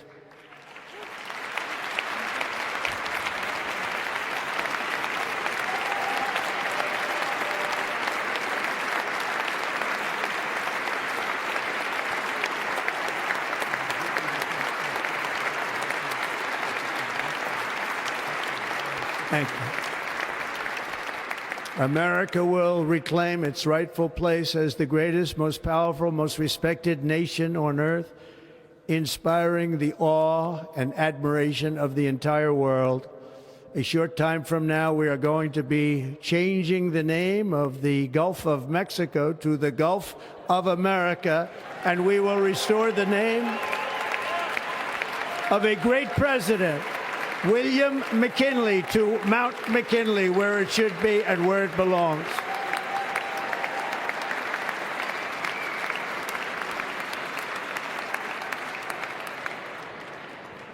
President McKinley made our country very rich through tariffs and through talent. He was a natural businessman and gave Teddy Roosevelt the money for many of the great things he did, including the Panama Canal, which has foolishly been given to the country of Panama after the United States. The United States, I mean, think of this, spent more money than ever spent on a project before and lost 38,000 lives in the building of the Panama Canal.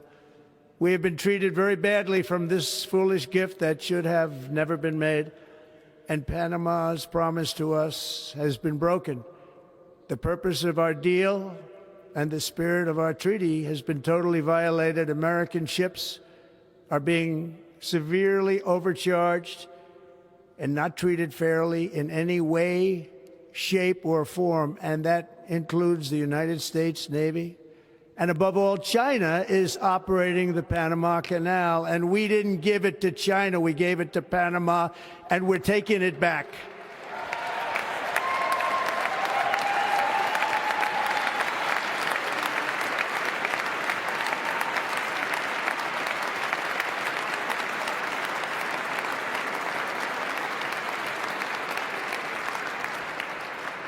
Above all, my message to Americans today is that it is time for us to once again act with courage, vigor, and the vitality of history's greatest civilization.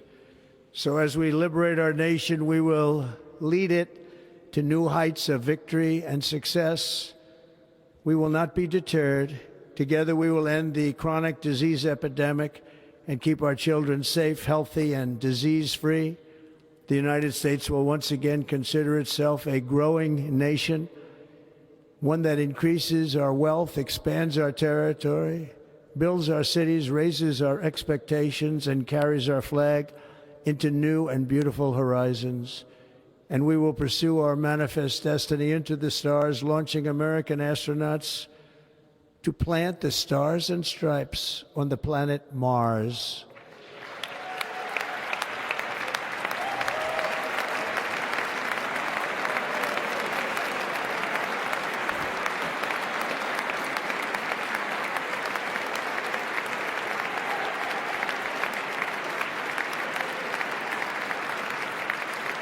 Ambition is the lifeblood of a great nation, and right now our nation is more ambitious than any other. There's no nation like our nation.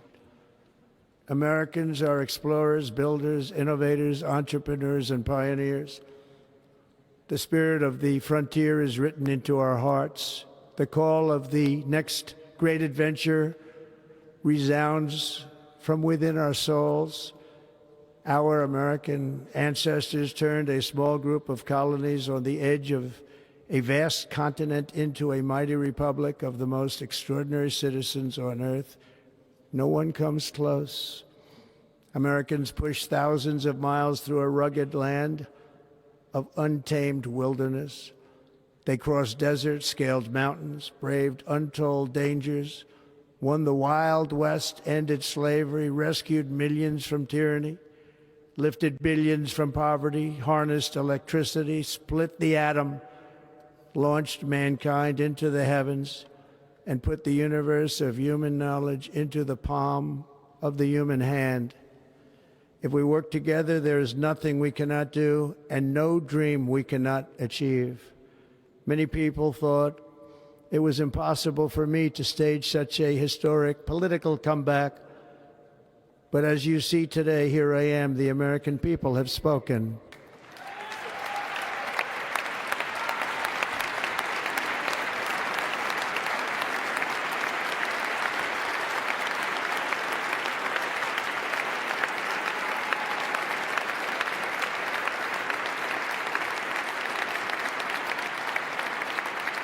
I stand before you now as proof that you should never believe that something is impossible to do. In America, the impossible is what we do best.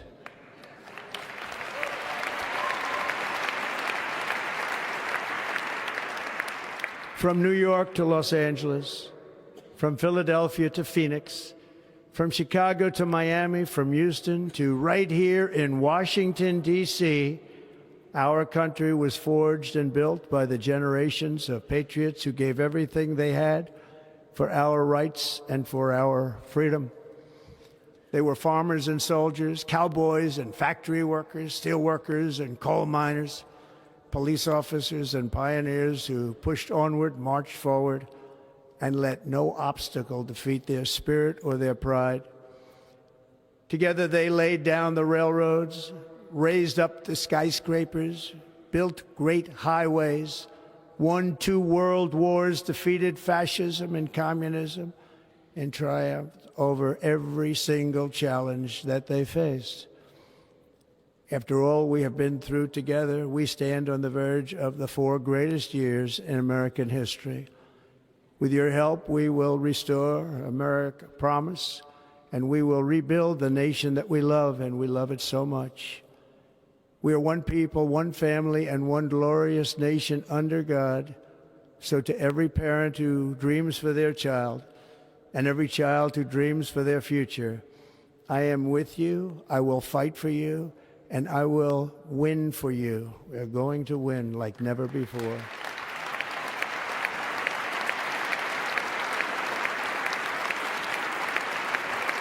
Thank you. Thank you.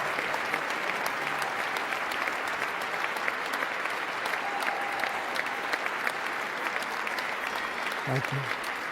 Thank you. In recent years, our nation has suffered greatly, but we are going to bring it back and make it great again, greater than ever before. We will be a nation like no other, full of compassion, courage, and exceptionalism. Our power will stop all wars and bring a new spirit of unity to a world that has been angry, violent, and totally unpredictable. America will be respected again and admired again. including by people of religion, faith, and goodwill, we will be prosperous, we will be proud, we will be strong, and we will win like never before.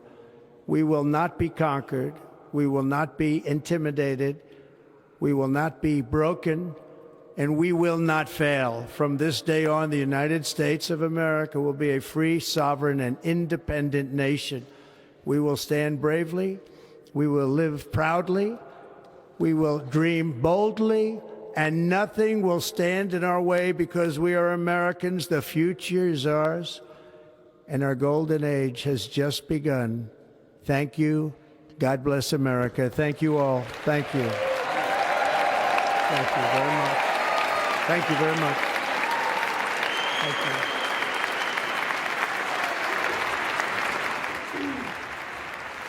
As newly sworn in, now President Trump speaking to the American people for the first time as the 47th President of the United States, promising what he called a golden age of America beginning today, and repeating many of the messages he often says in his rally speeches and campaign remarks along the way over the last couple of years. Also noting this is, for himself, a remarkable political comeback and promising a new age for America ahead. We're waiting now for, I believe, Carrie Underwood to make her way to the podium to perform America the Beautiful.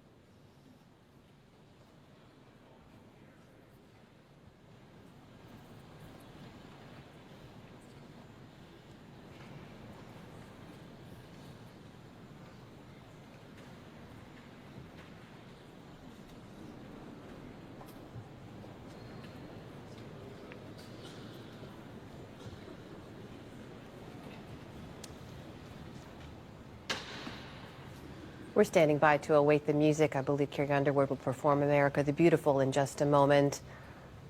Until then, Judy, I apologize if we need to cut you off, but your reaction to what we just heard from President Trump.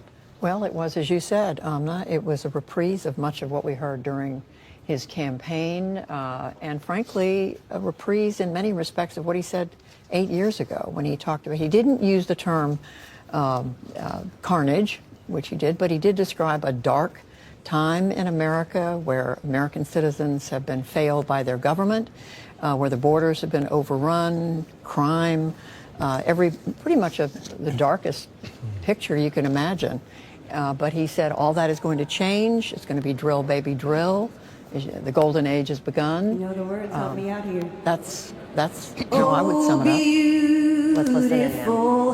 For spacious skies, for amber waves of grain, for purple mountain majesties above the fruited plain.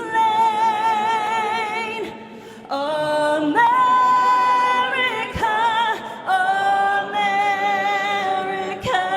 God shed his grace on thee and crown thy good with brotherhood from sea to shining sea.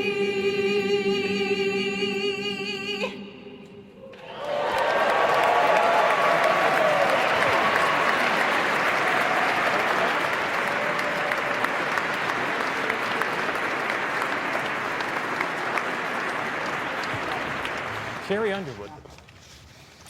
And welcome back to PBS News Live special coverage of President Trump's inauguration. The inaugural luncheon is still going on. The next events that we expect are the first honors ceremony and the inaugural parade. While we wait for those, we're going to turn back here to our panel who've been watching the day's events unfold with all of us. Judy Woodruff, reflect back on what we've seen so far. I know we've described him oftentimes as an unconventional president, but this is a man who's coming back into office for a non-consecutive term, has addressed the American people now twice in the inaugural address and then off-the-cuff remarks at Emancipation Hall. We expect he may speak again in the arena before a huge crowd of supporters. So we may hear from him 3 times today. We fully expect he's going to want to speak to that crowd, a large, thousands of people have been waiting, which makes this a different kind of inaugural day. I don't remember another inauguration, and I've covered them since Jimmy Carter, where the president had this kind of opportunity that he's had. So we're hearing, we are familiar with Donald Trump. He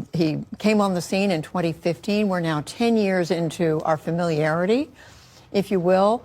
So there aren't so many surprises. There was a lot of conversation going into today's address about whether, because he had said in an interview that he was going to speak about unity. That's right. In the address today, I did count one time during today's address when he talked about the country is going to be united or unified. But other than that, it was an address, as we've been discussing, about the difficulties the country's had, how hard it's been on the American people, and how we're now going to come out of that and turn the corner. Golden age. And Tiffany Smiley, this has been intentional. Donald Trump being omnipresent across the course of the day's events, and also really with this forceful display of executive actions. Yes, I mean, this is Donald Trump in action. Here we go. It's an exciting time to be an American, given everything, that we've seen over the last 4 years, the hardships that Americans have faced, from the crime to the drugs to, global unrest in our country, around the world. So it's time to get it back on track. And Donald Trump has been clear. He's on his whole campaign. He made it clear that day one he's going to get to work. You can also, tell that he's ready to get to work by his nominees that he has. He's ready to go. He's ready to hit the ground running, and he's been very clear he's going to start today. And Amy Walter, Donald Trump says that he has a mandate. What does the polling show? What are the American people expecting, and what are they prepared for?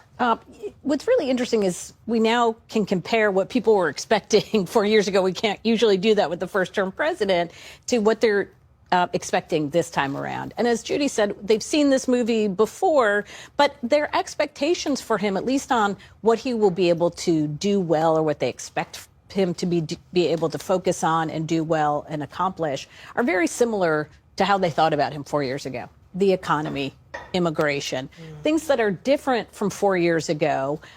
Fewer people expect that he would get the country into a war. Obviously, this is a president who has talked a lot about pulling America back from getting engaged overseas. Also talked a lot about the fact that when he was president, the country was not engaged in wars. So that expectation is there. They have very little expectation, much as they did when he was first inaugurated in 2017, that he's going to unify the country. And I think that's what Trump also sees as his mandate, which is, I'm here to bring prosperity to America.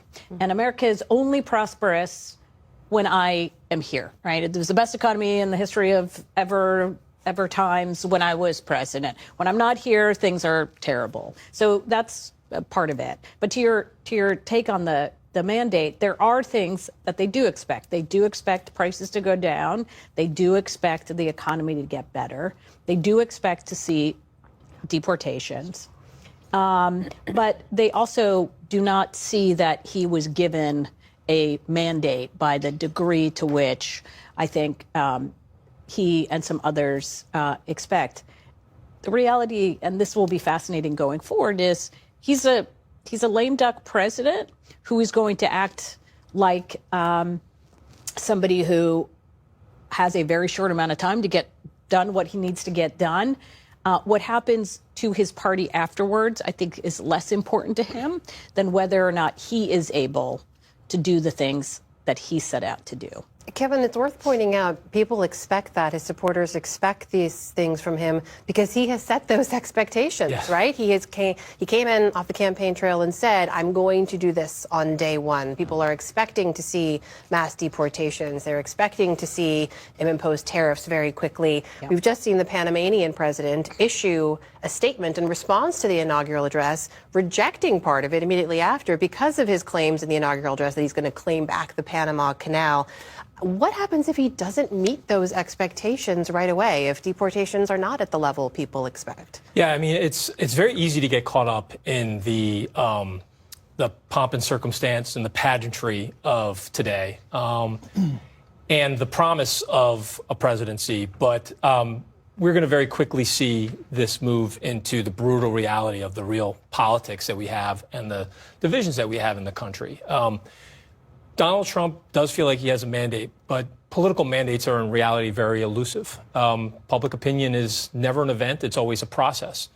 And the process of really maintaining his political capital, maintaining the momentum that he needs to get these big things done is going to be quite difficult. We are, the mandate that he thinks he got is largely because of his approach to focusing on things like inflation, immigration, border security. It is not easy to bring down inflation. It is not easy to deport millions of people around the country while at the same time not disrupting our economy. We're going to find that out very quickly, and we'll find out whether or not, David mentioned it earlier before, like whether the people around him can sort of keep him on the guardrails and really shepherd him through what is going to be, I think, a very challenging first year over his next 4 years.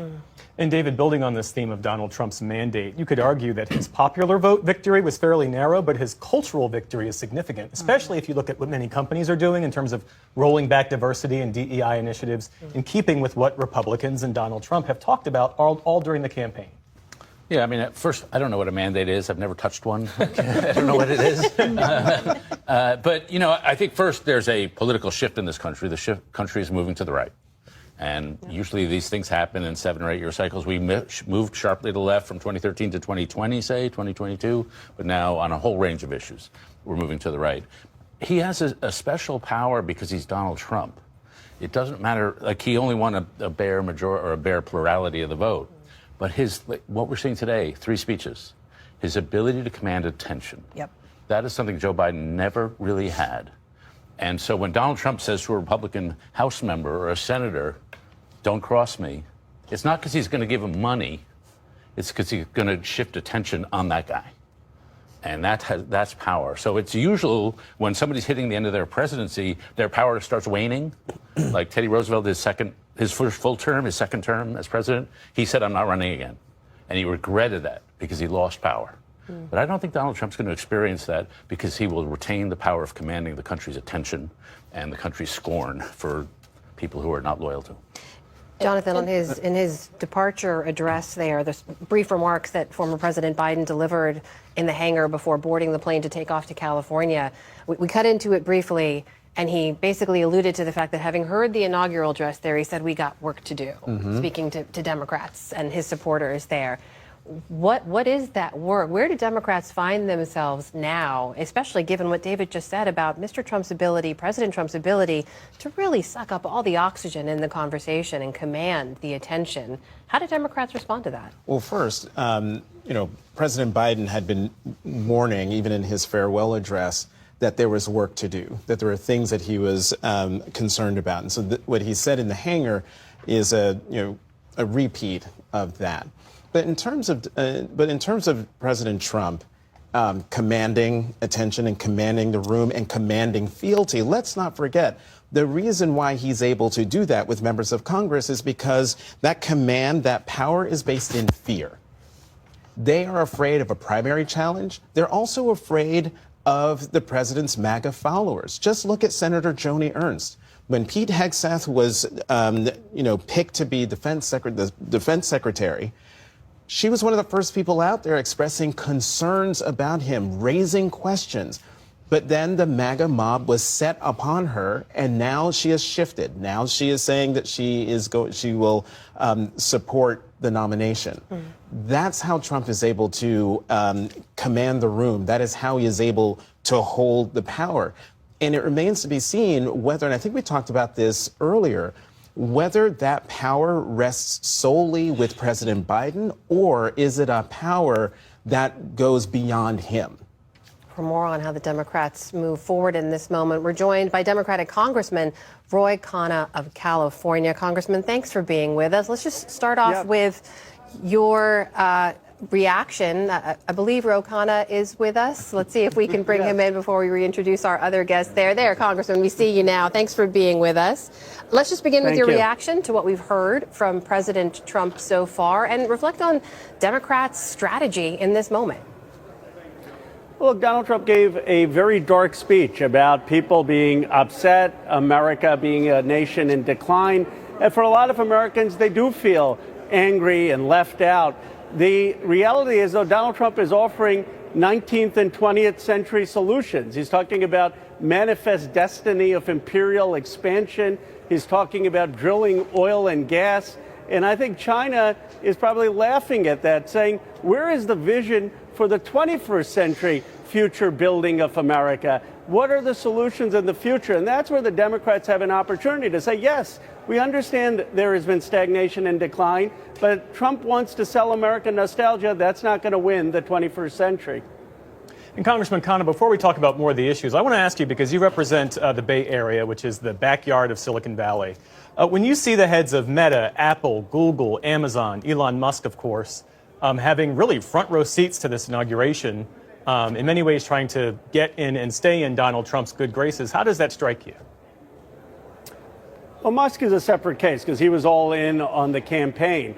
But for many of the others, Tim Cook, Sundar Pichai, they did the first thing when Trump won the first time Tim Cook was in the Oval Office. I think the reality is they're looking out for their own business interests, in Bill Gates' case for his own philanthropic interests. And they do this whoever's in power. And so the moral leadership is going to have to come from the grassroots of the country, from the Democratic Party. I don't think we can be looking to business leaders to be doing anything other than maximizing their own shareholder profits.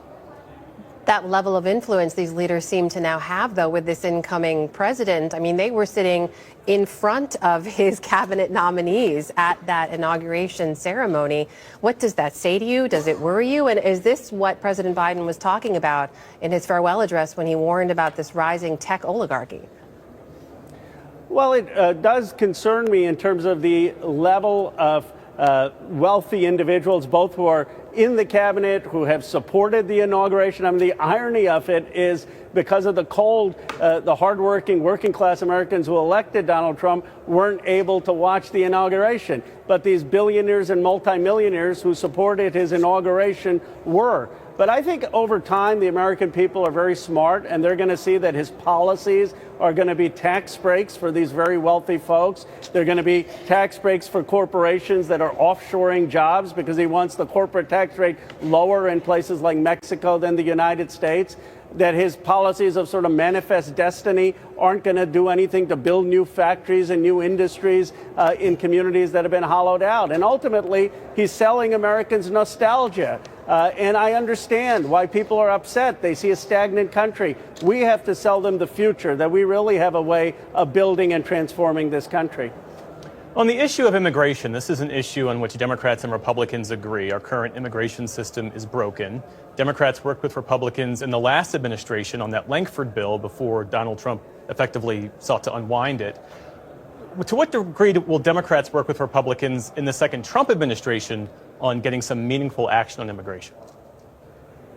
Let me just point out one irony of the inauguration. A lot of the folks on that stage were immigrants who built the tech companies and built the industries in the United States. So for Donald Trump to do a broadside against immigration without acknowledging that, I think was missing an important truth.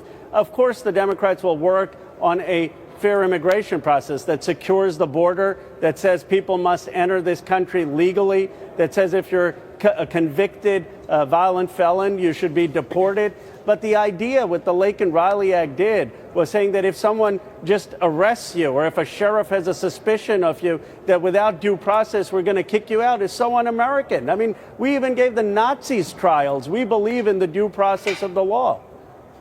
Outside of immigration, Congressman, where else do you think Democrats have room to move forward and work with this incoming administration? I think we have to hold Donald Trump accountable to what he said on the campaign. If he wants to help working class Americans, then is he willing to raise the minimum wage? That's something that 70% of Americans believe, that Americans deserve a raise. Is he willing to cap the interest rates that people are paying on their credit cards? Because he had said that he was willing to do that. Is he willing to actually invest in steel and aluminum and making manufacturing in the United States? Or is it just all rhetoric? And so we will work on issues that actually help the working and middle class. Congressman Ro Khanna, Democrat from California, thanks again for being with us. Thank you. And for more on this new administration's policies and their implications, we're joined now by David Wessel of the Brookings Institution and Mark Hugo Lopez of the Pew Research Center. Mr. Wessel, we'll start with you first. On this matter of tariffs, most economists believe that President Trump's tariff plan will add to the inflationary pressure in this country. They seem to disagree on how much. How do you see it? Well, I think it's really interesting today that when President Trump gave this long list of things he's going to do on day one, that although he mentioned a review of tariffs, he didn't actually say that he was going to impose them, unlike what he's doing on immigration. So I think we'll see. Predicting what Donald Trump is going to do next is a foolish game. I'm sure he will do some tariffs, but the real question is, what will he do? How strategic will he be? And is this a negotiating tactic, or is it really some way of really punishing imports? And we don't really know yet. It is right, as you say, that tariffs will contribute to pushing prices up, which is at odds with the promise he made just in his inaugural speech. And some of the things he says that might bring prices down, deregulation or some kind of tax cuts, are not things that'll happen right away. David, as you mentioned, of course, the tariffs, and I've heard this, we had the Canadian ambassador on the show who indicated she believes some of those tariff threats are just a starting point for negotiations. That's how her government is seeing it. But there are things that President Trump can do alone as president with executive action. There are things that he needs Congress to be able to do, like some of the tax provisions we know he wants to push through. Walk us through what we could see in terms of what he can and cannot do alone. The President of the United States has extraordinary authority to impose tariffs without congressional consent. The history of this, in short, is that once upon a time, Congress did tariffs. The Constitution gives Congress that authority, that responsibility. But members of Congress thought they were putting on too many tariffs because each member of Congress would protect his or her own constituency. So they gave the power to the president on the theory that the president had the national interest at stake. And over the last several presidencies, the president has tended to be more free trade than members of Congress. But that's all gone. So Trump has the authority, and I expect he will use it. It's a question of how targeted. As someone mentioned earlier, he didn't talk a lot about China today, and that's something where Democrats and Republicans on the Hill agree. There is a threat from China, and I expect he will impose tariffs on China relatively soon. The Canada-Mexico stuff seems to me more of a bargaining chip, and I think that it may be that the Canadians and the Mexicans can give him something. He's a very transactional guy that will allow him to say, oh, see, I threatened tariffs, they acquiesced, and now everything's wonderful again. Well, I was going to ask you that because the North American economies are so interconnected. And the tariffs, I guess, could make sense in the context of Donald Trump's view that other countries are always getting over on the U.S. Absent that, are tariffs anything more than a solution in search of a problem? I mean, do they make sense in the context of our current economic picture? Well, the short answer is no. After all, we have a trade agreement with Canada and Mexico that President Trump, in his first term, renegotiated and praised as the world's best trade agreement, and now he's in the process of blowing it up. There are cases for tariffs. If we want to build a more resilient supply chain, if we want to rely less on China, there is a case for targeted tariffs. The Biden administration kept many of the first Trump administration's tariffs. But as an overall economic tool, it is, as David Brooks said earlier, I feel like he's taken us back to the 19th century, but he doesn't know his history very well. We don't need to go back to that boom-bust craziness of the late 19th century, but he talks about it as if that was the golden age. So you're absolutely right. We have a globalized economy. We are now at risk of shooting ourselves in the foot by putting tariffs on things, particularly on things that American manufacturers need to make stuff in the United States. Mark Hugo Lopez, let's bring you in here now on the issue of immigration, which is the other issue, of course, that President Trump has promised to move very quickly on. This promise of mass deportations on day one. We've heard a lot about it. There's been a lot of reporting about where those might unfold. Where do the American people stand on watching these kinds of scenes unfold and supporting this policy? It's interesting because we found in an August survey that about 54% of U.S. adults told us that they supported mass deportations. But at the same time, we also found that U.S. adults have mixed views or nuanced views about deportations, who should be deported. You'll find that, for example, about 3/4 of U.S. adults feel that undocumented immigrants in the country who are here, perhaps working, perhaps established families, perhaps should be allowed to stay, or some sort of path to legally being able to stay should be part of the policy. But we also find that when you take a look at how the U.S. adult population feels immigrants should, particularly undocumented immigrants, should be allowed to stay, one of the most important things they point to is having some sort of a background check, and they also point to the importance of having a job. So these nuanced views about mass deportations, I think, reflect the different feelings that Americans have about undocumented immigrants, and that it isn't such a clean-cut story. We were talking earlier with Congressman Ro Khanna about whether or how Democrats would work with this Republican administration on immigration.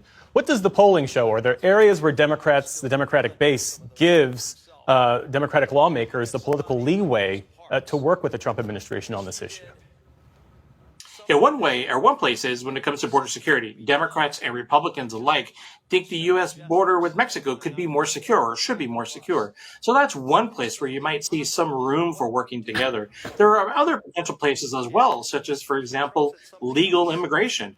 Many U.S. adults tell us that they want to see legal immigration either stay the same or increase, and to prioritize particularly high-skilled immigration. So there are some potential places where you might see Democrats and Republicans work together on some immigration policy issues. We've also seen some dramatic trends at the U.S. southern border over the last several years, in part because of global migration patterns, in part because of the COVID pandemic.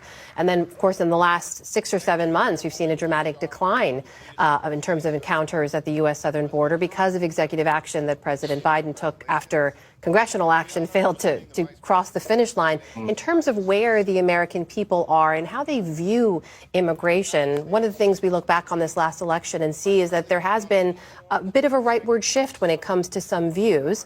But do you see that in immigration as well? You do see many Americans more likely to say, for example, that there needs to be more and better border security.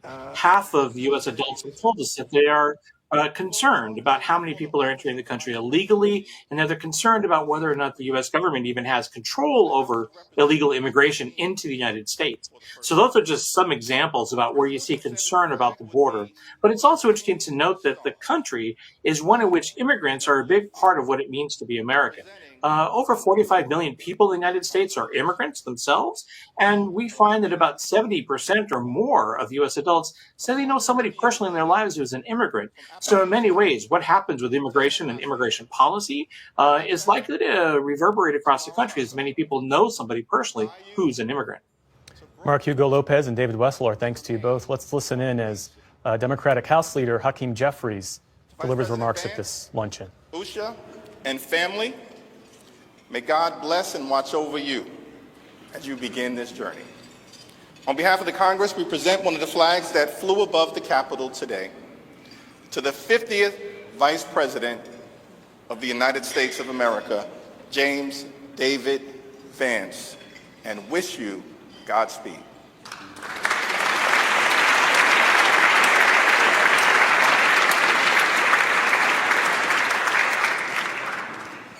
Thank you, Leaders Scalise and Jeffries. I now ask my friend Senator Deb Fischer of Nebraska, as in the beef you had for the entree, who has been an excellent partner in planning today's events, to come up and present the inaugural photographs.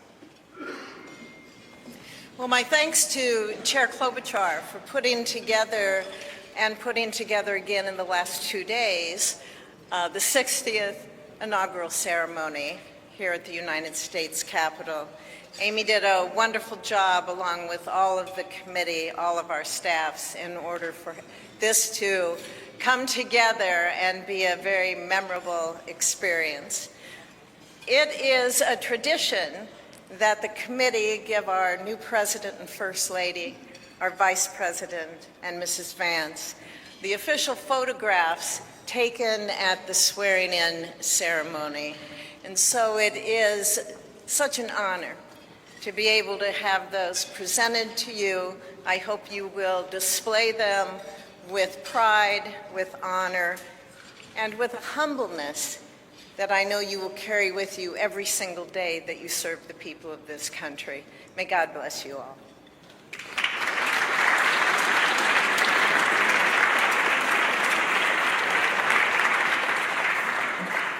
Thank you, Senator Fischer. Now, on behalf of the Joint Congressional Committee on Inaugural Ceremonies, I'd like to present the President and Mrs. Trump and the Vice President and Mrs. Vance with these crystal Lennox vases. See them over here? For the 10th consecutive inauguration, Lennox has provided the official inaugural gift. The hand-cut etched vases display the White House for the President and the U.S. Capitol for the Vice President, because I know that he is going to enjoy not only being the Vice President, but also, as Senator Thune and Schumer know, the President of the United States Senate, and there's no better job than that. These gifts symbolize our equal branches of government as well as our enduring democracy. There they are.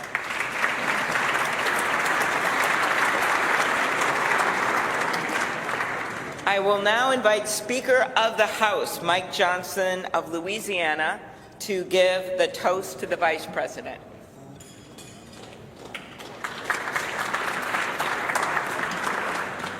Thank you so much. It is my great honor to offer a toast to our new Vice President, Mr. J.D. Vance. J.D., you wrote something very poignant in your memoir, actually many things very poignant, but let me quote you here. What separates the successful from the unsuccessful are the expectations they had for their own lives. That's really meaningful. That expectation is a powerful thing. We remember the people in our lives who provided that to us. We all need that. Everybody needs hope and encouragement.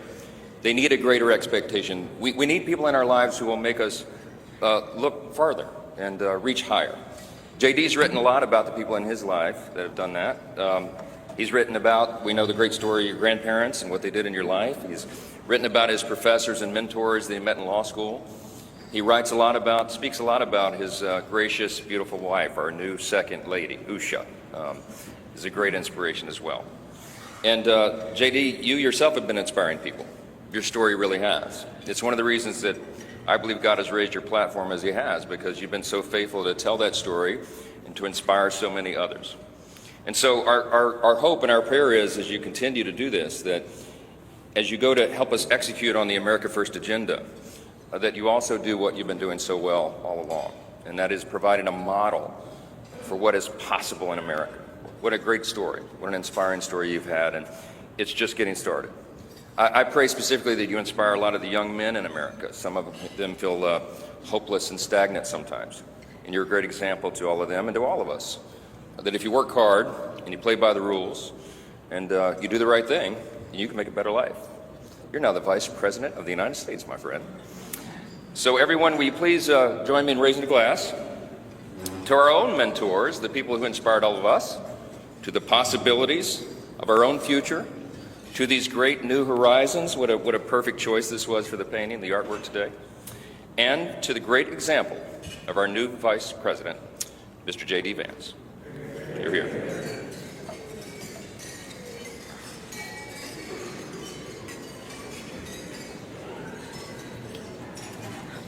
Thank you, Speaker Johnson and Vice President Vance. I will now invite my senator next door in the state of South Dakota, Senate Majority Leader John Thune, to give the toast for the President.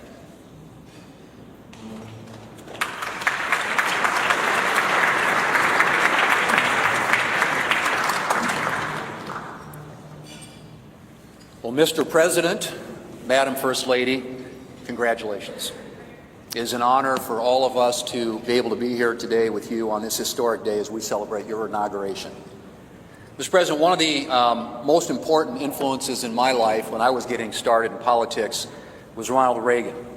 His philosophy of limited government, his belief in peace through strength, the strength of his convictions, were all things that appealed to me. But I was also drawn by his optimism and by his belief in America. And Mr. President, those are qualities that I see in you. One of the things that resonated throughout your campaign was the unshakable belief in our country and in her citizens. You remind us of everything that's possible in America. I'm looking forward to working with you over the next 4 years to build up our great country. It says in the scriptures that if you ask for wisdom, it will be given to you and given to you generously. And so I pray, and our prayer is, that God will richly bless you in the years ahead and grant you not only strength, but wisdom. And ladies and gentlemen, I ask you to join me in raising a glass to the President of the United States, President Donald Trump. You're here.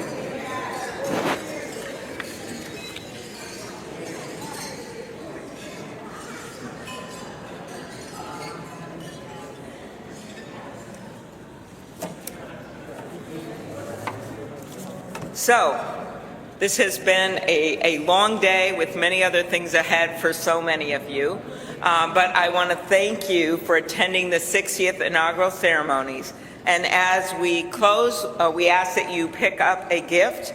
All of our guests are going to get a set of commemorative glasses in embossed leather featuring the Great Seal of the United States, which Senator Fisher and I selected together, and maybe Senator McConnell added some bourbon from Kentucky. Just saying. It is now my privilege to conclude this luncheon by asking Margaret Kibben, the chaplain for the House of Representatives, to deliver the benediction. Thank you. And we know we love this eagle podium. It's pretty good, Mr. President. Ladies and gentlemen, please rise for the benediction.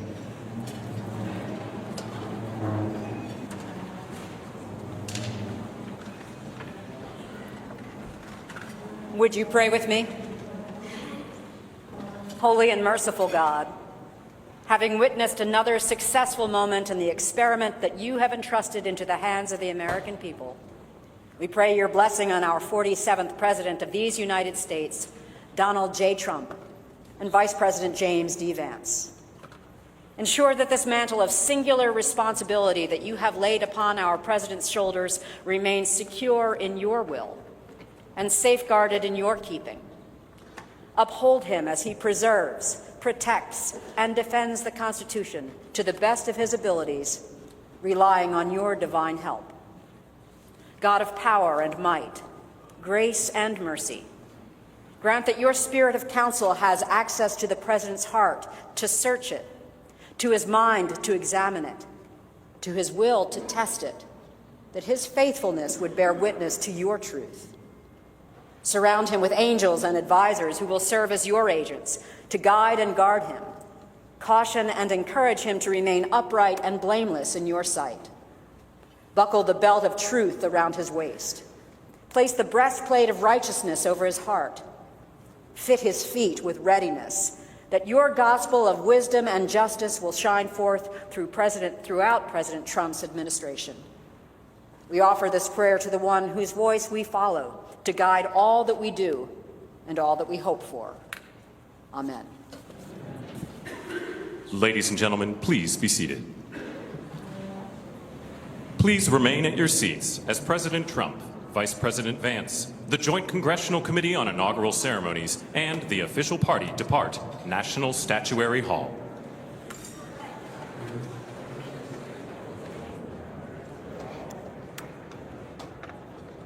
You're watching live picture of the inaugural luncheon that's now come to an end. As you see, one of the inaugural committee chairs, Senator Amy Klobuchar, speaking with President Trump and Vice President Vance.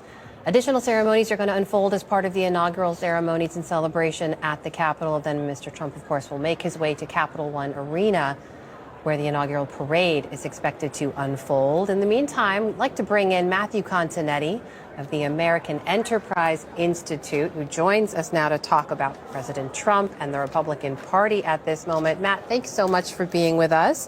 One of the reasons I was looking forward to speaking with you today is I know you've taken a very long lens when it comes to how the Republican Party has arrived at this moment and this leader. And I just want you to reflect on what we heard from President Trump in his inaugural address, the policies, the priorities of this president, and what it says about where Republicans are right now. Sure, thanks for having me. You know, I think there are a lot of similarities between Donald Trump's second inaugural address and his first inaugural address 8 years ago. But the similarities end there with the text of the speech. The world is a very different place. America is a very different place. And I think the Republican Party is a very different party. And when you look at the images of President Trump and now Vice President Vance, you look at House Speaker Mike Johnson or the new Senate leader John Thune, you're seeing a Republican Party that really Donald Trump built over the past 8 years. And I think this may be actually a difference maker between his first administration and his second. In the first administration, Trump was an outsider. He had to claw his way through that primary race in 2016. He was as surprised as anybody when he won the Electoral College in November 2016, making him president. And he still had to fight with the elements of the GOP who predated him, who predated the global financial crisis of 2008, who didn't share his type of nationalist populism. That's no longer the case now, and I think it means that it will be easier for Donald Trump to command the Republican Party, push it in the direction where he wants it to go for these next 4 years. And taking your point that he's better positioned to articulate and enact his agenda, the challenge there is that now the expectation is that he'll deliver. How do you see it? Well, I think as far as Trump supporters and Republicans go, President Trump has a pretty good record at delivering what he promises. You know, what I was struck by the second inaugural address, how specific it was. Presidential inaugural addresses tend to be very abstract, conceptual, try to kind of strike a chord in American history, summon to the moment. But this one was a declaration of what he was going to do. It was an announcement of policy. It was also a much more personal address in a lot of ways because he talked about what he had been through over the last 4 years since leaving office, really at a low point in January 2021. You know, it might sound like typical kind of Trump solipsism, thinking about himself, but I think for most Trump supporters, they identify with him in a way that many people in Washington don't really recognize. So I actually think many of his supporters are confident that he'll be able to deliver the results. And having the trifecta here of both the House of Representatives, the Senate, the White House, a Supreme Court where he put several of the justices in their seats and possibly more in a second term, I think that speaks that he'll be able to show that his policies are concrete and more beneficial in a way that his predecessor was unable to do so. Matt, in terms of the priorities he'd like to see through that he needs congressional support for, how do you view his relationship with House Speaker Mike Johnson, with the Senate Majority Leader John Thune? Is there any incentive, you think, for any Republican lawmaker to oppose or to say no to Mr. Trump, to President Trump in this moment? At this point, and in this Republican Party, there's almost zero incentive to go against Donald Trump. You know, it was Amy Walter who I think pointed out recently that presidents typically get what they want in their first year when they have a trifecta, and most recent presidents have come in with a trifecta, with control of the elected branches. And so I expect that to be the case right now. There will be some figures, primarily in the Senate, who have independent political identities, or who, like former leader Mitch McConnell, really has a worldview that is at odds with Donald Trump's worldview. They might be expected to oppose Trump to some degree in certain ways. But by and large, I think right now, especially after having gone through the opening round of confirmation hearings last week, I think most of the Trump cabinet's well suited to take office. And I think that, but paradoxically, the very narrow House majority actually may help spur Republican unity in the way that we saw with the re-election of Mike Johnson a few weeks ago. We are seeing lots of smiles and handshakes, a couple of photos as President Trump leaves Statuary Hall. Matthew, you were talking about how Donald Trump ended his presidency at a low point. I think back then, it would have been easy if Donald Trump had exited public life viewed by many as a pariah, but he is really a singular figure and singular force in our politics in terms of his resilience. I mean, how do you explain it? 2 impeachments, we were saying this earlier, 2 impeachments, 2 assassination attempts, 4 criminal trials, a conviction, January 6th, and all that entailed, and yet he's reelected president of the United States.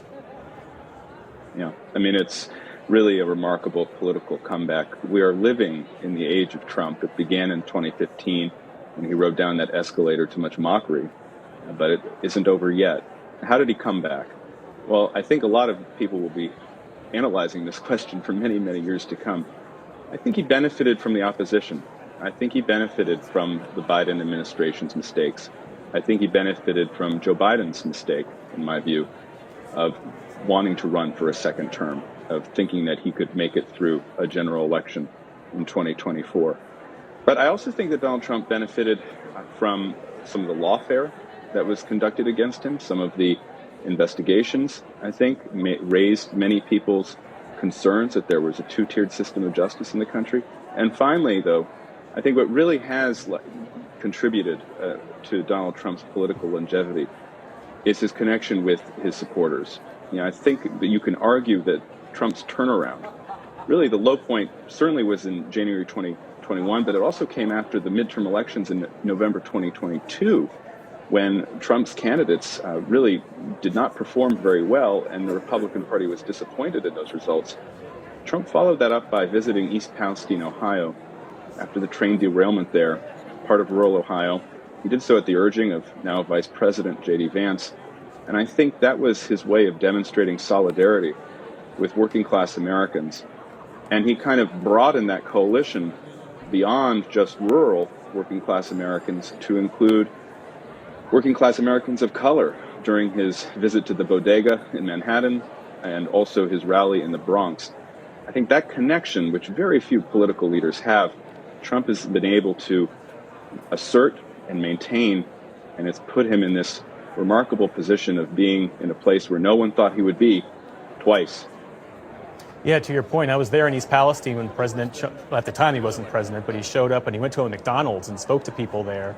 And the broad view of the folks in East Palestine was that the Biden administration was slow in responding, and yet Donald Trump showed up at the local McDonald's and was talking to folks. Matthew Continenni of the American Enterprise Institute, thanks so much for sharing your insights with us. Let's bring it back to the panel. David Brooks, I want you to weigh in on what you heard there from Matthew. Everything Matthew said is correct. I'm thinking these days about the thing that has been downplayed so far, which is foreign policy. And so Mark Rudd, who's the Secretary General of NATO, said that we're in the most dangerous security environment since World War II. Corey Sheik, who's a prominent foreign policy expert at the American Enterprise Institute, said we're not at World War III yet, but World War is coming. H.R. McMaster, the former national security advisor, says that he believes that China is trying to establish first strike nuclear capability against the United States. So these are all just tremendously sobering. And part of it, and I think the part that Trump can really solve, is it's a production problem. Partly it's a production problem. Russia is able to make more missiles in the United States of the relevant kind in Ukraine kind of war than the United States and Europe combined. Chinese shipbuilding capability is 230 times bigger than American shipbuilding capability. We run these war games against China, and we run out of ammunition, the relevant ammunition, in 3 to 7 days. And so we just need to massively increase our manufacturing base as a national security issue. So that's something that has to be achieved. And then you get Iran, or Israel has delivered a great victory against Iran and its militias, but they may respond by going nuclear. And so this is just danger, danger, danger everywhere. And how does Trump think about any of this stuff? He thinks we're going to withdraw from wars. That's probably not going to be possible, or our projection of power, at least, abroad. And so that is just this big, empty thing out there that I don't think was filled in today at all. The one part that was filled in was that, and this is international, I'm looking at the people who attended or were expected to attend. Javier Milei, the Argentina president, the Italian Prime Minister Giorgia Meloni, Nigel Farage, whose Reform Party in the UK is now in second place above the Tories and barely behind the Labour Party. And so what you see is that this is not just a U.S. phenomenon. This is a global populist movement that he is a part of. And somehow this populist movement will probably start wielding a common foreign policy of the sort we haven't seen before. And so this is, I'm not saying I have answers. I don't know what's going to happen. I just know this is a gigantic thing that is not being addressed. And somebody, I think Amy mentioned earlier, George W. Bush, when he took his inaugural address in 2001, he had no idea what was about to hit him. And I have a feeling we're in that boat. I mean, I kind of disagree. I think Trump understands the moment that he's in very clearly, and you see it in his negotiating tactics. You see it in his leadership and him stepping in. I mean, it's almost as if he has been president for the last few months, showing the world leaders that, hey, we're strong, we're going to rebuild. And he understands also to have leverage around the globe and to protect the American people, we have to have a strong economic force. We have to build up our economy to leverage against China, to show our strength, to have leverage in the Panama Canal. He understands the implications that are facing us in the global challenge that we have today. And he's shown that he's ready to lead and take it, lead from the front. Kevin, how do you see that foreign policy front being filled in? To David's point, we didn't hear a lot today. The America First language is the overarching umbrella for all of this, right? But to the degree that needs to be filled in terms of details. You look at the ceasefire agreement, for example, that was done very much in coordination with the Biden administration and the incoming Trump team and his envoy to the area.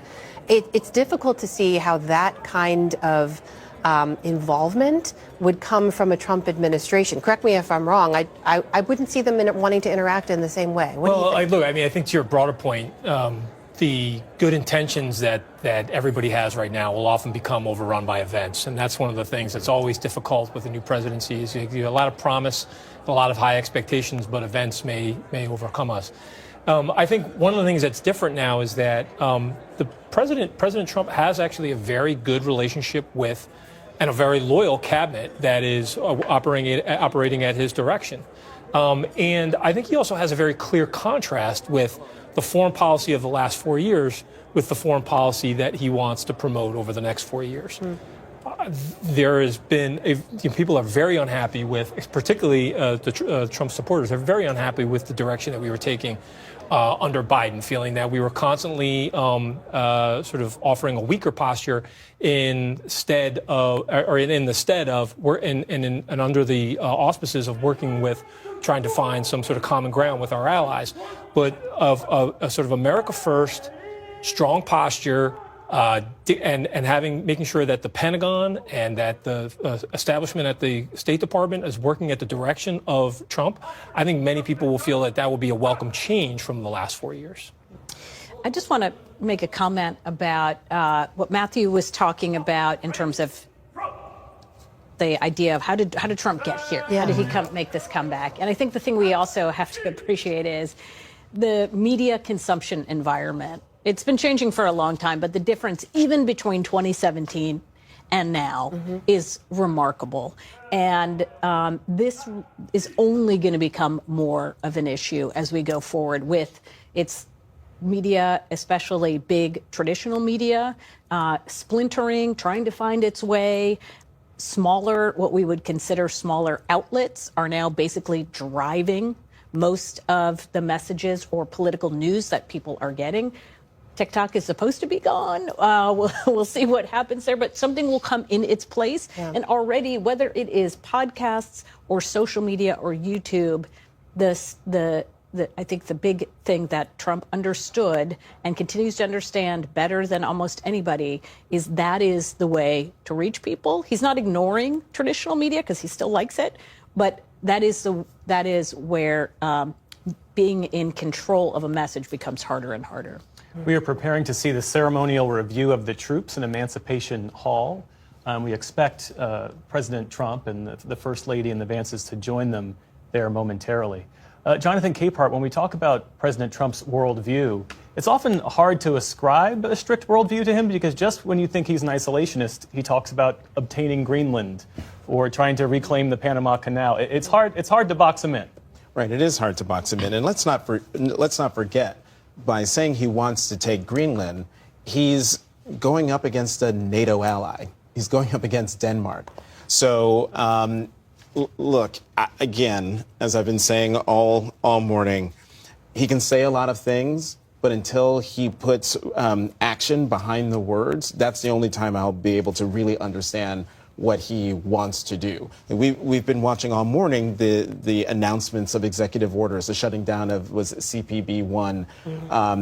That's a concrete action. He is following through on his plans, if not mass deportation today, but doing something on immigration. When it comes to foreign policy, you raised that what you were talking about before, David, on Friday. Those are huge holes. I have no idea where President Trump wants to go, and I most definitely don't know where Pete Hegseth, how he is going to implement the president's vision, assuming he gets confirmed, which I assume he will, but he, like many of his fellow cabinet nominees, has no experience running huge organizations, and the Pentagon is the biggest in the federal government.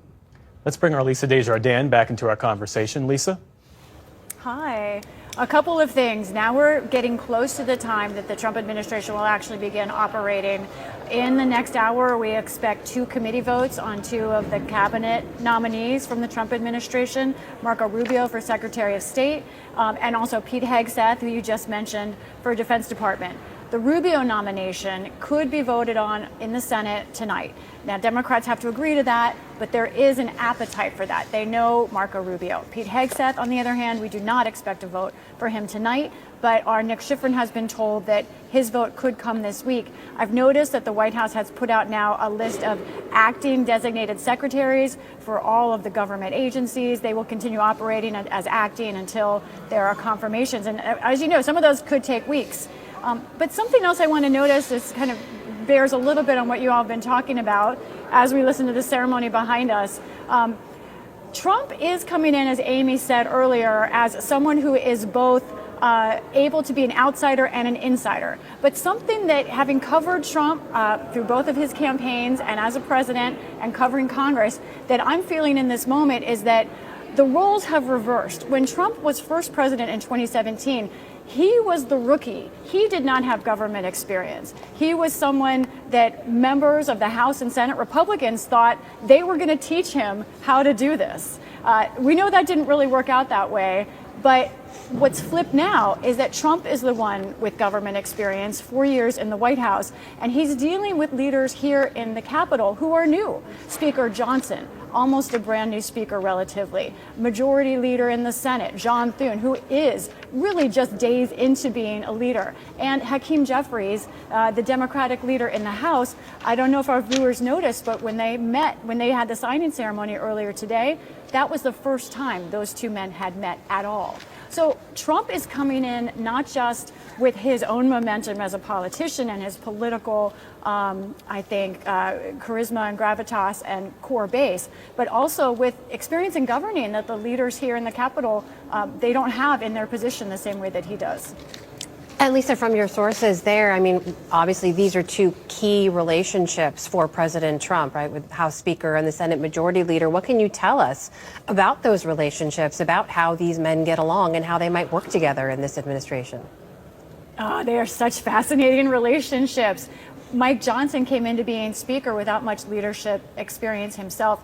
He's quickly defined himself as 100% on board the Trump bandwagon. And you often see, in fact, Speaker Johnson sort of next to or behind President Trump in photos. Now, John Thune has a different relationship. He and President Trump were not friends. In fact, they had a broken relationship. John Thune criticized him openly after the Access Hollywood tape. He asked Trump in 2016 to drop out of the presidential campaign. He didn't do that, and he always looked at John Thune with suspicion after that. Thune also criticized him after January 6th. But earlier this year in March, Thune and Trump repaired the relationship, Thune going down to Mar-a-Lago and convincing Trump to stay out of the race for Senate Majority Leader. Now, it's a tricky situation here, but my understanding from sources, both Trump campaign and also Thune, other Republicans in the Senate, was it was clear that Thune had a base of support in the Senate that Trump was not going to overcome.